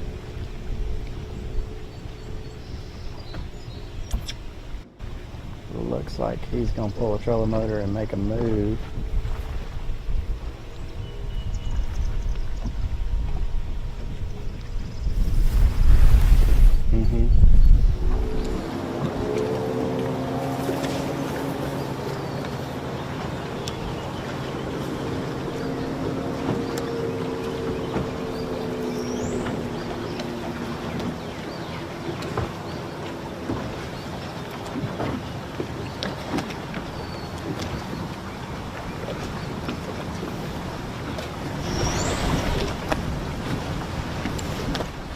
We're still here with Ken Walters, Dallas Weldon.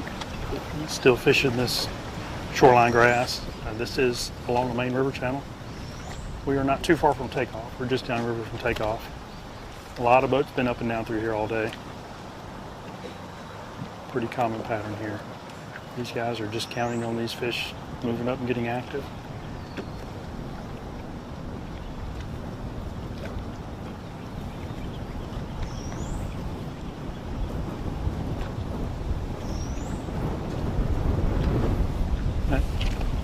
Wind is starting to pick up, so even if they don't start generating current, that wind in itself can create current as well. Could make a difference here.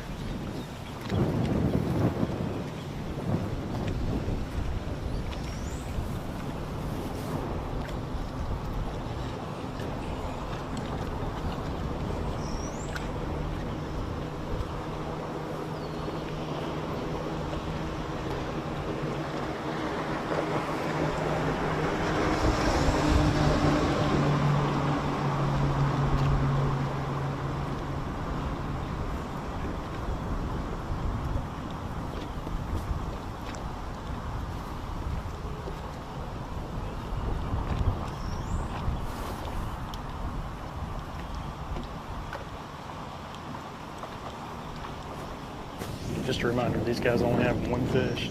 They did win the first ABT 100 this year on Jordan. Said that they thought it would be kind of tough, felt that maybe there would, be short opportunities throughout the day. So their spirit seemed to be kind of high when I was able to get close to them and talk to them. So it's really going to be interesting to see which teams capitalize on the afternoon bite. We know a lot of teams caught some fish this morning. A lot of teams don't necessarily have a full limit doing that. A lot of them have fish that are smaller than they want to weigh in. So it's going to be interesting to see which teams keep their head in it and really take advantage of an afternoon bite.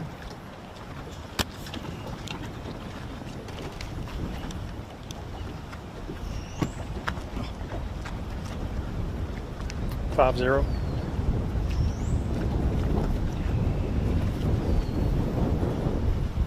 5060.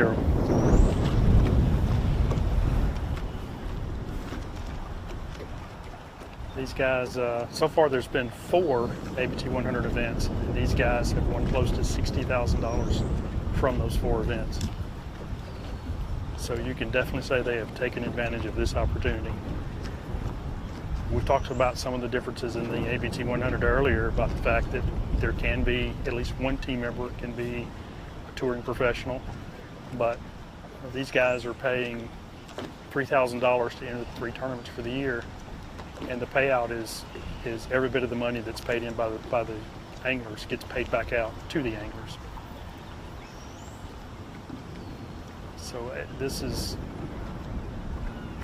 a very exciting tournament series. Only three tournaments, so we see these guys come through boat check in the morning, and we can kind of tell that some of them are a little amped up early in the morning, but they know that the competition in this tournament is so stiff that you can't have a bad tournament. If you're going to do well in the AOY standings, you have to have 3 really good tournaments. So it adds a little extra pressure to these guys, and we definitely see that in the morning where these guys take off.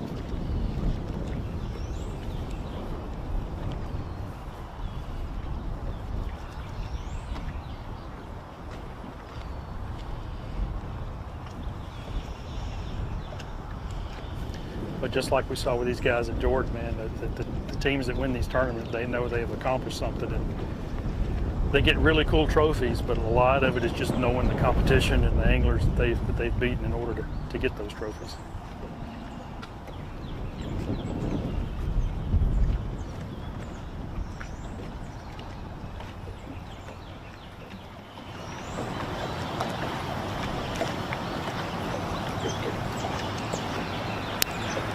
Alright guys, I'm with boat number 55, Taylor Thompson and Zach Bennett. It looks like they have 2 fish for 4 pounds at the moment.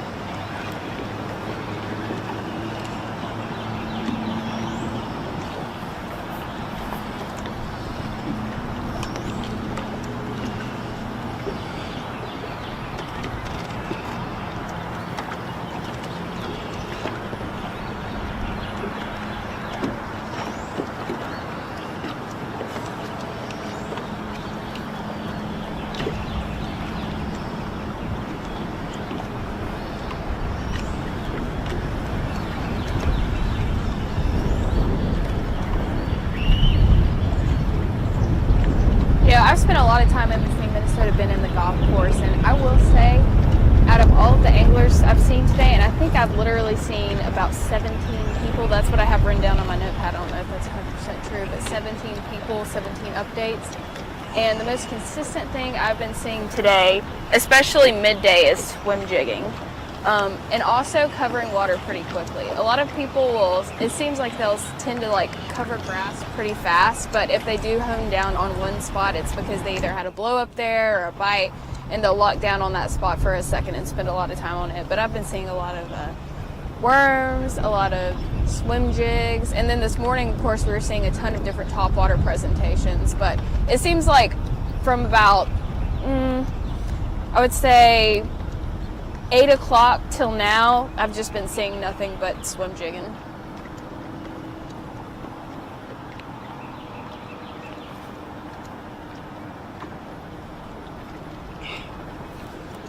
It makes me curious. I wonder if whoever ends up winning today, if they're going to be doing like that really consistent pattern swim jig in the grass at shallow main river that I've been seeing all day, or if they're going to be doing something kind of out of the box different. I'm really curious to see what that turnout ends up being.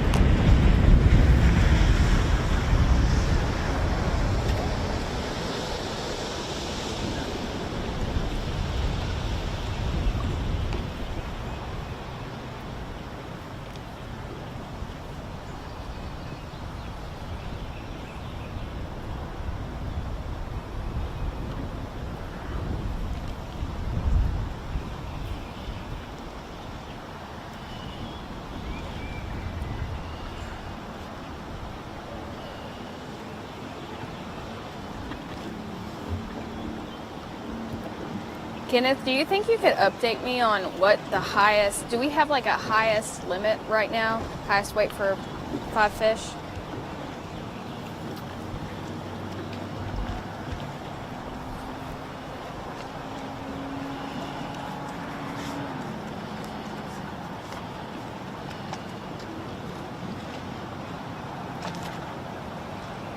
Lauren, I think about 11.5 pounds is where we're sitting from what we're seeing. And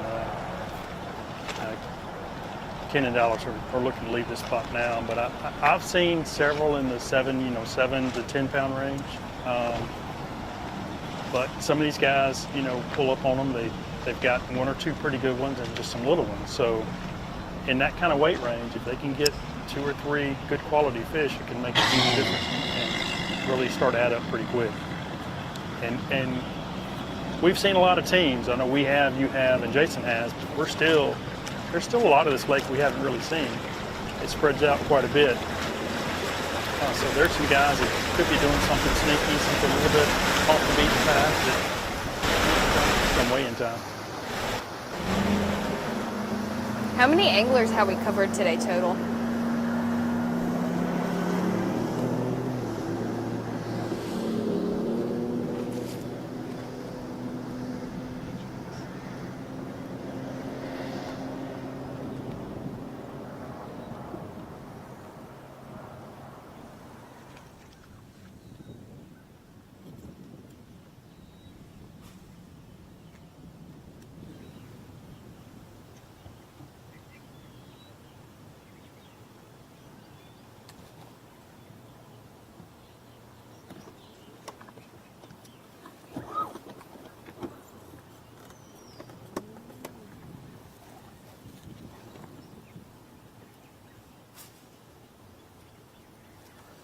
Are you guys going to fish in this cut right here or keep going down the main river? I don't know. I'm not going to follow behind them. Yeah. So we don't have any motor, so. Yeah, that's true. We'll probably jump over the other bank and keep fishing. Wait, so what exactly happened? Threw it here on the cross. Okay. Supposed to have 3, we've only got 2. Oh. Just so y'all know, just an update, boat number 55, Taylor Thompson and Zach Bennett, they have lost their prop, and so they've only been trolling all day. Do y'all have a way to get back to weigh-in? As of now, no. No? Yeah, I mean, we're just going to, we'll call somebody. Okay. I'll probably back Okay. I'll follow you over.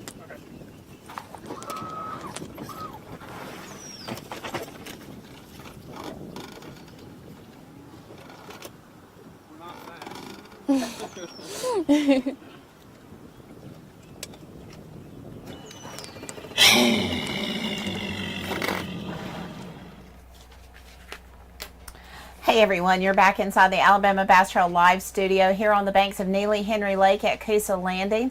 This is the official blast off this morning. Weigh-in this afternoon starts at 2 o'clock. Right now the unofficial leaders, John Brown, Trey Sorrells, they reported earlier between 11 and 11.5 pounds. That was at 8:53 this morning. As you've heard Lee Pitts talk about, some of the anglers talk about, once that current turns on and reaches them, they expect for the fish to do the same. So I did get a message from Wesley Sams and Jordan Wiggins, said that they have upgraded to 10 pounds. We've got several that are in that 7 to 9 pound range as well. We have not seen 5 fish limits for the most part. We're seeing those 2 and 3 fish limits right now. So what we're going to do is we're going to go to a short commercial break. We're going to come back. Hopefully we'll get to see some more fish catches online before we wrap up today's coverage here at Neely Henry on the Alabama Bass Trail live show presented by Black Rifle Coffee. We'll be back shortly. Stay tuned.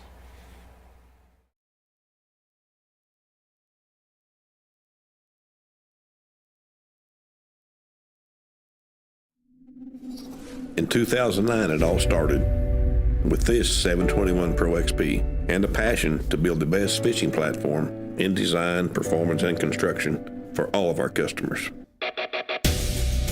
Through the years, motors have changed. Electronics have changed, but the passion to build the best bass boat possible has not changed. Everyone at Phoenix believes we got it right the first time.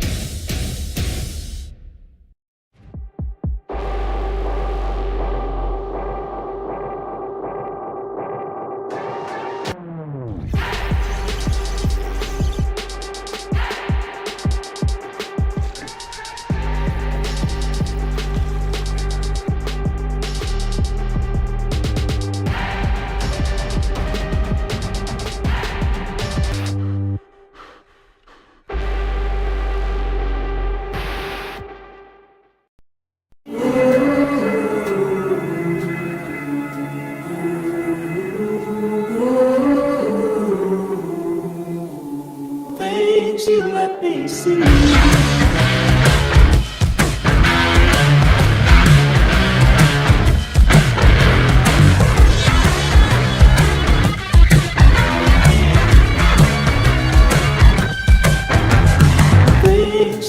me see.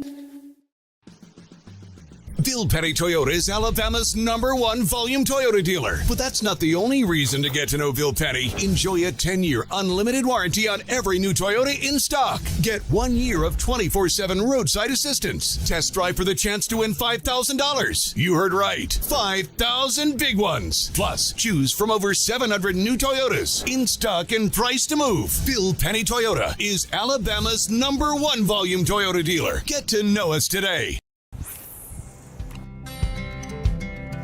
Some things ain't worth keeping. Yesterday's traditions, today's adventures, tomorrow's memories. Now that's something worth keeping.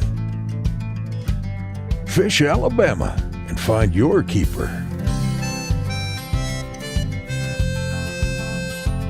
For more information, visit fishalabama.org.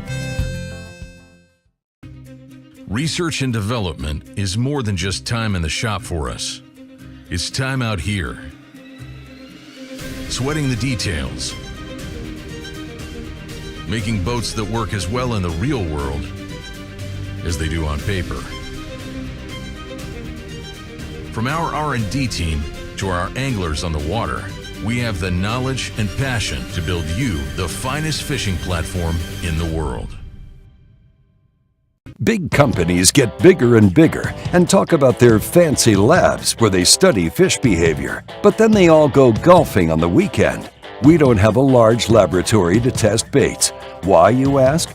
We don't need a big laboratory because our pros fish, our employees fish, Our salespeople fish. Our suppliers fish. Our mold builders fish. Our owners fish. And our kids fish. This is our laboratory. Our R&D comes from time on the water, learning how to make fish bite. We don't have other hobbies. We fish. We fish all year in all conditions across the whole country. All that time on the water brings us thousands of hours of testing new products and improving current ones for all species. We're a family-owned U.S. company that has many of our products made in America by American workers.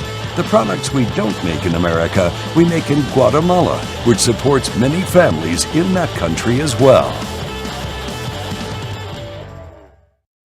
If you didn't already know, AmFirst has great rates on auto loans, and boat loans, and motorcycle loans, and really any loans, including ones for your business.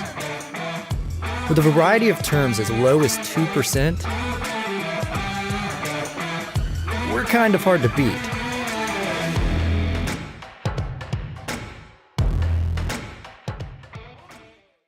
The TH Marine HydroWave H2 KVD Edition is a surefire way to ignite a feeding frenzy. The HydroWave utilizes a sound-emitting technology that imitates bait fish and other feeding fish below the surface that preys on the competitive nature of bass and other game fish to get you more bites. The HydroWave is another way that TH Marine has you covered from transom to trolling motor.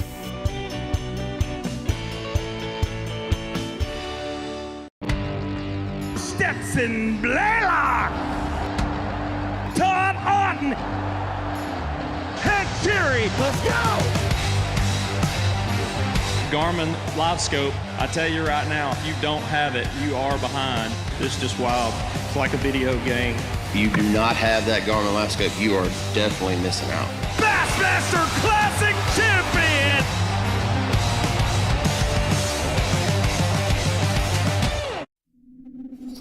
In 2009, it all started with this 721 Pro XP and a passion to build the best fishing platform in design, performance, and construction for all of our customers. Through the years, motors have changed, electronics have changed, but the passion to build the best bass boat possible has not changed. Everyone at Phoenix believes we got it right the first time.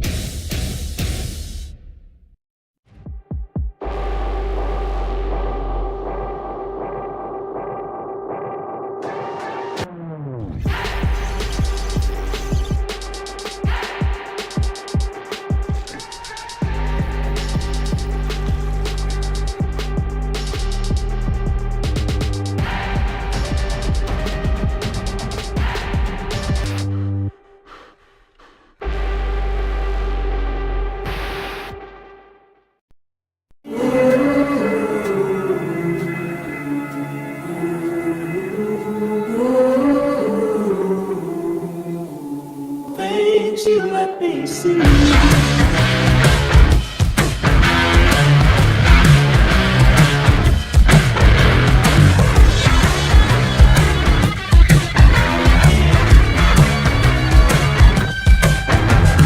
Things you let me see. Bill Petty Toyota is Alabama's #1 volume Toyota dealer. But that's not the only reason to get to know Bill Petty. Enjoy a 10-year unlimited warranty on every new Toyota in stock. Get 1 year of 24/7 roadside assistance. Test drive for the chance to win $5,000. You heard right. 5,000 big ones. Plus, choose from over 700 new Toyotas in stock and price to move. Bill Petty Toyota is Alabama's #1 volume Toyota dealer. Get to know us today. Some things ain't worth keeping.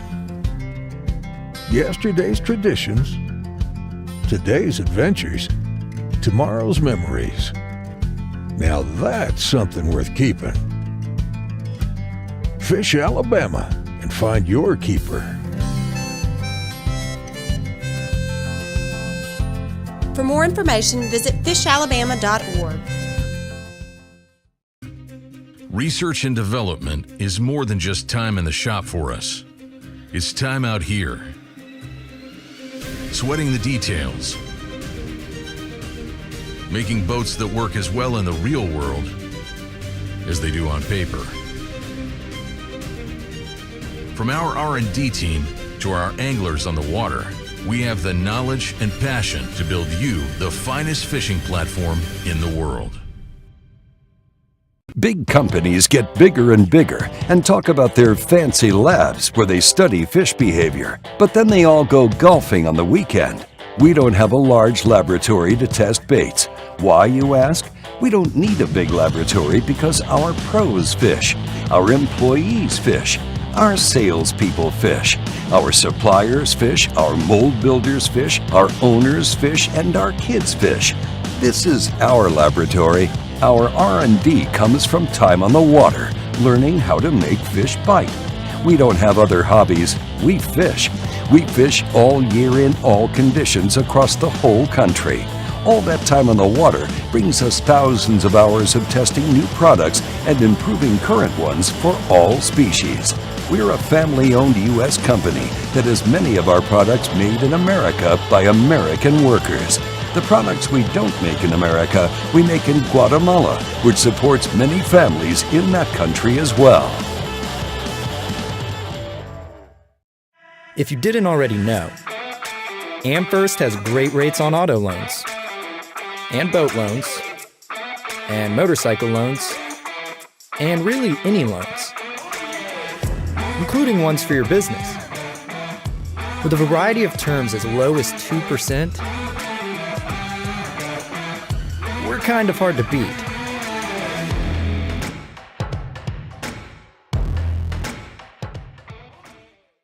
The TH Marine Hydrowave H2 KVD Edition is a surefire way to ignite a feeding frenzy.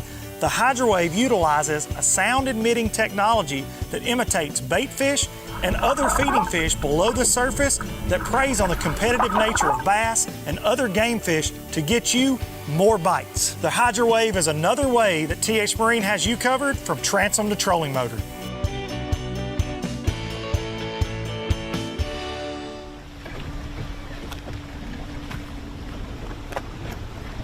All right, we made our run down to good old Canoe Creek, pulling up on Mr. Wes Logan. Wes, any upgrading? 13.5, 14. Got a cull too, he says.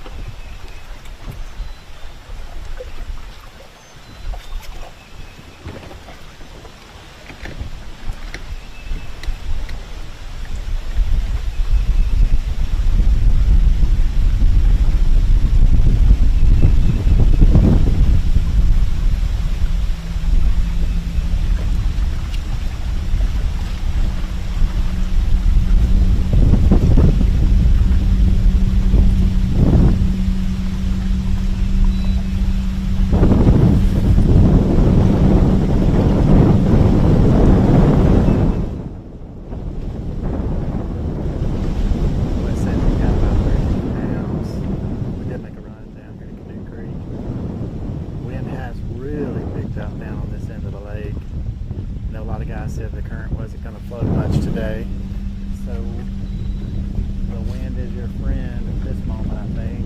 Fishing boat docks. The sun's up high in the sky, water temp's pushing 80 degrees. It's all to be what they're doing.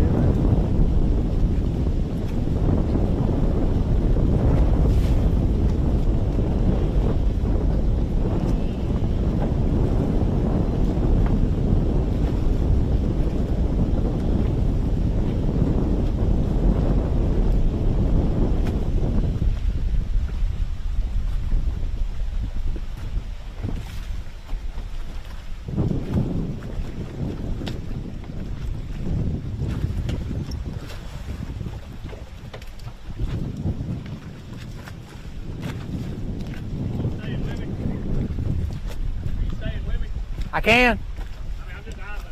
All right, good. No, I do whatever I got to do, bud. You're fishing. Keep it up. Wes is just going to slide around just a little bit right here. He's not going to go very far, so we'll just troll on over here with him. Pushing the AFCO Yamaha right around the corner.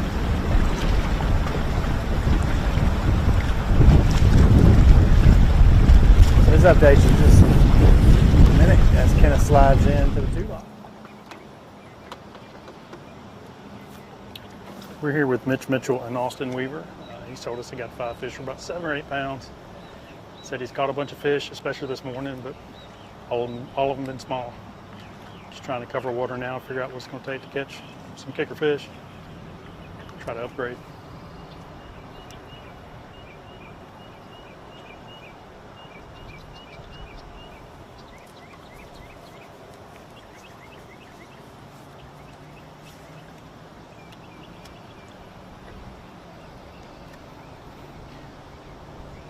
So we started this morning kind of back in a lot of pocket, shallow water, and then we spent some time along the river channel. We saw these guys just run in here, and I thought I'd follow them in here. We're back in another pocket, back into a pocket, another shallow area as well. But I thought it would kind of give us an idea of maybe how this type area may be changing throughout the day.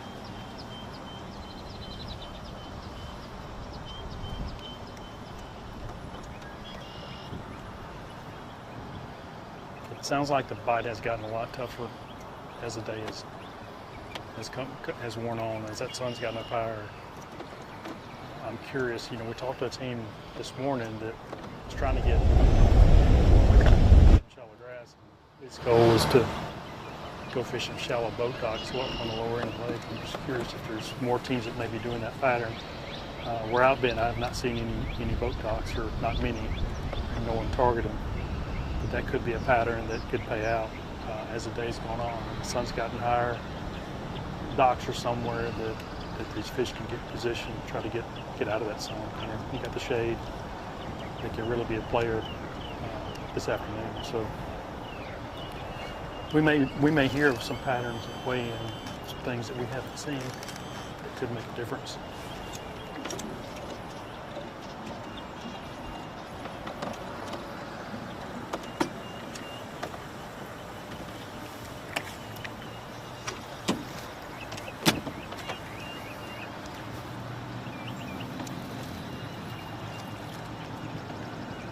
You can see it's shallow here. I've had to lift my trolling over just to get off this little area.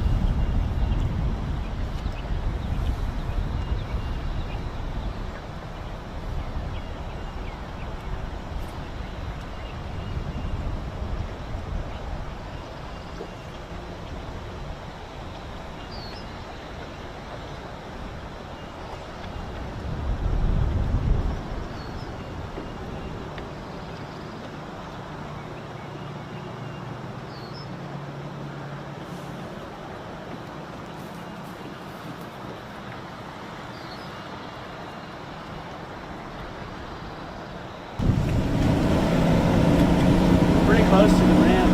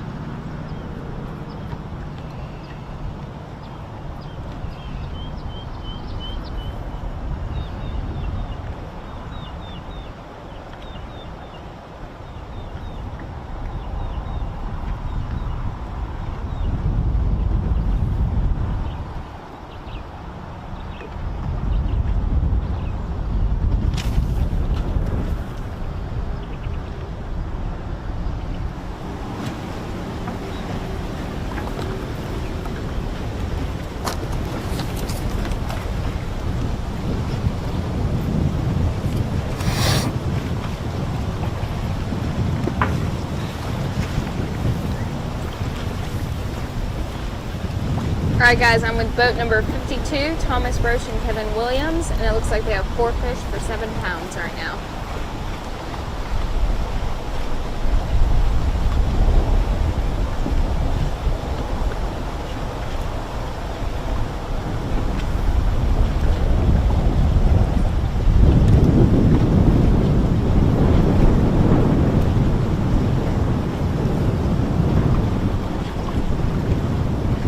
Swing and a miss.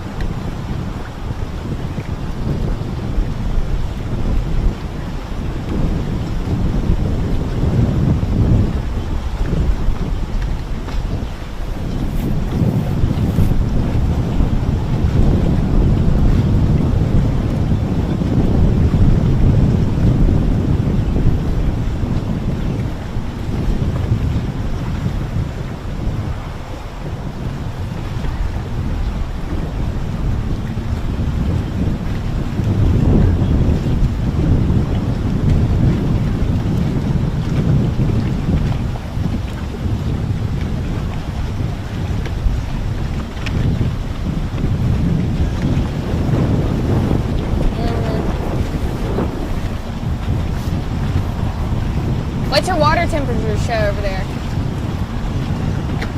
Yeah. 81. That's hot.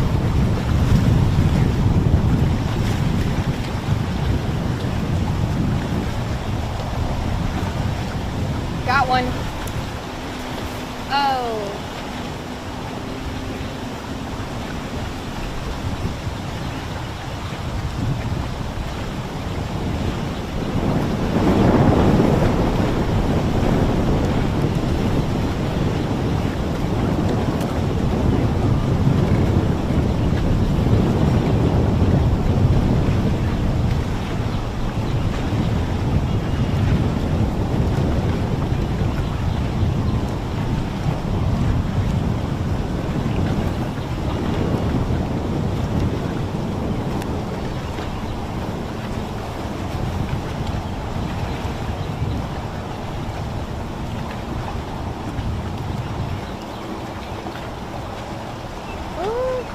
Another one.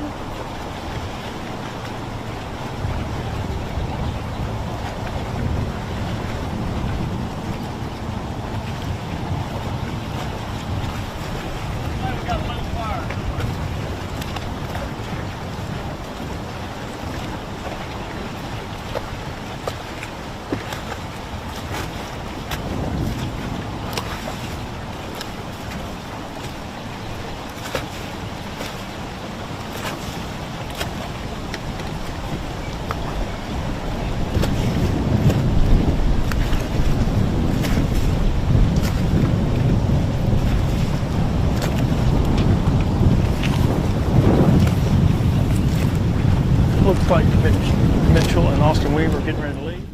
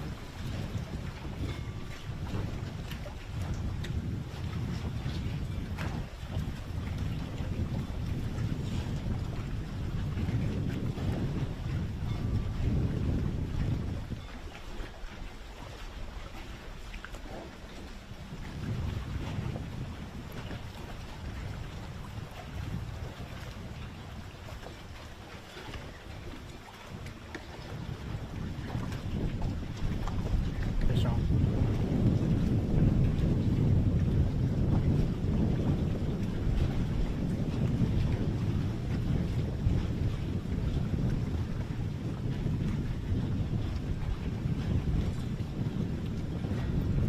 A little short.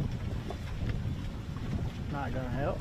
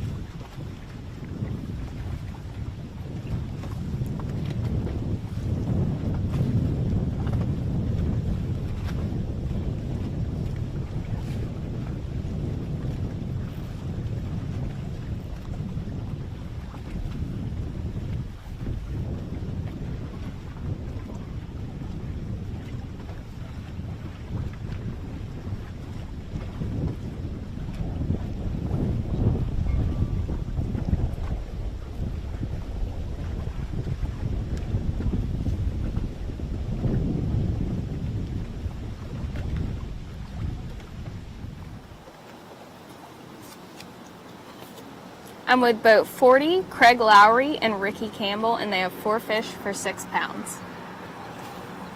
And we are location-wise back at the ramp.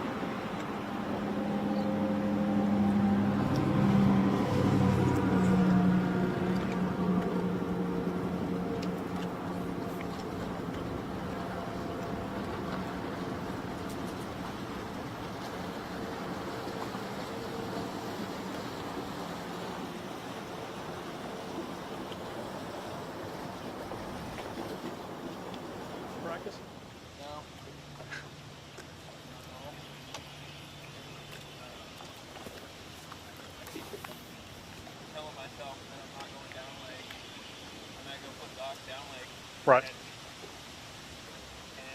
12 pounds on a good day. You know, you get bid down there, like I live, whatever, down there. Right. So I just have to get there. yesterday, it's stupid up here. Like everywhere you pull down, you got grass, frogging, you got fish. Wow. So it's completely shut down then. Yeah. Like my starting area, I mean, I thought I would have at least been there with 2 fish, if not 12 pounds. Right. And I didn't even get bit. Wow. That's why I'm flipping wood right now. It's something different to it than that. What do you think the change has been? I mean, has it been weather? Is it water conditions? What? Yeah, I mean, yesterday it was like cloudy, you know, rainy. So it was Right. Thursday, so I think they did a lot of work.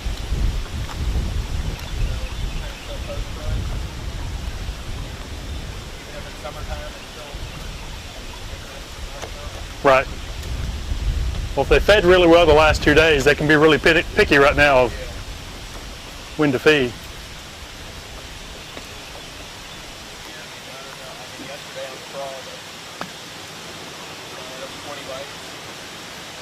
Yeah. Not all of them are good, you know, anyone's pound and a half. Right.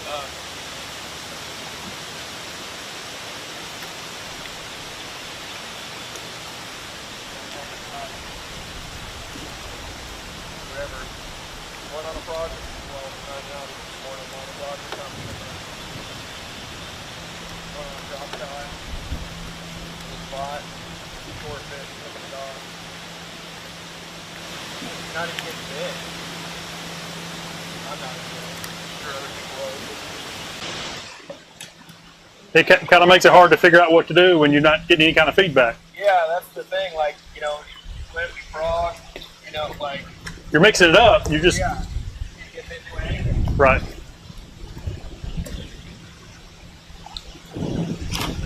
This is Tom Frank. He's got 2 fish for about 4.5 pounds. Is what he said. He's got a large mouth just to keep his spot. He said, I think regardless, like down lake. Oh, you got a bite right there. With the sun being out, you get bit on dogs. Right. This lake, I don't know what's happened to it.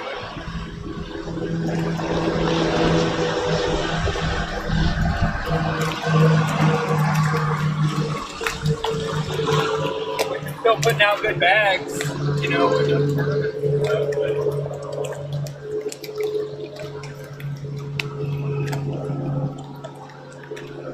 Down lake's not what it used to be. Always around Gadsden, you know, right. It's always been a place to be. That it looks like there hadn't been much current today. Was there more current during the week? No, they were turning on at 10. Okay. So it's 10:45 now. It's just, we can get the next 20, 30 minutes to get here. So it really could change things this afternoon. Yeah, I mean, I guess some people probably, I don't know, grass. I don't know how much it matters. Dukes up the river, it could definitely help. Right. Like this spot is a good current spot. Right.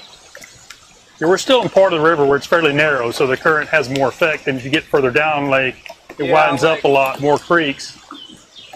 You know, whatever the White Dam, like down to Minnesota Bend. Right. That's where you feel the current from the White Dam.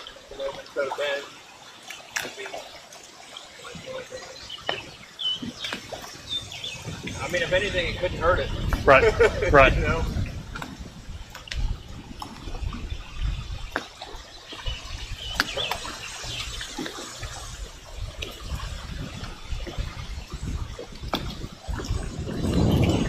We'll kind of back off of you a little bit. Watch for a minute. I'm just making myself grind it out. Said quality is a lot better around, you know, up here. Right.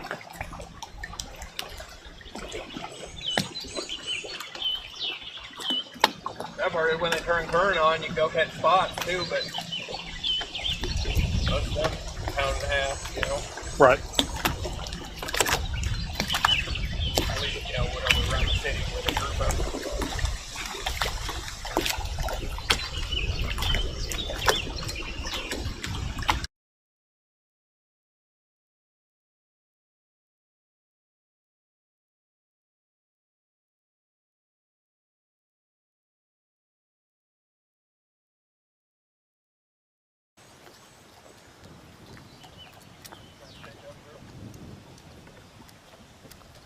pounds.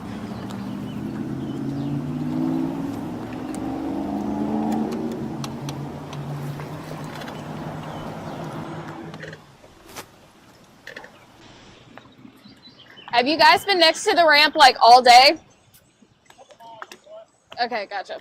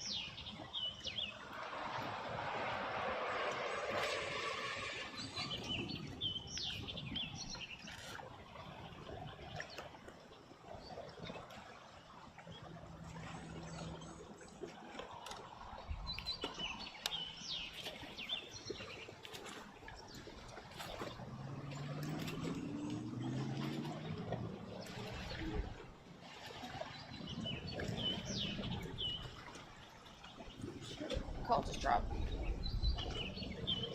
I don't know why.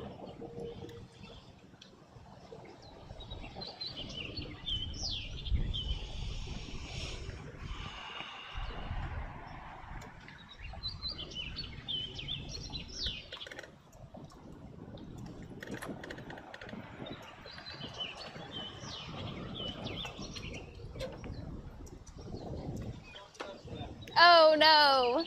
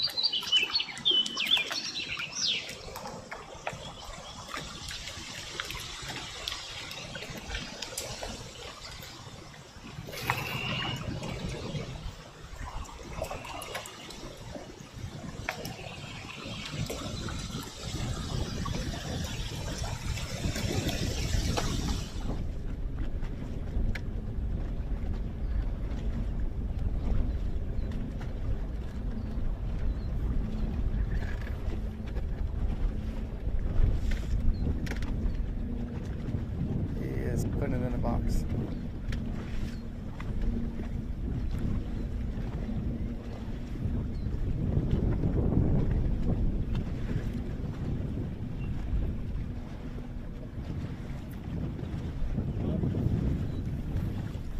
Little update here with Chaplain Davis. See what they got. It just caught one. Looks like they're culling small ones here.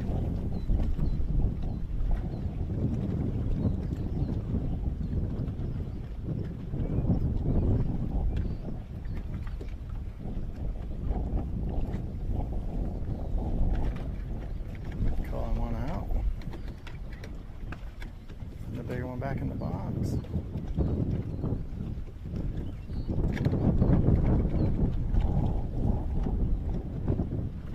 Guys, we're culling. That's a good sign. I know, but we're culling, right?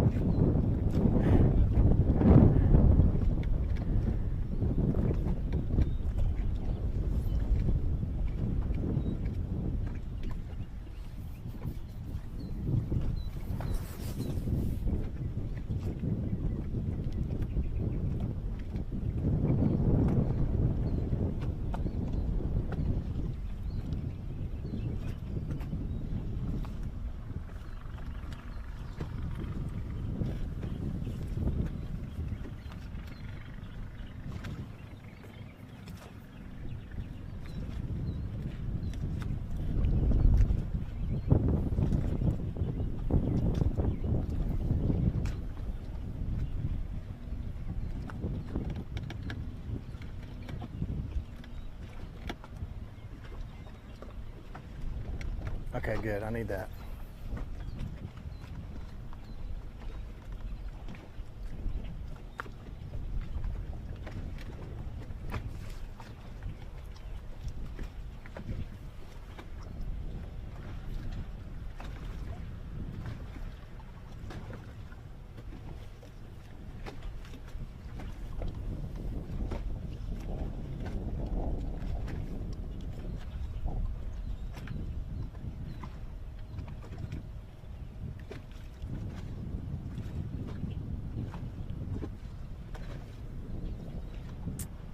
Wind has picked up down here on the lower end. We're sitting in Canoe Creek with Josh and Paul. Guys are culling small ones.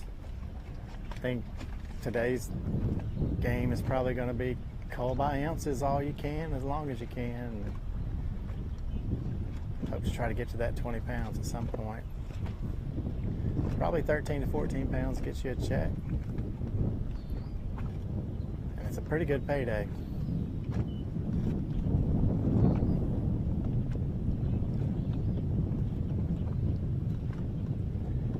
Don't have a total weight on them just yet. They're just cold. Trying to stay back away from them a little bit.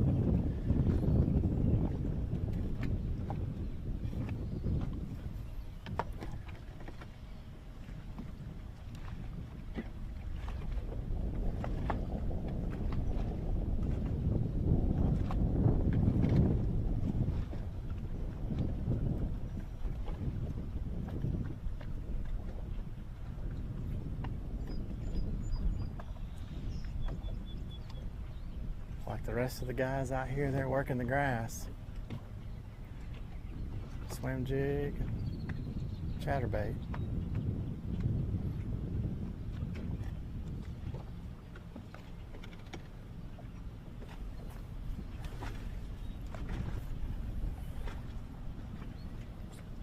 Fish on, fish on. Short one.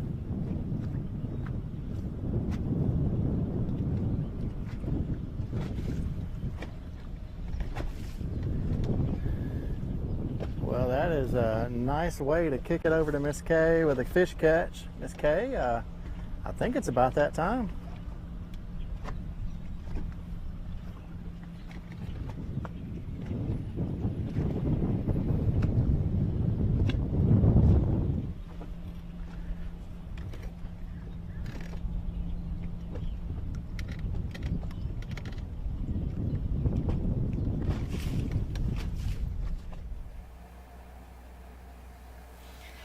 Jason, I think what you're referring to is it's 5 o'clock somewhere, which means it is time for the Bush Light wrap up of the day. We're going to talk a little bit about what we've seen out on the water. What we're seeing right now, 13 to 14 pounds, is leading Wes Logan and his dad. Doug Logan is currently our unofficial leaders. You know, thinking about Wes driving back from Pickwick last night, he's a Bassmaster Elite Series angler, missed the cut, drove back to Neely Henry, and we're going to get out on the water and kind of talk about what our analysts have seen out on the water today. Baits, water temperature, clarity, things like that. Current, has that played a factor? So we're going to get out on the water here shortly. We're going to start off with Miss Laura Ann Foshee. So Laura Ann, tell us who you've been with, what you've seen, what you expect to see the rest of the day. Beautiful lake during this beautiful weather, and during the middle of a mayfly spawn, which is really interesting. That's always a really fun scenario to be a part of. And it looks like some of the most key baits that we've been using today have been everything from a swim jig to a frog to a wacky style worm, swim baits. We've even seen a couple of buzz baits this morning as well, so I'm really interested to see how that plays out in our winners later on today.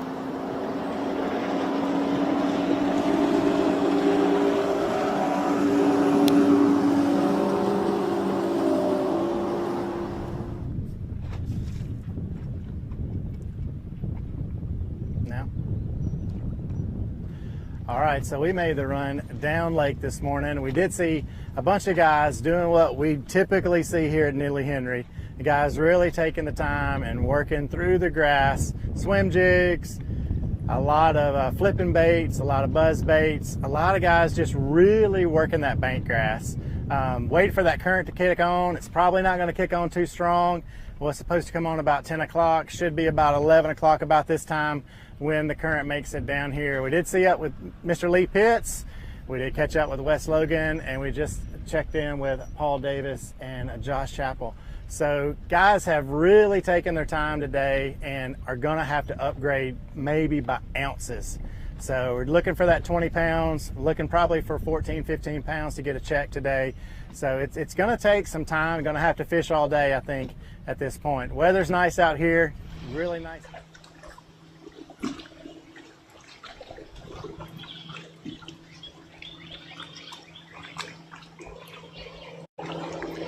When we started this morning, we had a short boat ride going north of takeoff, got into some backwater areas, guys fishing shallow grass.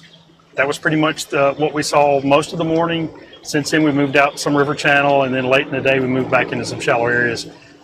Basically, the bite this morning was pretty good. We saw a lot of fish catches, guys catch them in that shallow grass, top waters, swim jigs, some plastics. Some guys said they really had to slow down. The practice period the last couple of days were really good. Fish were a lot more active. What I'm looking for, though, I think the difference maker is that the team that makes the adjustment this afternoon, once that sun got up and the bite kind of slacked off, the team that is able to make that adjustment from now to weigh-in time is probably the team that's going to have a bit of an edge over the other teams. The other thing is, and we weren't able to go there because the cell service is a little bit sketchy, but I know there were some teams that were right below Weiss Dam. Weiss is the next lake up from here at Neely Henry. I know there were some teams up there. That's an area that can really turn on at times. It really helps it. I'm not sure they had the current they need, but that bite could have been strong this morning. We may see some of those teams do well. So far from what we've seen, this lake is fished tougher than what most of the guys talk practice was. But I still say once we get through weigh-ins, we're going to see that the teams are really going to show out, catch a lot of fish, and the weights will still be good. So be sure to join us for weigh-in times. Should be exciting. Be a lot of fish brought in, and just like y'all, we'll find out who's going to win this tournament.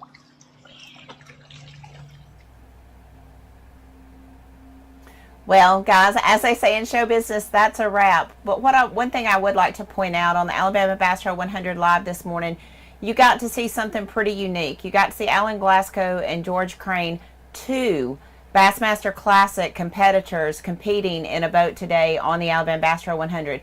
You got to see Wes Logan, a Bassmaster Elite Series angler, former Bassmaster Classic competitor, hoping to get back there. You got to see him compete today. You also got to see Alex Davis, who is a Bass Pro Tour pro, compete with the Alabama Bass Trail Pro, really. Eric Morris has been to the Bassmaster Team Championship through the Alabama Bass Trail. He fishes every tour that we have.